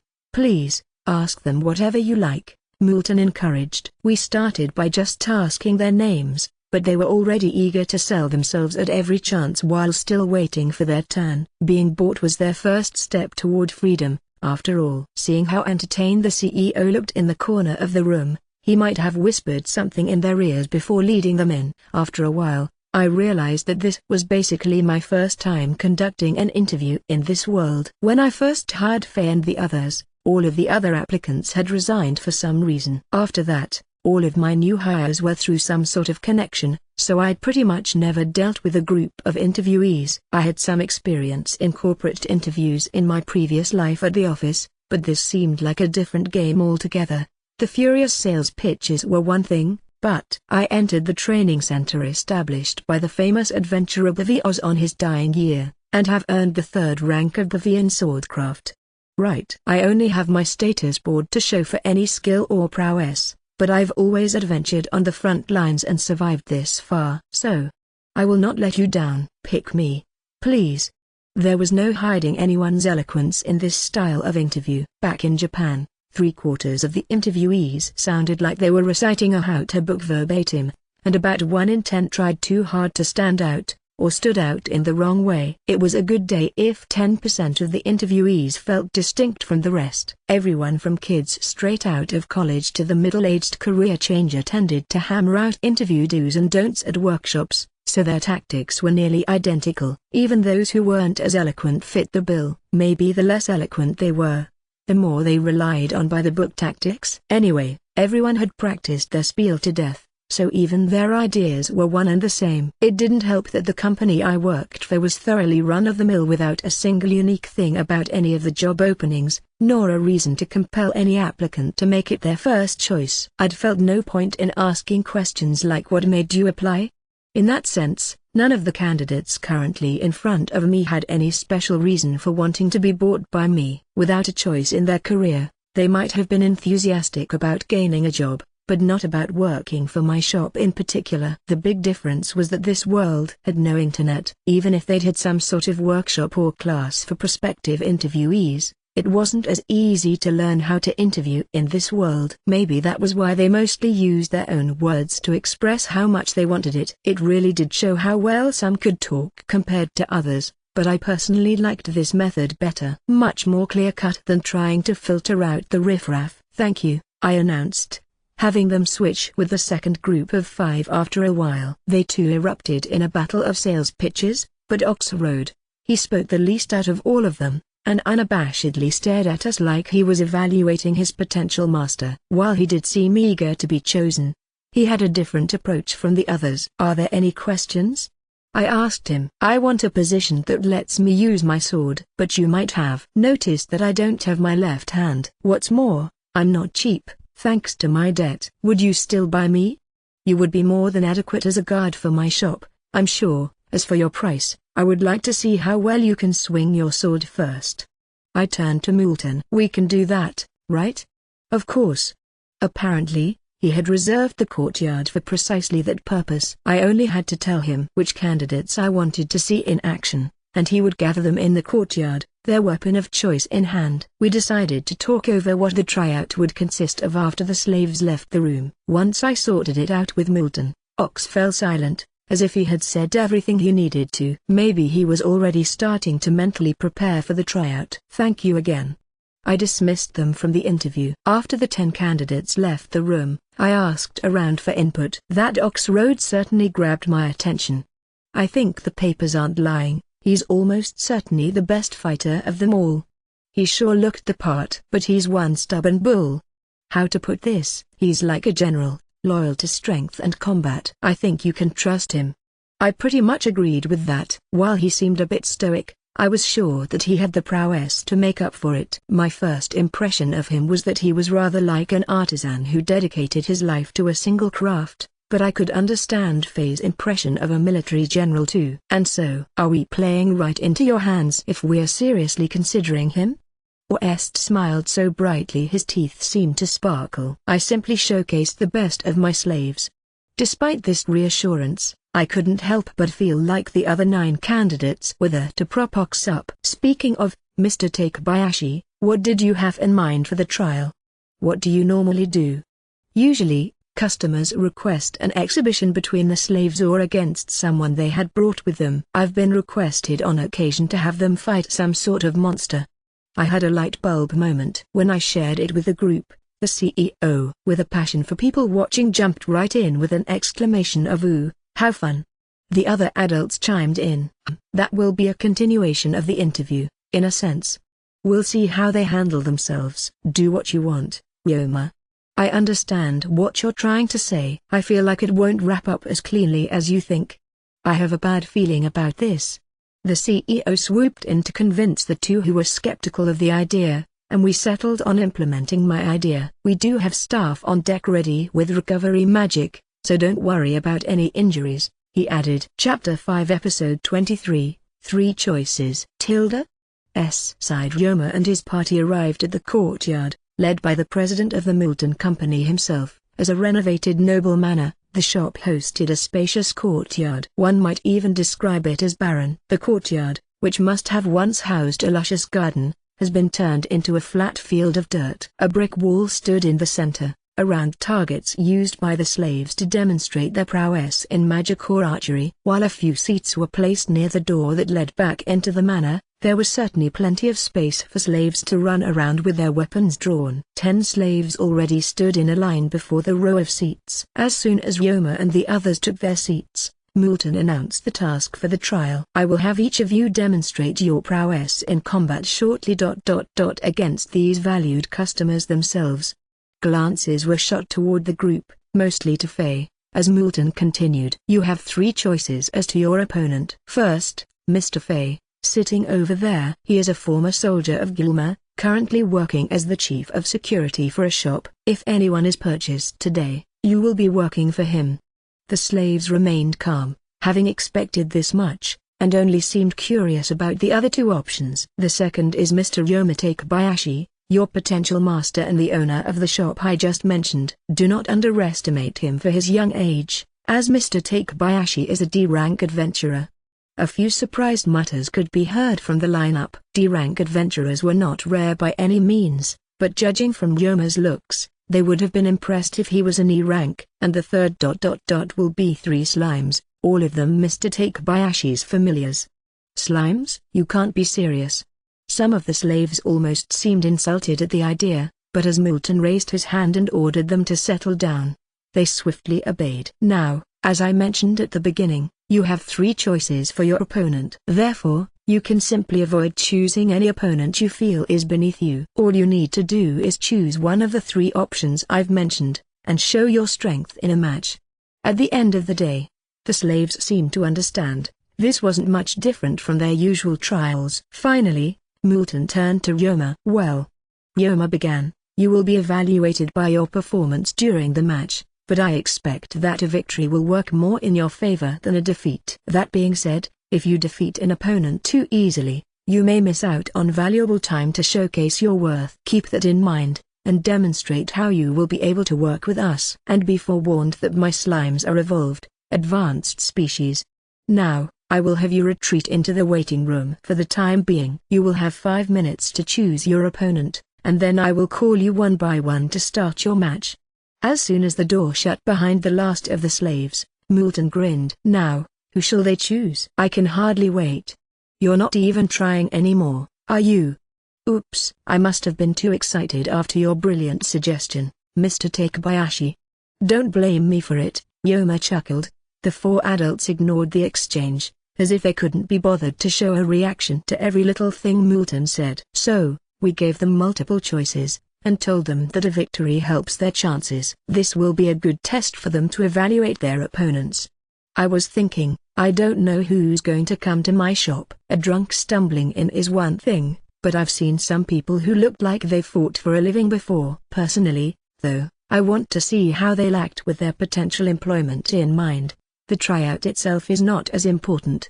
"Yes, I see. I wonder how many will notice." "You have quite the scheming side, Mr. Takebayashi." "What? I am a D rank, after all.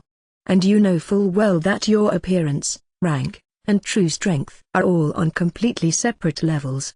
As Ryoma alone dutifully engaged in conversation with the giddy Moulton, 5 minutes passed. "What did they say?" "3 chose the slimes, 5 chose you, Mr. Takebayashi, and 3 chose Mr. Fei. Let's proceed as planned. Let's start one by one from those who chose the least popular option." "Understood." Moulton gave a command to one of his employees as Ryoma produced 3 slimes from his dimension home and placed them on one of the marks on the ground before covering them with a large cloth. Then, the first candidate emerged with a dulled blade in hand. He walked up to the 5 without hesitation. "Before we begin, please give us a word or 2 about the match, including why you chose the slimes." "Yes, sir. I chose an opponent I was sure I could defeat." "Thank you for being straightforward." "On your guard, please." Young and energetic, nothing wrong with that, Ryoma thought. Points added for choosing what he thinks is the surefire option. "Don't really want someone who'll take a huge risk protecting my shop. I don't need anyone too adventurous, since I need them to protect the non-combat-oriented employees. Of course, there may be a time when I need them to risk their life, but it's certainly not now." The problem is, what made him think that the slimes were the sure bet?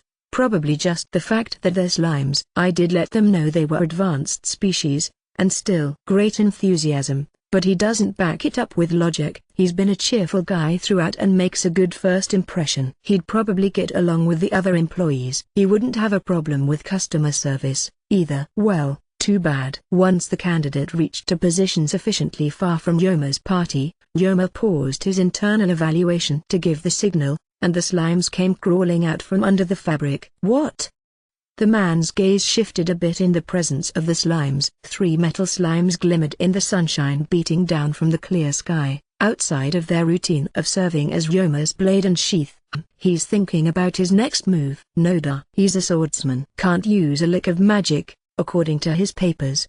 Not a good combo when it's you and your weapon facing down globs of metal. I don't see a way out for him. How's he going to deal a finishing blow? None of the other candidates are skilled in magic either.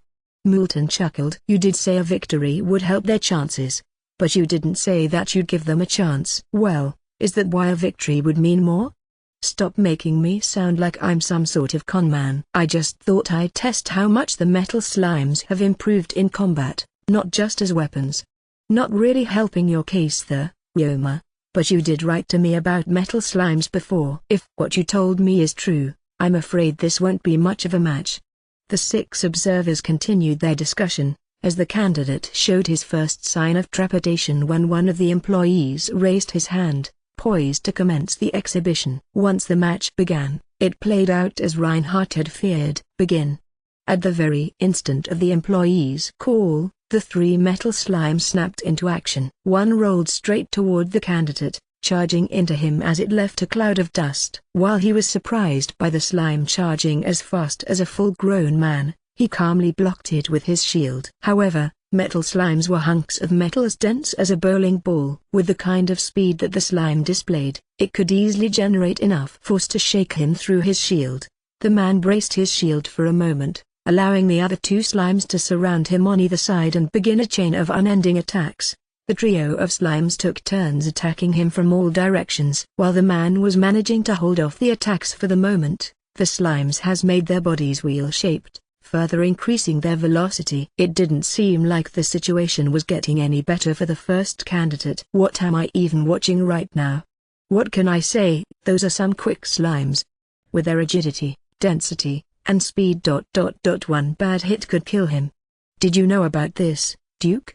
Yoma's letter had included descriptions of the metal slime, but I've not seen one in person until now. Each slime can move quite fast on its own. Are you giving them commands, Yoma? I am not. I've trained the slimes to surround their opponent and make continuous attacks as a team when fighting alone. It's a good training exercise for me as well, if I throw in more slimes. One more thing. How many metal slimes did you have? I'm keeping the number down to 200 by adjusting the amount of food. It keeps them healthy while not giving them enough nutrition to divide. I also have an identical number of iron slimes who can do the same things as the metal slime. Why do you ask?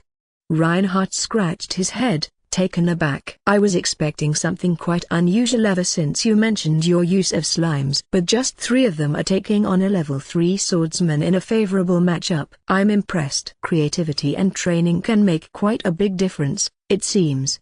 Metal slimes, as he had admitted, were given to Yoma by Reinhardt himself. The Duke seemed particularly amazed by the metal slime's performance because they had once been something he knew well. Yoma, apparently taking the comment as a compliment, answered with an uncharacteristic boast. Some of it was dumb luck, but the slimes have worked really hard. I'm taking on more work outside of adventuring with the shop and all, but I've kept up with training to better both myself and the slimes, as an adventurer and his familiars. Yoma always dealt with any task at the shop, events out in town, and any little day-to-day favors with politeness and friendliness. Recently, he had begun to notice that those around him were apparently beginning to forget that he was an adventurer. While he had to admit that he was doing less adventuring than before, he still considered that to be his career, and his shop as a side business. Doing favors for those in town was just his way of being a good neighbor. The regulars of his shop, though, had the opposite impression of him. As a result, adventurers who were familiar with him through their Adventurers Guild seemed concerned for the business of his shop. And whenever he ran into the regulars of his shop in town, they were almost always surprised to find that he was an adventurer. Many people had asked him why he bothered taking on adventuring work at all. Yoma couldn't deny that he was working less and less as an adventurer, and that he was doing so of his own volition. He didn't consider this state of affairs to be horribly unmanageable, but he did find himself thinking about it quite often. Was his situation a mere manifestation of his adolescent emotions? No one could say for sure right now, but the topic of conversation quickly turned to Yoma's hobby. There's still much to improve. With a little more time, I think I can make some additional refinements. Refinements? They're wheel-shaped now, but I'm training them to become thinner and sharper. I'm not having them do it now for safety's sake, but using them as a sword has gotten them used to turning into blades. The problem is changing into a blade while moving, or continuing movement in the circular blade form. They often fall over, get derailed, or lose speed, which drastically weakens their attack power.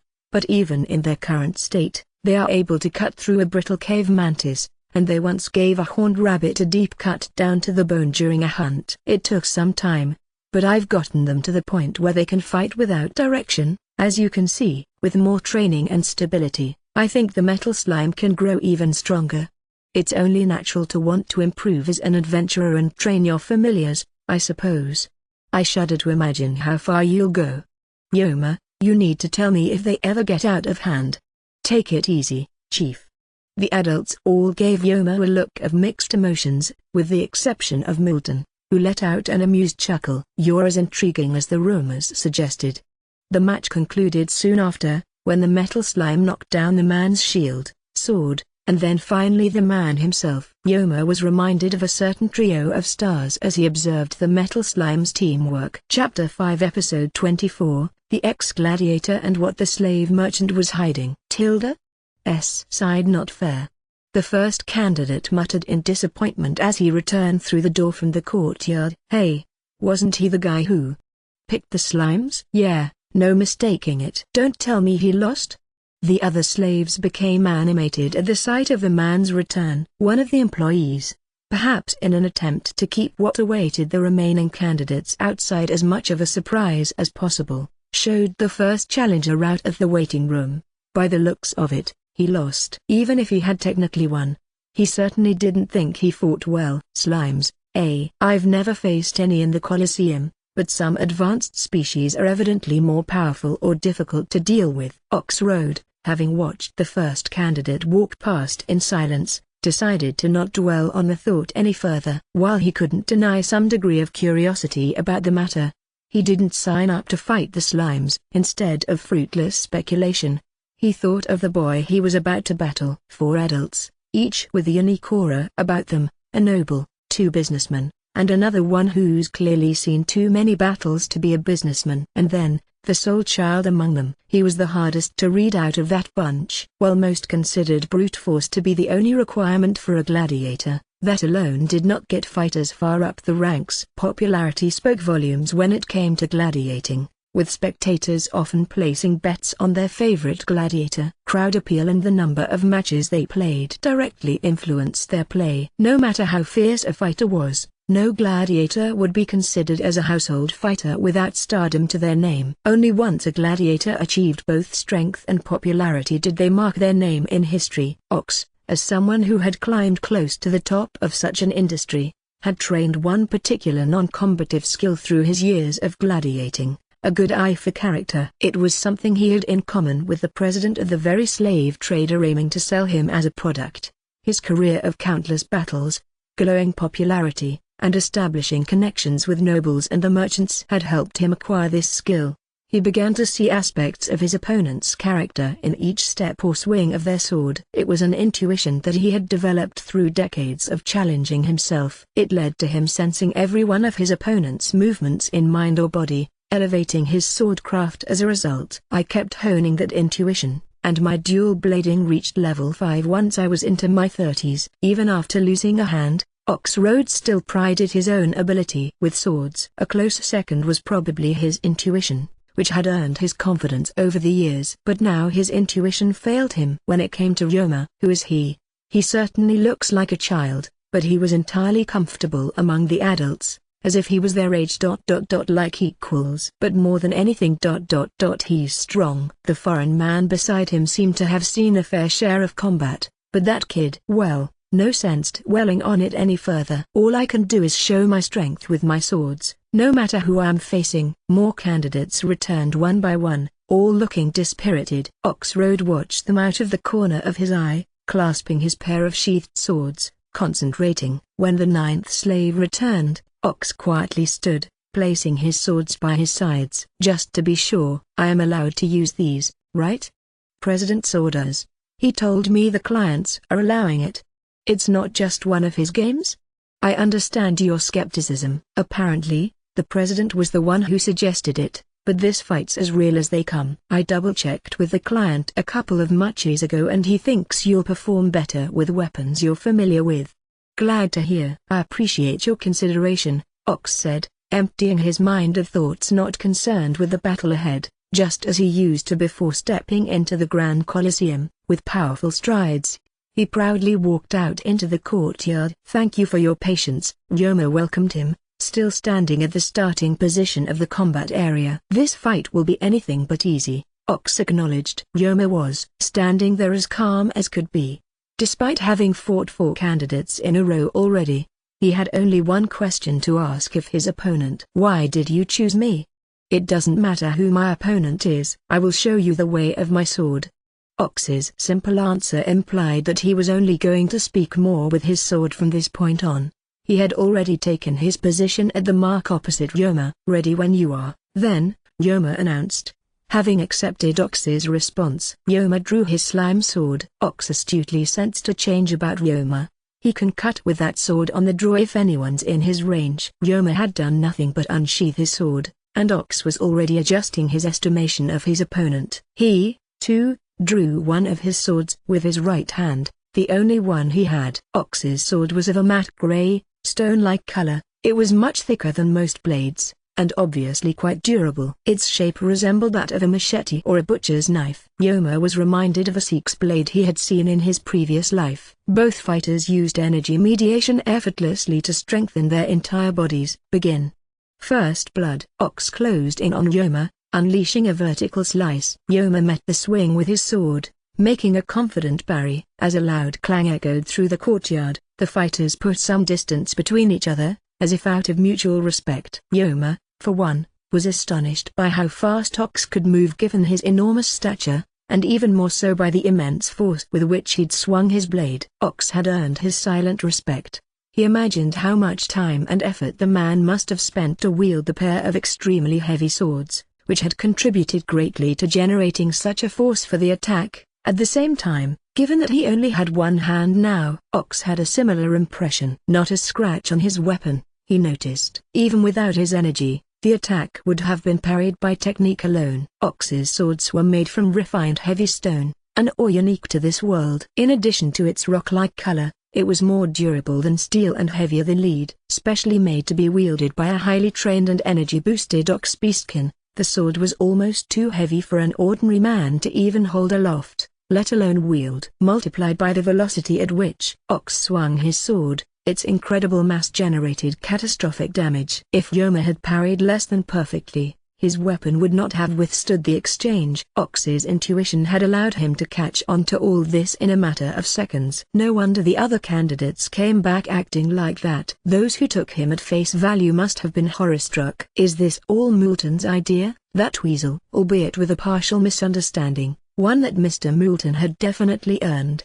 Ox was now sure of Ryoma's strength. I have no chance of winning, he thought. Not with one sword. With a detached estimation of their strengths, he still stepped forward. Ox roared and leapt toward Ryoma. So what if he had lost a hand, or knew that he stood no chance against Ryoma? Neither of those was a reason for Ox to lay down his sword.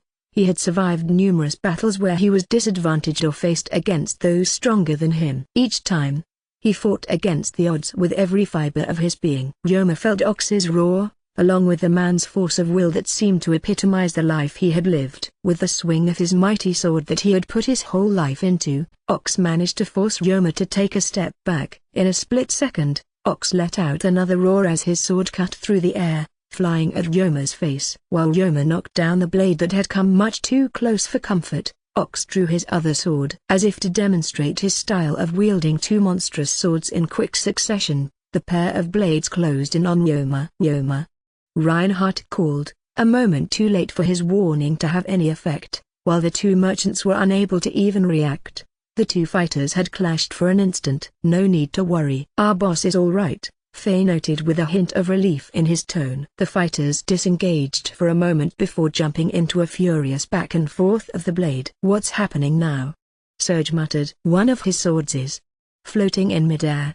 Purah finished. Indeed, one of Ox's swords was floating at a set distance from Ox's stub, as if it was being held by an invisible hand. Kinesis, most likely, Reinhardt explained. Neutral magic that uses magic energy to move objects. He must have cast it without an incantation, using it in place of his left hand.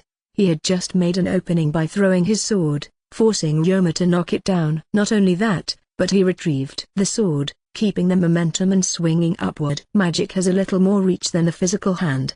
Boss deflected the thrown sword, stepping toward Ox and attacking to stop his feet in right sword. He dodged the left sword from the ground with a lean. Don't think the boss expected the second sword to come into play. Sweet reflexes. Even as they commented on what had just happened, the match continued at full speed. Ox's physical and magical hands, each wielding a sword with devastating blows, generated breezes that blew past Ryoma's cheeks. Ox's flurry continued, unleashing 3 or 4 swings during every beat of combat, each of them potentially lethal. Ryoma was dodging and parrying all of them like a leaf in the wind, striking back during the few openings that Ox allowed. "Oh, how incredible, truly sublime. Sorry to interrupt your little show, or est," Reinhardt interjected. "But you owe us some explanations." Sergeant Burris silently joined into the accusation by glaring at the slave trader. "Explanations?" he innocently parroted. "I have merely recommended slaves that I think are suitable for my clients, the same as I always do. Don't you think you've left out some of the details from your recommendation?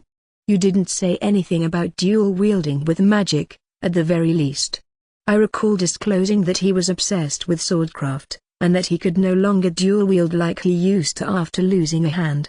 Perhaps I was insufficiently clear," Moulton said without a hint of guilt. "As you've illustrated, Duke, he is using the neutral magic kinesis. And as you all surely know, beastkin, in exchange for their powerful physique, hold little magical energy within them, making magic an unfavorable tactic. He, of course, is no exception. He's giving his all against Mr. Takebayashi. But he can't keep that up for 3 minutes. Plus, his swordcraft isn't as good as it used to be before he lost his hand. Once he runs out of magical energy, he won't even be able to stand, let alone fight. Medicine can only do so much, and taking medicine mid-combat isn't always practical." Moulton went on to explain that Ox really couldn't dual-wield like he used to, and that he had only achieved a fighting style even remotely resembling his original through the use of magic incompatible with him, out of his sheer obsession with the sword. "I see," Reinhardt said. "Then what's your end goal?" "He may have some baggage, but given all that context, I find it hard to believe that you haven't had any potential buyers take an interest in him before. As I've maintained from the beginning of our meeting, I think that he is a perfect fit for Mr. Takebayashi. Ox won't complain as long as he works somewhere he can use his swords, especially if his employer is stronger than him. But more than anything—" Moulton paused theatrically. "Mr. Takebayashi has far too few equals." Reinhardt widened his eyes in surprise, as did Sergeant Burris. "The more I learn about him, the more curious I become," Moulton continued.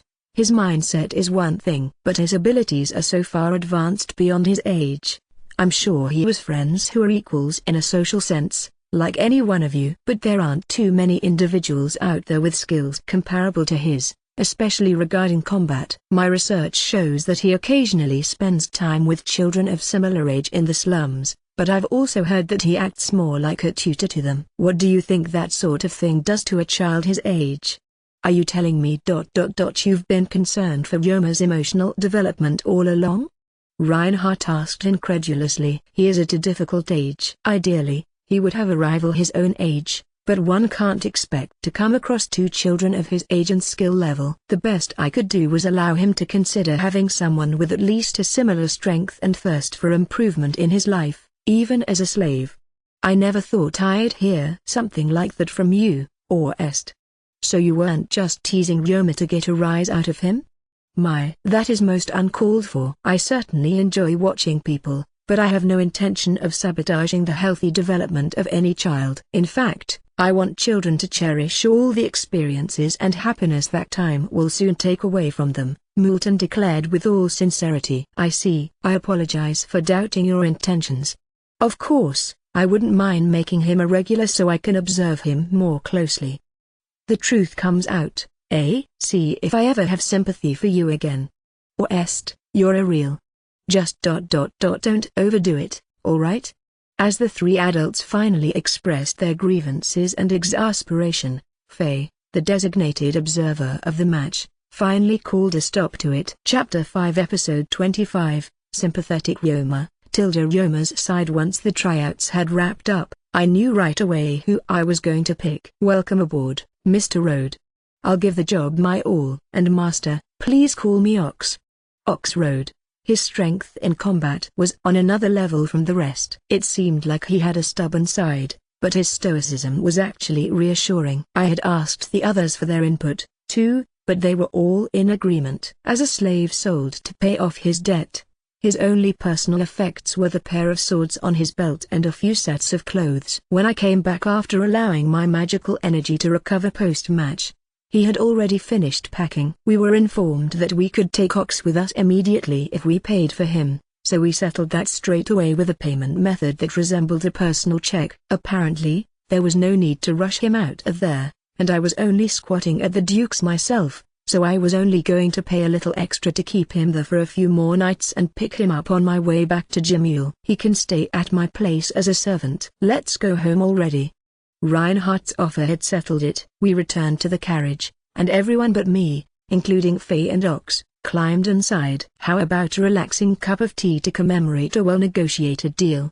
Moulton asked. Go relax yourself, then, cut in. It was worth a try. Oh, well, Mr. Takebayashi, if you are ever in need of another slave, please stop by any time. Even if you simply wish to kill an afternoon with pleasant conversation.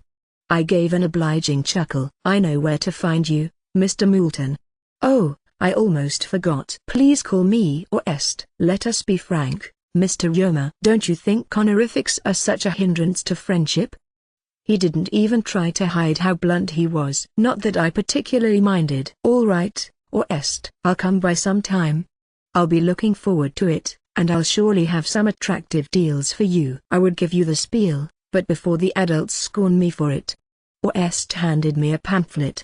He was so smooth with the handoff that I took it without thinking. He had this ready the whole time? With a quick thanks, I climbed into the carriage and took the open seat between Faye and Ox. With our carriage full, the coachman took her off as though he couldn't wait to get out of there. I watched Or Est see us off, beaming as he shrank into the distance. The adults sitting opposite me let out a uniform sigh. Thank you all for coming along. I didn't have anything better to do, Reinhardt chuckled. We couldn't have let you come alone. I'm sure you see why, Master Takebayashi. It really was a huge help that they tagged along. If I had encountered him without any allies or prior knowledge, I would have danced like a puppet the whole time I was there. Like you said, Mr. Surge, he may not be malicious, but he is quite certainly hard to handle.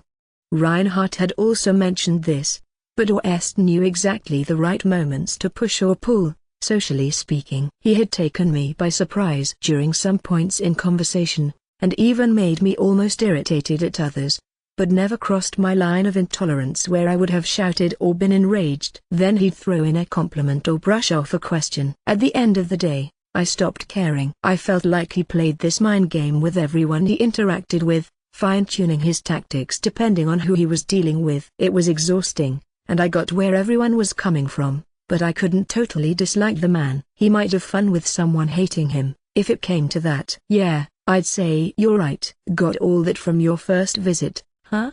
I don't think I would have been as collected on my own, but you were there to be a buffer between us. And I couldn't help but find a part of his character relatable. You and Or Est? I can't see that. Agreed. Not that we have similar personalities or anything, but we have a similar approach to our interests. Whenever I find a new slime, I put it next to all sorts of things to see what it likes and doesn't like, including poison if it comes to that. Even if a slime bit me, I wouldn't get mad at it. In fact, I would be curious as to how it bit me, and what sorts of powers that it could evolve. I just didn't get the appeal of doing the same thing to humans, since I was never that interested in them. Kind of felt like we had a similar way of tackling things. Oh. That's what you meant. That makes sense. They seemed to accept that explanation, including Faye, who sat silently beside Ox. Ox himself didn't seem to catch on, since he didn't know how much I liked slimes. Oh number. It can't be comfortable to be thrown into a group of strangers having a conversation you have no understanding of. I'm sorry, I totally kept you out of the loop. Don't worry about me, Ox said, to my relief. With our introductions already out of the way, though, I wanted to discuss what came next. I was going to stay at the Duke's house for at least another 3 days, so I wanted Faye to give him the rundown about the shop, especially when it came to security. I hoped that he'd also get me to help with setting up the wedding venue. He was strong enough to swing that sword all over the place single-handedly, and I definitely could have used muscles like his. And one more thing, I added. If you're willing, of course, I would like you to help me experiment with a new kind of medicine. Medicine? I gave him the spiel about my grandmother teaching me knowledge about medicines and how to make them, explaining that I was quite proficient at it. Then I told him that I wanted to test a magic recovery one, but not a fast-acting one like those sold at the store. This was a long-lasting potion, which slowly and steadily regenerated the user's magic. I had been thinking about Ox's tactic of using magic to wield his second sword to make up for his lost hand. While we couldn't do anything about him having less magical energy because of his race, it seemed like a waste not to come up with a way to improve upon that tactic. He didn't have enough magical energy to fight for long, and even before he was completely out, running low on magical energy alone caused him to rapidly lose precision in his movements. As a result, Ox was always in a kill or be killed situation, which led me to the idea of long-lasting magic recovery. The concept itself was included in the knowledge that had been passed down to me. Magical energy regenerates when you rest, so most situations that call for a recovery potion call for fast-acting ones, like in mid-combat, or to supplement healing magic being cast to heal someone severely injured. On the other hand, I've been told there are people with a condition called magic leakage, who slowly lose their magical energy without using any magic. While researching a cure for this condition, they apparently developed a medicine that continuously recovers small amounts of magical energy over a longer time. The symptoms of low magical energy could be fixed with a fast-acting recovery, but a long-lasting one can prevent those symptoms from showing altogether. I only have the knowledge and have never made such medicines myself, but I've heard that adjusting the ingredients for it can allow me to change how long it lasts or how much magical energy it heals. I'm wondering if we can make up for the magic you expended on your fighting style with the amount this potion could recover. Is that possible? It's just a guess, but I think it could certainly help you in training. Considering how long it lasted in the match, it looked like you were using your second sword solely based on your memory from the days when you still had your left hand, rather than having any real practice under your belt with magic. Ox nodded. That's correct. A few minutes before sleep was the best I could do. I couldn't hope to train longer, or consume medicine that wasn't exactly a necessity. I was grateful to have any real training time at all. But wouldn't this new medicine become a financial burden for you, Master? They can't be cheap to make. Oh, don't worry about that. I could use the running mush I'd been steadily growing to preserve bacteria. Those were supposed to be luxury materials, so I could only sell off so much through the guild master. To be honest, they were beginning to pile up. The crafting of and experimentation with medicine will help me improve, and I'm better off than most, financially speaking. You wouldn't have been an option for me otherwise. Indeed. I see my concerns were unfounded. I may have to watch my pocketbook for a bit, but I won't have to change my lifestyle. If this medicine will allow you to maximize your potential, that will reassure me more than saving on the cost of it. If you still want to repay me somehow, I would love to learn the technique of casting magic without incantations. I learnt it by accident, but I would gladly oblige. Please use me in your experiments. Twisting his large stature in the cramped carriage, Ox bowed to me. I'd been secretly practicing casting magic without incantations, based on what my street performer friends, Mayo and Sorio the sword dancers, to be exact, had taught me, but I was struggling to see any progress. Aside from the business of my shop, I remembered that Jimule had started an expansion project, a coliseum being one of the main attractions of the new town. I remembered that because I'd collected materials for the project. If I could tweak that medicine right and get Ox up to shape, I wouldn't mind him resuming his career as a gladiator. I'd feel the safest when he's guarding the shop, but I want my workplace to encourage the passions of my employees. During one of my small talks with Orest, he had mentioned that some nobles even purchased slaves with the very intent of making them into gladiators. If Ox wanted to do it, I would get my money's worth that way. I explained to Ox that I'd chosen him with that backup plan in mind. I never expected to be treated with such kindness after becoming a slave. With a mix of what looked like a smile and teary eyes, Ox kept thanking me, and I kept accepting. Although I couldn't help but think that he should be thanking Orest more than me. Why thank him? Ox asked. I guess that reaction says a lot about how you got along with him. But he did recommend you, and I'd bet that he knew all about this medicinal project and my background as well. Magic leakage and long-lasting magical energy potions were rare, but he was at least a second-generation slave trader. Assuming he liked people as much as I liked slimes, he'd likely used his position to interact with countless people, day after day. I wouldn't have been surprised if he'd come across at least one person with magic leakage, or someone with knowledge of the kind of medicine I was working on. Even if that wasn't the case, Orest knew about Ox's technique, and I believed that exploring ideas to improve that tactic alone could lead him to long-lasting magic recovery potions. He pretended not to know, in order to keep you close as part of the problematic inventory. Since he did sell you to me, he probably did that so he'd get a buyer he approved of. Like Ox pointed out, making medicine to give to a slave would be a strict expense. Not just in terms of materials, either. Anyone who didn't know how to make them may have to make a special order for it. Knowing how much Ox could look after himself with just one hand, I wondered if any other buyer would have been willing to spend the money and time on him. That would have been such a waste of Ox's talent. If anyone had treated one of my slimes that way, I would have been outraged. If I was in the position to choose who to give my slimes to, I would make sure to never let anyone who would waste their talents even lay a finger on them. You must really like slimes, Master. I've never been compared to a slime before, Ox muttered. The rest of the carriage chuckled, but I was beginning to understand why Orest was so selective of who was going to buy Ox. I, for one, had some knowledge of medicine, and I didn't even hide that. Besides, I was apparently quite well known in Jimule for treating my employees well. Some merchants thought I was too soft on my workers, or that I was too wasteful, but those criticisms only supported how well each employee was treated. Orest, who had boasted about how much research he'd done on me, would have known that. Of course, I can't be too sure, but take the innocent conversation about their slave gladiators, for example. I feel like he was nudging me in this direction with little insinuations all the way. How much did he know? The more I wondered, the less malice I saw in him. But continuing to think about him wasn't doing me any favors. I think I'm starting to understand how you feel. The adults in the carriage gave me the same look a support group would give to a newcomer. Chapter 5 Episode 26, Bonding. That night. And then we took our leave. Now that I've gone through it, it seemed a lot longer than a few hours. Oh, I'm so sorry. For the fourth time that night, I had recounted the events of the day, this time to Elise. She seemed understanding and familiar with Orest's character. The conversation was beginning to drift to another topic when I realized something. After all this time, do you all? Yes.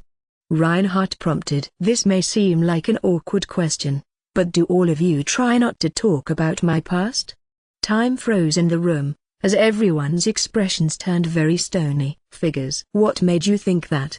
Reinhardt asked bluntly. The thought had first occurred to me when Orest had asked me various things at the Moulton Company. Whenever Orest tried to discuss my past, one of the three adults there interrupted. Even when I asked to become a technician, the room felt heavy. I thought they were about to tell me some other downside to the gig, before he would just ask how I acquired my knowledge and skills. They had imagined some particular backstory for me after seeing how high my pain tolerance was. I'd always felt their care to sidestep the topic, and Gain said that people would normally keep from asking about them. After all this time, it took today's encounter for me to finally realize that maybe they were taking the matter of my past more seriously than me. I appreciate the thought, but I don't think it's bothering me as much as it is all of you. You sure? You're not just saying that? Bra asked. Yes, I'm not downplaying it or anything. Of course, I don't enjoy being interrogated, but if it's with people I can trust like you, regardless of my position. In fact, the gods had gone through the trouble of whipping up a backstory for me. Not mentioning it myself might have worsened their misunderstanding, but as far as I was concerned, they could have asked me any time. I'm sorry to put you on the spot, but if I didn't bring it up now, I thought I'd lose the chance. Now that I've noticed, I don't want them to continue feeling bad for me when I could simply tell them. It was still a fabricated backstory, of course, but I just wanted to reassure them. It's fine, Yoma. No need for you to apologize, Reinhardt stated. Indeed. We were a bit dramatic, weren't we? Serge chimed in, and the room filled up with forced chuckles. How awkward. Elise cleared her throat. Well, then, Yoma, I would like to hear your story. At least as much of it as you are comfortable telling us. Like your grandparents who raised you, for example. Of course. I prepared my status board and visualized 2 titles I had never shown anyone before. Nothing special, this was back in my village. They raised me, helping me study and teaching me how to fight. But I've been told they were rather famous outside of the village. These might explain things. I handed Elise the status board, and she let out a gasp before she even took it. Once she did, She covered her face with her free hand. "Elise?" her husband asked. "Just take a look." She handed the board off to Reinhardt, who had a similar reaction. Then the card was passed to Serge, followed by Para. Sage's apprentice? Champion's apprentice? For real? It says it right there, doesn't it? I'd heard that they were supposed to be famous, but watching their reaction made me realize that they were a really big deal. It took some time for the four of them to calm down, after managing to deduce who had raised me from those two titles. Reinhardt sighed. "Yoma, have you shown this to anybody else?" "No, you're the first to see it." "Good," he answered in blatant relief, clearly with the unspoken signal that I shouldn't be waving said titles around. "Judging by your reactions, I feel like that would cause quite a stir if it got out." "Damn right it would," Peru exclaimed. "Don't tell me you don't know about who those two were." I had some inclinations while they taught me that they were extraordinary people, but they were never the type to brag about that, or flaunt any stories. I explained that I only considered them an elderly couple who were slightly stronger and more knowledgeable than most. "It makes sense now," Reinhardt nodded. "This makes things quite clear indeed. Their humility didn't do you any favors, in this case." His wife chimed in. "No wonder you got all sorts of information in there. And no wonder you're such an ass-kicker. With those two being your only frame of reference in a secluded environment, no one could blame you for not recognizing your own talents." The four adults all sighed again for the umpteenth time this evening, looking rather exhausted. They went on to list some of the numerous legends they had heard of the old couple. According to them, my grandmother, the sage Miria, was a brilliant woman who excelled in most fields of study, but especially in medicine and magic. She had attended the academy in the capital, having published many theses and research papers from that young age. Each field of academia contained a sect of Mirian scholars, and her studies were still highly praised to this day. My grandfather, the champion Tigrel, had never lost a match to anyone his age, even before receiving any training. He began hunting monsters at age 7, and set out looking for those stronger than him to seek their tutelage. With talent and dedication, he quickly grew to outclass each master. By the time of his death, the legend he left behind was that no weapon could withstand his full strength, and that he always destroyed his own weapons. While this story was unverified, the fact remained that he was a blacksmith, and an excellent one at that. Any one of his pieces would fetch the price of a decently sized house. In any case, the adults spent the rest of tea time talking about how highly regarded they were, and how they were on another level from your average fighter or scholar. It was interesting to me, since I got to hear a lot more details than what I was told before, and I was grateful for that, since I was going to visit where they had lived. Besides, I felt closer to those in the room for being able to talk about my past. That being said, just so I'm clear, if someone with nefarious intentions finds out about this, then you'll be in danger. They'll come after you. I've said this a bunch over the past few days, but those in power can't get enough knowledge and skills. Your history of studying under those two alone has great value. I wondered if Gain and the others made up this backstory because they thought I could get away with anything if I just said I studied under those two. As I walked back to my room, I resolved to ask them about that the next time I saw them. The next day arrived, and as I started my 5th day in the Duke's residence, I was getting used to the extravagance of my room. Apparently, the servants were getting used to me as well. "Oh, Master Takebayashi, the head chef was looking for you just now. He wanted to know if you were available to attend a tasting for wedding food offerings around noon." "Thank you. I would love to be there." "Hey, are you going to finish up the venue this afternoon?" I heard some guys arguing whether it was going to be finished today or tomorrow. "We finished the foundation yesterday, and I think the upper half will be mostly done today, but we still need to decorate, so it won't be completely finished until that's out of the way." When walking through the manor, I was being spoken to much more often. Up until now, although we had been preparing the wedding together, the servants had always kept a distance appropriate for a guest. While they still maintained a threshold of professionalism, I felt a little closer to them. "The experiment you began the other day is doing wonders," Luluni said. "The way you dealt with the girls who were almost dismissed spread through the grapevine, along with rumblings of your kindness. I've also heard them say that they feel like they can ask you anything." "Ask me anything? Wasn't that a normal thing for most people?" On second thought, I recognized that many people wouldn't share my sentiment. What does normal mean, anyway? I'm just glad they're not afraid of me.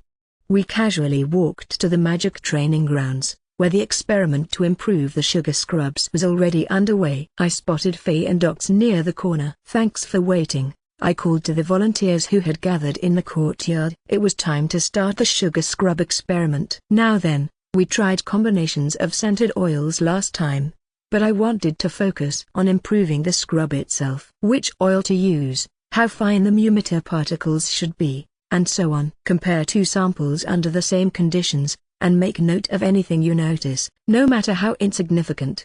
I called Ox and Faye over. Those who worked for the Duke, especially those who had worked under Faye, were very diligent, so I felt safe delegating supervision to them. If all I needed to do was collect feedback, I didn't have to be involved every step of the way. Ergo, I'd decided to multitask by starting to prepare the crafting process of magic potions for Ox. With the wedding approaching quickly, I wanted to be as efficient as possible. "Thank you for waiting. I've brought my weapons and status board as you've asked, Master. And a supply of magic potions as well." "Thank you." The best way to fine-tune the magic potion to Ox was to balance out the potion's recovery amount with Ox's expenditure of magic while wielding his sword. If the potion was too ineffective, his magic would run out eventually, but if the potion recovered too much magic too quickly, Ox would become over-magicked by the excess magical energy. To find the right balance, I needed to find out how much magical energy he stored, and how much of it he spent every second. Lucky for us, the status board showed the exact numerical value of that person's magical energy. I explained all of this to Ox and had him show me his status board. "Your magical energy count is ... 315. I'm not sure if that's less or more than I'd expected. I had heard that even those who mainly used physical weapons could cast sufficient supplementary spells with a magic count of about 500. I never used to rely on magic. This is all I have, after I trained myself as much as I possibly could once I'd lost my hand. I doubt that this is a significant amount. The lower his total magic count was, the easier it was for him to add on the potions. I would have to start low and scale the potions up. Well, let's just see how long you can keep up that spell for now. Miss Lulunis, do you have the watch?" "Right here," she said, producing a magical item in the shape of a pocket watch. I tasked her with keeping the time, and handed the status board to Faye. "I'm told that magic expenditure is affected by one's mental state. We'll measure this repeatedly and find the mean value. Later on, I'd like to explore different scenarios as well. But let's start with a full force match." "Understood." Ox obliged. We continued measuring Ox's magical endurance until noon. The sugar scrub testers had evidently been sneaking glances our way. I felt bad about how Libula had to run around reprimanding them. No surprise that all the commotion would have made them curious. Chapter 5 Episode 27, Wedding Venue completed. Right, and with that, it's finished. All of us erupted in a cheer. It was the 5th evening, and we had finally finished the wedding venue. There was already a plaza and foundation for the reception venue, but we'd added a chapel for the ceremony, as well as a bell tower that would toll in celebration. The chapel was actually more like a gazebo, its oval roof being supported by pillars. It might have looked like an open clam, but we decided that opening the structure up this way would allow the guests to see the altar more clearly. I had also colored a pane of hardening fluid to make it resemble a stained glass window. During the day, it would help natural light illuminate the couple and the divine statues. Of course, there were no attendees or statues now, but the sunset created a contrast of color on the structure's beige walls which made it look majestic, especially considering how quickly we set it up. The maids would start bringing in any tools or decorations needed for the ceremony, and the statues which had been in development night after night were almost ready to be brought in. The place would be even more impressive on the big day. Just as I was wondering if there was anything else I had to do. "Yoma, thanks for the awesome venue." "Hughes?" He picked me right up while I was looking over the venue. Before I knew it, the other security volunteers had joined in, collectively tossing me in the air for no reason. Why are you doing this?" "Because we can." Did anyone wonder whether they should have? It seemed like the whole crowd was hyped up. "We're done for the day, aren't we?" "Yes, but, oh yeah, let's go get hammered, boys." The crowd erupted in cheers once again, still tossing me up in the air. They've already got alcohol on the brain, just as I had gained more airtime than any of the previous tosses. Not on my watch, you won't. A chilly female voice spoke, which left no hands to catch me. Oh, Master Yoma. Dang it. You all right? Are you hurt, kid? I'm fine. I'm technically an adventurer, after all. Despite my surprise, I'd managed to stick the landing. I looked up to find the men, who also looked surprised, and Arauni the housekeeper. She must have been the one whose voice I'd just heard. I could see Lulunis and Libula behind her. Are you hurt, Master Yoma? Arauni asked. No, I'm completely fine. Thank goodness. I evidently picked a bad time to speak up. My apologies. Oh, no, it's nothing. What was she trying to say, anyway? Now, as I was saying, it's all fine for you all to go out drinking, but not with Master Yoma. See, come on, Miss Arauni. Yoma's got protection from the god of wine, so he can hold his liquor just fine. Can't we return the favor for him, since he's been working so hard for us? Drinking is one thing, but getting hammered is quite different. If all of you decide to disappear into the night, will Master Yoma have to walk home alone in the pitch darkness? Will the bartender even let him come in with you? Well, if I may, I don't think it's a good idea. Even you, Lulunis. It sounded like Hughes was trying to take me out to a party, but now that Lulunis had joined the protest, things weren't looking too hot for him. Personally, I didn't mind tagging along, but I figured it wouldn't be a good look if I did. Then, Libula crouched down like she wanted to tell me something. Aren't they just talking about going out for drinks? I asked. Even if it starts out that way, they'll start doing more than drinking. Before long. There are just 2 days left before the wedding, after all.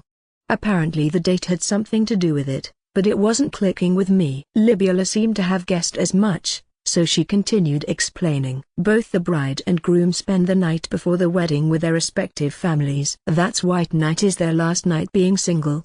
The bride and the women can have fun drinking as well, but the men, well. It's alright, Miss Libula. I think I know where you're going with this. So they were going to hit up more mature establishments, especially after getting some drinks in at the bar. Probably zero chance of me sneaking into a place like that, not that I ever wanted to try. I'd never even patronized a place like that during my life in Japan. Sorry, I shouldn't have made a lady explain something like that. No apologies necessary, sir. You caught on before I had to say it. I had been so removed from those things that it had completely slipped my mind. Making a lady explain to me that the men were trying to take me to a brothel? That's borderline sexual harassment for sure. Note to self, be more careful. Ultimately, though, if that was the plan they had in mind, then, sorry, Hughes. I appreciate the thought, but there was no way I could go. I'd have loved to celebrate with them, but if I ended up getting them in trouble by being there, that'd really dampen their spirits. They'd already shown me their gratitude, so I wanted them to go on and have fun without feeling bad for me. So I just apologized to Hughes, and he finally relented. All right. But as far as I'm concerned, I owe you a drink. Hell, alcohol's fair game at the wedding. In that case, I'll happily tag along until you've drunk yourself under the table. Oh, now you're talking. That ought to be fun. His spirits seemed to leap right back up at my offer, and he set off out into town. As for the others, they started throwing someone in the air again as they disappeared into the distance. Perhaps that was a common method of celebration around these parts. Meanwhile, Lulunis was staring in the direction the men had set off toward. I was actually surprised that she let him off the hook, knowing exactly what kind of establishment they were going to. I always figured most women must hate even the thought of their partners hitting up a brothel. I wondered whether I should say something. Miss Libula, the inner machinations of the female mind truly do elude me. I don't think anyone expects you to understand. She went on to console me, if I could call it that, saying she would be concerned for a child's well-being if he was thoroughly acquainted with the female mind. Lulunis seemed to hear our conversation, and said, I understand that men like to have a sense of camaraderie, and that they have the urge to visit such establishments. In any case, this will be his last such excursion for the rest of his life, so I shan't be one to complain. I see. That was a rather strenuous emphasis. But she blushed, adding that she had no intention of becoming nor letting him become single again. the strawberry shade of her cheeks steadily ripening. But who was I to meddle in their marriage? I just had a feeling that Hughes might have relinquished the pants for the rest of his life. That evening, we met for tea as usual, where the topic of conversation had carried over from the previous day. "Anything we want you to do? Is there anything you can think of?" I asked the party around the table. After seeing how gravely they had been considering my background, I wondered if there was anything they were holding back. I was able to talk to them so easily, so I didn't want them to keep anything from me for my sake. They would never pressure me into anything anyway, and I could always decide whether I can handle it or not after hearing them out. Of course, I'd want them to be careful with confidential info, but they were well aware of that. I explained all of this to them, and they shared a chuckle. "There's something we want to request of you," Serge parroted. "Yoma, don't go saying that to other nobles," Prue added. "He's right," Elise chimed in. "Someone nefarious may jump at the opportunity to demand money from you or ask something impossible of you. I know it's because you trust us, though. A lot of people won't say no to us even if they wanted to," Reinhardt said. "We can't really be vocal about our problems, because they can sneak in an opportunity to manipulate us somehow. But I don't see a problem in telling you, Yoma." Each of them seemed to accept my request in their own way. I waited for a few minutes, but no requests came my way.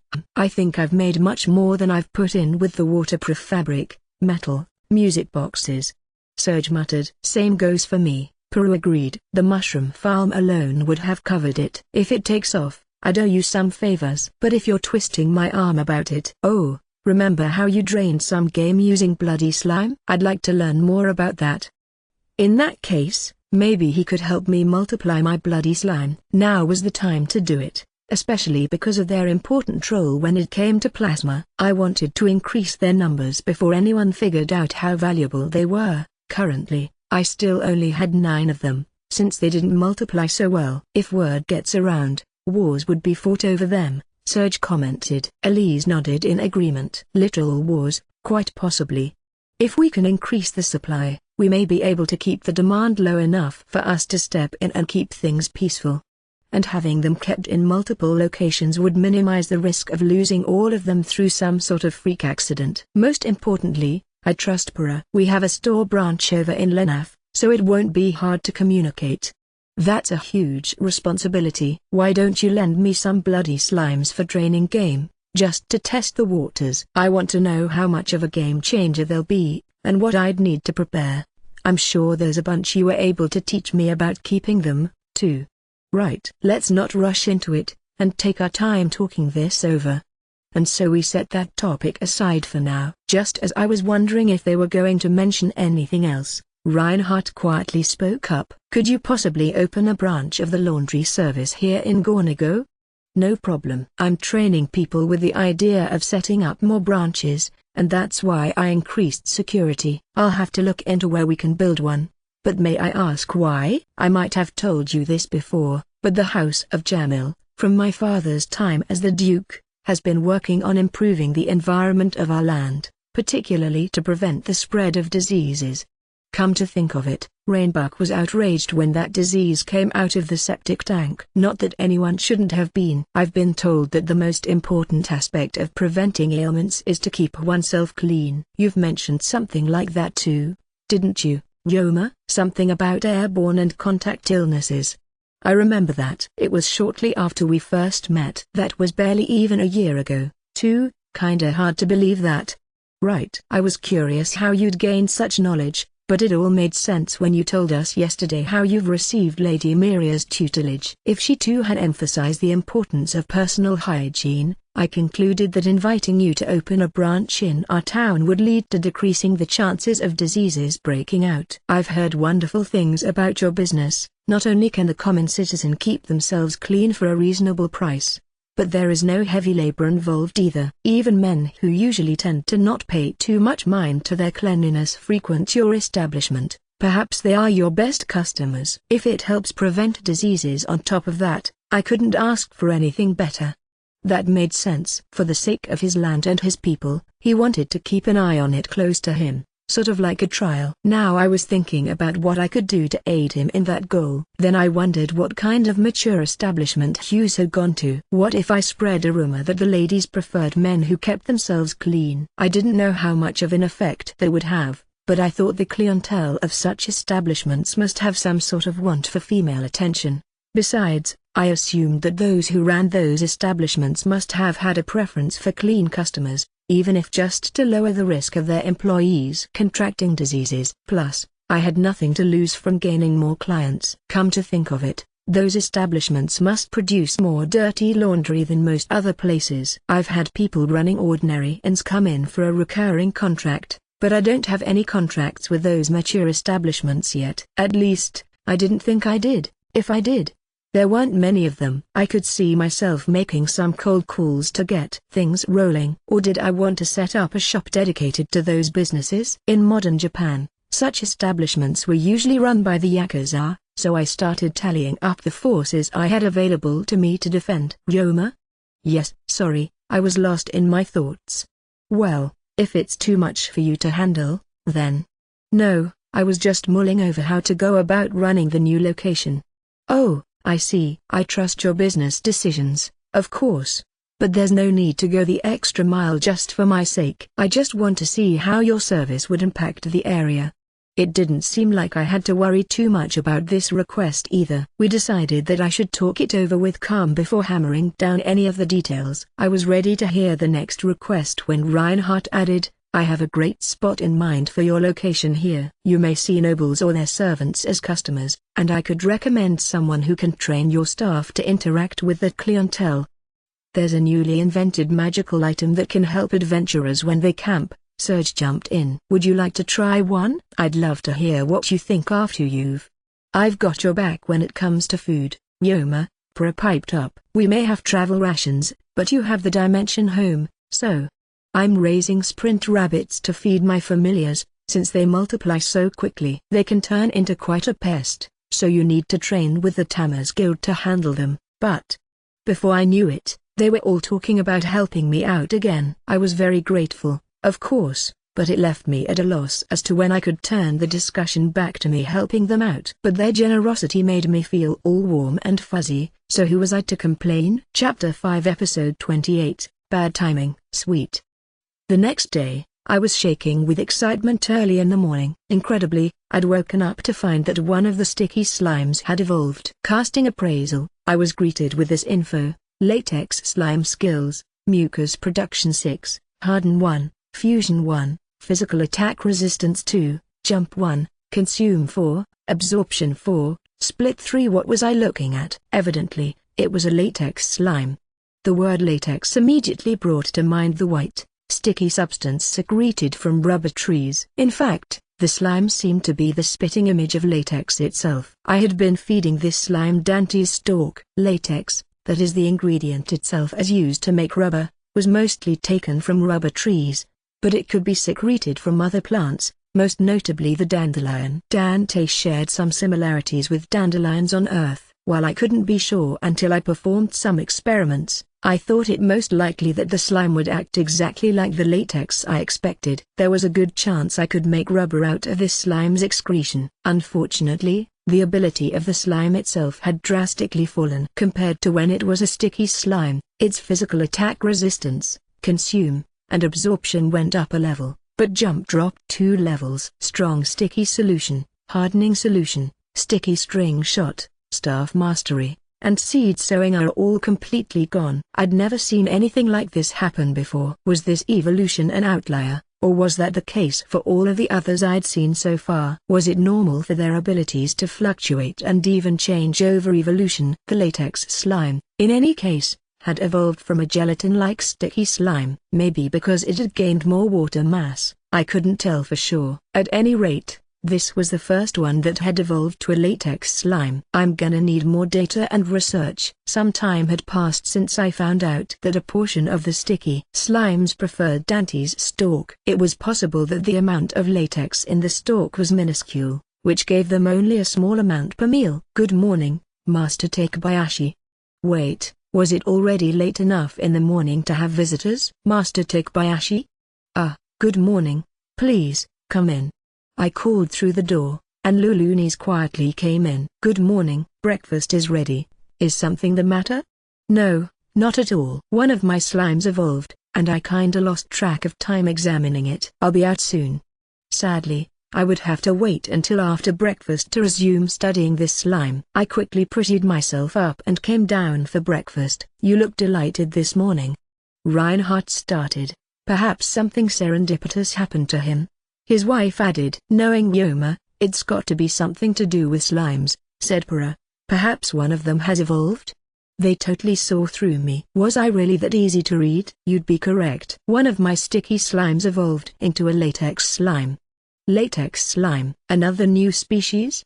Reinhardt asked. Elise answered in part, "It's not a common advanced species, at the very least." "Can this one do anything special?"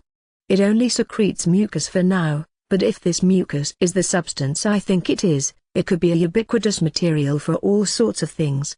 I wondered if rubber existed in this world. Come to think of it, I couldn't recall seeing anything made out of rubber here, even though I'd encountered some things that felt rubbery to the touch, like an armor made of grell frog hide. I shared my curiosity with the group, and Serge spoke up. "If I may, I believe you are talking about Guam, Master Yoma."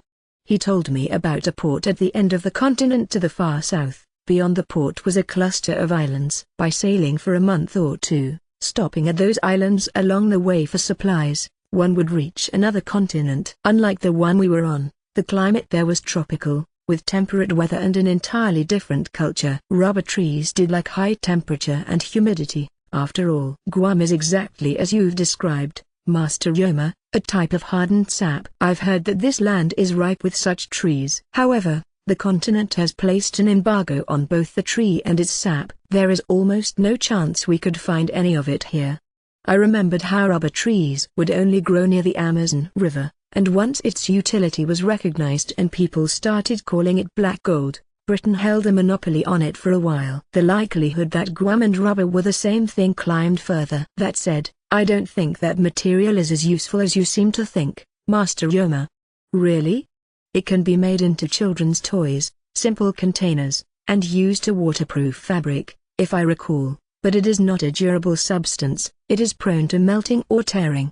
Wait a minute. That sounded like natural, raw latex. Were they not adding any sulfur or carbon? People only figured out how useful rubber was after they figured out how to vulcanize it. And that drove its price up and led to a monopoly. And yet in this world, it's already monopolized without any good use for it. Something didn't seem right. I said as much to them. The people of that continent have an important use of Guam rooted in their culture, so most of their supply seems to be dedicated to that. I'd just realized that Serge was skirting around what that use was, exactly. Was it wise to keep asking? Considering your age? Well, with your knowledge in medicine, Master Yoma, I'm sure you are already aware of this use, as well as its necessity. But let us speak of it after breakfast, he concluded, and we enjoyed small talk for the rest of the meal. After breakfast, I asked Serge what he was talking about as he was leaving, and he simply stated, contraception. Oh, that explains it. It certainly would have been tactless to talk about that over breakfast, let alone in Elise's presence. The people of that continent are quite sexually open. There are villages around the continent that have their own culture of polygamy, in any combination. Many regions see the act itself as a right to adulthood, as well. I once traveled across the sea in my younger days, following an adventurous impulse, and I was certainly taken aback by the difference in culture. Both men and women wore much less clothing than we do, and out in the countryside, many walked around the streets practically naked. Many myths on Earth were sexual in nature too. I wasn't all that surprised to learn a place like that existed. Of course, with sexual liberty came certain risks. They would engage in intimacy much more frequently, in addition to any rituals that involved it. I've heard that, back in the day, there were many issues caused by it. Diseases, for one, and women bearing children through their maturing right. With the use of Guam contraception, those issues have died down. Unfortunately, some who don't understand their culture describe the southern people as savages. But, at the very least, they have better awareness and knowledge when it comes to sexually transmitted diseases and contraception. In this nation, contraception was mostly done through medicine, for both sexes. If the drug was of poor quality or used incorrectly, the side effects weren't pretty. On the other hand, Guam contraceptives were much safer, and they were even being exported here as a luxury item for nobles. I see. There were some diverse cultures in this world. It was quite interesting to hear stories of other countries. Then, Serge asked me a question. Is this rubber you mentioned something similar, Master Yoma? They're both made from the same latex, I believe. You can think of rubber as guam, which is processed for wider applications. Serge made an intrigued sound, and I asked if the embargo in the south would be an issue. The embargo only applies to exporting the tree or its seeds from the southern continent. It has no bearing on how you use the mucus of a slime in this continent. Looks like I was in the clear to start experimenting. I'll see if I can make rubber out of latex slime mucus, then.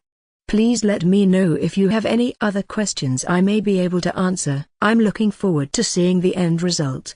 I thanked the smiling Serge for indulging me, and parted ways. Now, let's get cracking. I wondered if I could get some lemons if I stopped by the kitchen. If not, I was sure that diluting the acid of an acid slime could help me make organic rubber. That much, I could multitask with the sugar scrub research before noon. But what about the sulfur I needed to adjust its durability and resilience? I could extract carbon from coal, but maybe I'd have to resort to alchemy in order to master Takebayashi. A maid stopped me in my tracks in a rather frantic manner. Good morning. Is something wrong? Something about the pond by the wedding venue. I was told to find you as quickly as possible. Pond. I wonder what that could mean. Thanks, I'll head over there now. Oh, but before I go, could you tell Miss Labula that I'm going to check on the venue? This might take a while. Understood, sir. After her confirmation, I turned toward the venue. What was going on? Just as the venue came into view in the distance through the trees, something was off. Something damp and rank, unlike anything I had ever smelled before, invaded my nostrils on the wings of a gentle breeze. Like some sort of rotten vegetation, the smell intensified with every step I took toward the venue. Soon, I came to a reddened lake and a crowd gathered at the edge of it, composed of the leaders of each department involved in the wedding, as well as Reinhardt and Elise. Sorry I took so long. Hey, Yoma. Good to see you, answered Bartz, the head chef, with a very concerned expression. What happened to the lake? The man who had attended the meetings as a representative of the gardeners pointed to something. See for yourself. A plant with string-thin roots, adorned with sea grape-like bunches. It was a brighter shade of red than the lake water, with the same pungent stink coming from it. Not exactly the sort of vegetation you would want growing in your backyard. It's a water plant called a venobulum. This thing stores up nutrients through spring, summer, and fall, before multiplying like crazy on a winter's day. It happens every year, but looks like they had an early season. They couldn't have waited a few more days. Are they really going to get married with this thing around? I could hear some concerned murmurs from the crowd, and I couldn't blame them. The blood-red lake looked like something out of a cheesy horror movie poster, and it wasn't doing wonders in terms of juxtaposition for the church I'd built, either. It'd probably look derelict next to this scenery. Worst of all, who would want to eat with this rotten stench stinging their nostrils? Can't we do anything about it? We can block off the water at its source and drain the lake. Getting rid of all of the venobulum after that would get everything back to normal, but just draining the water alone would take me a whole day. I'd need at least 5 days to get everything back to normal, including the river flow. The wedding would either have to go on under these circumstances or be postponed. Disappointment seeped through the crowd upon hearing the expert opinion, but I still had hope. I think we can still pull this off. I've got a cunning plan. All eyes were fixated on me, and among them, only Reinhardt and Elise seemed to clue into what that cunning plan was. Let me guess, Yoma. Slimes, right? Not like there's much else you can use, is there? Bingo. The gardener had estimated 5 days of work to drain the lake, remove the vegetation, and restore the water, if performed by manpower alone and in that order. What if I made slimes take in the water, the plants, and any other grime that was left? What if I used a whole flood of slimes? That was likely to save us some time, at the very least. We were still within the Duke's residence too. Everyone here was an old member who had served the dukedom for ages, which meant I could trust them. They wouldn't share my secret even if I let out slimes bigger than Big Dimension Home. First off, I called out 3 king scavenger slimes that I had enlarged. Whoa! What are those gigantic slimes?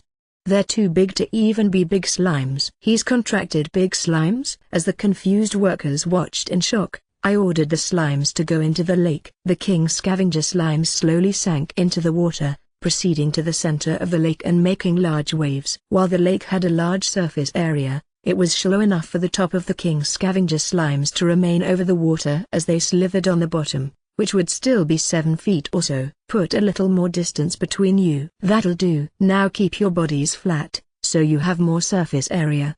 Activate gluttony. The water above the slimes began to ripple until small whirls appeared. The slimes seem fine, so I'll make them take in the water and plants in the lake. Will it be ready by the ceremony tomorrow, Yoma? I won't know until it's done, but I have a lot more slimes where they came from. I'll leave the lake to the king scavengers. I'll take care of things upstream and downstream with other slimes to get this done. Nothing's impossible if you just give it a try. Not sure I follow, but I'll go and close the water gate upstream. Then let's move ahead with decorations as planned. Under the assumption that the ceremony will take place tomorrow. The eyes of Bartz, the gardener, and the other team leaders lit up again. Though I wouldn't have any time today for research thanks to this, cues and lulunis were more important to me. Cleaning and deodorizing were my specialties. Ultimately, the process continued late into the night. Extra story, before the press release. Tabuchi's side. Tabuchi, another round. Go on, crack hem. Whoops. The landlady, Urami, and I, who'd hardly known each other before tonight, had gotten carried away telling old stories of the director, while in the process of putting the contents of Urami's home bar to good use. Eating takeout's classic bachelor shit, wouldn't you agree? I know it's not healthy, but I can't help it. Especially when all I've got in the fridge is booze and junk food. Well, that's all well and good while you're still young, but that all goes out the window once you're married. Ha! Like that'll ever happen. While we were joking around like that, the doorbell rang.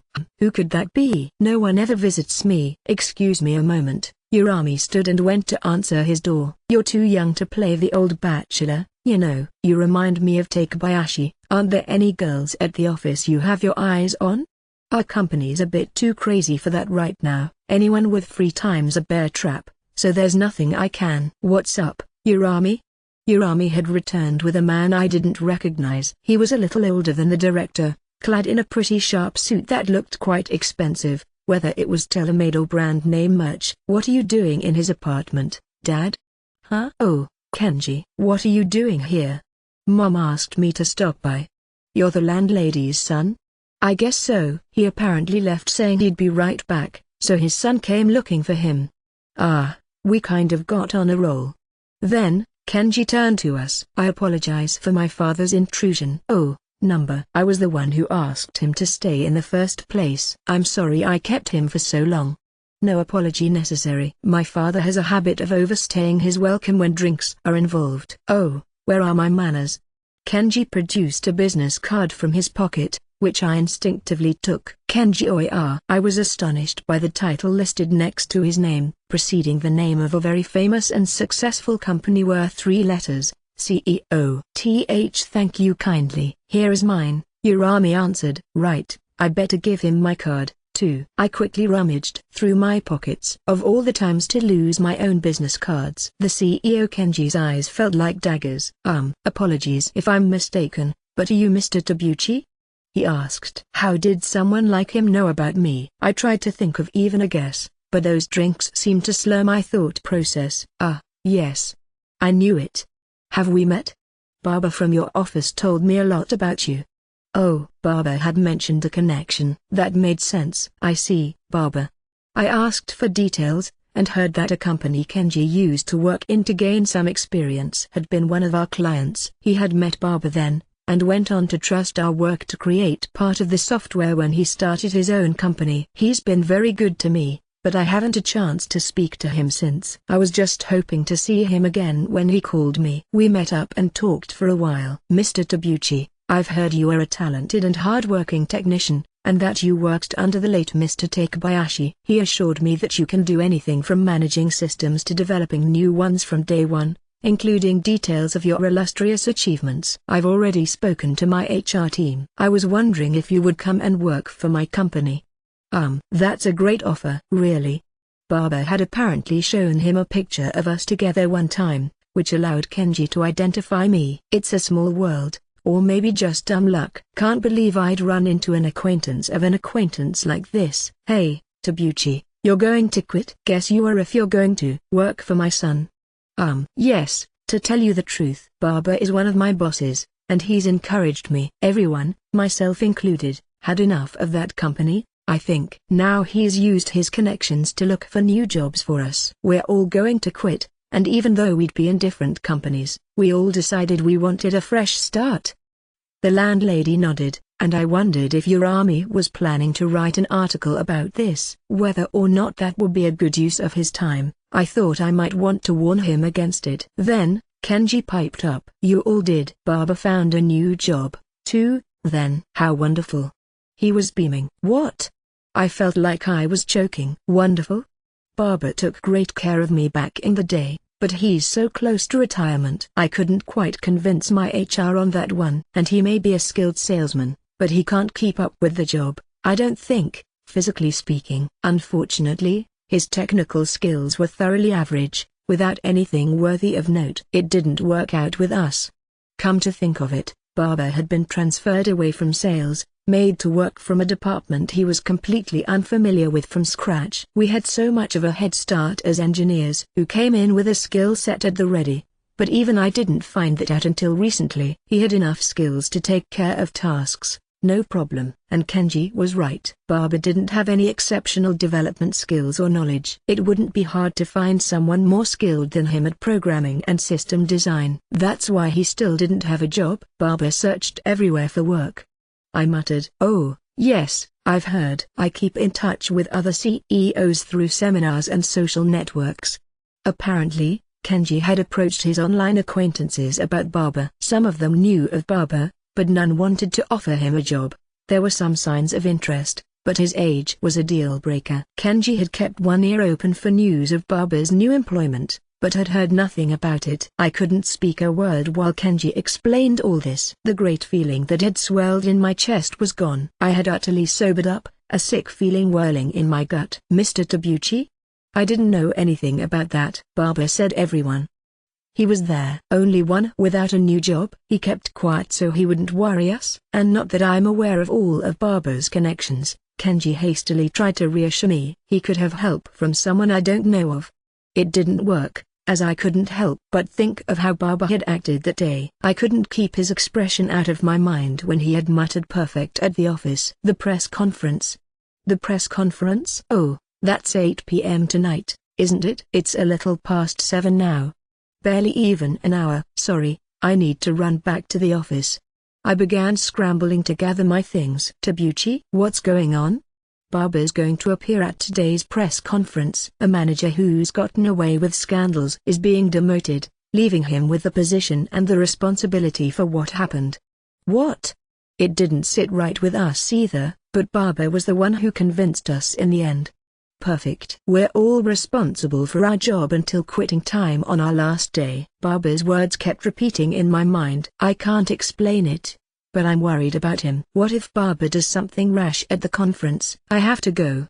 If I was wrong, then great. Just my alcohol-addled brain playing tricks on me. But what if I wasn't? I had to ask him before the press conference. I was just about to leap out the door when Kenji called, "Wait." He caught up to me at the front door. I have a driver and a car right outside. Let him drive you there. What? I can't overlook what you just told me. Thank you. I took the offer without any time to second guess it. In the meantime, Urami had grabbed something and came to join us. Leaving the landlady at the apartment, the three of us sprinted out the door. Side Baba, having been saddled with the title of manager, stood alone in an office. With the prepared script he had been given from the higher-ups of the company in one hand, he was gazing out of the window. His expression lacked conviction, making him look astonished, but his eyes still gleamed with strong intent. We watched the media representatives who had already gathered, apparently waiting with bated breath for the conference. Baba tightened his grip on his script when a man entered the room. He was as old as Baba, and despite his polished dress, he looked exhausted. "Baba, sir, it's almost time. If you could get ready to." Baba kept staring out the window without answering. "Sir?" "Mitani, I've devoted many years to this company. No offense to the development team, but being transferred there from sales wasn't easy. But I stuck around. I remember working with you, too, before all of this. I remember. This will be my last project for this company, I think. And that brings back some memories. My first day, and the years I've spent working." The company was still small back then, with enough employees to count on my fingers. "I remember that too," Mitani said, more quietly than before. Tears came to his eyes, and Mitani shifted his gaze to the floor. A weak grin came over Baba's face, shaded with some guilt. "Pardon me. This is hardly the time to be taking a stroll down memory lane, right? I'll get ready." "Yes, please. I won't fail my final project." "You can count on that." Mitani sprung his head up, now looking at Baba. "Baba, sir." A moment passed.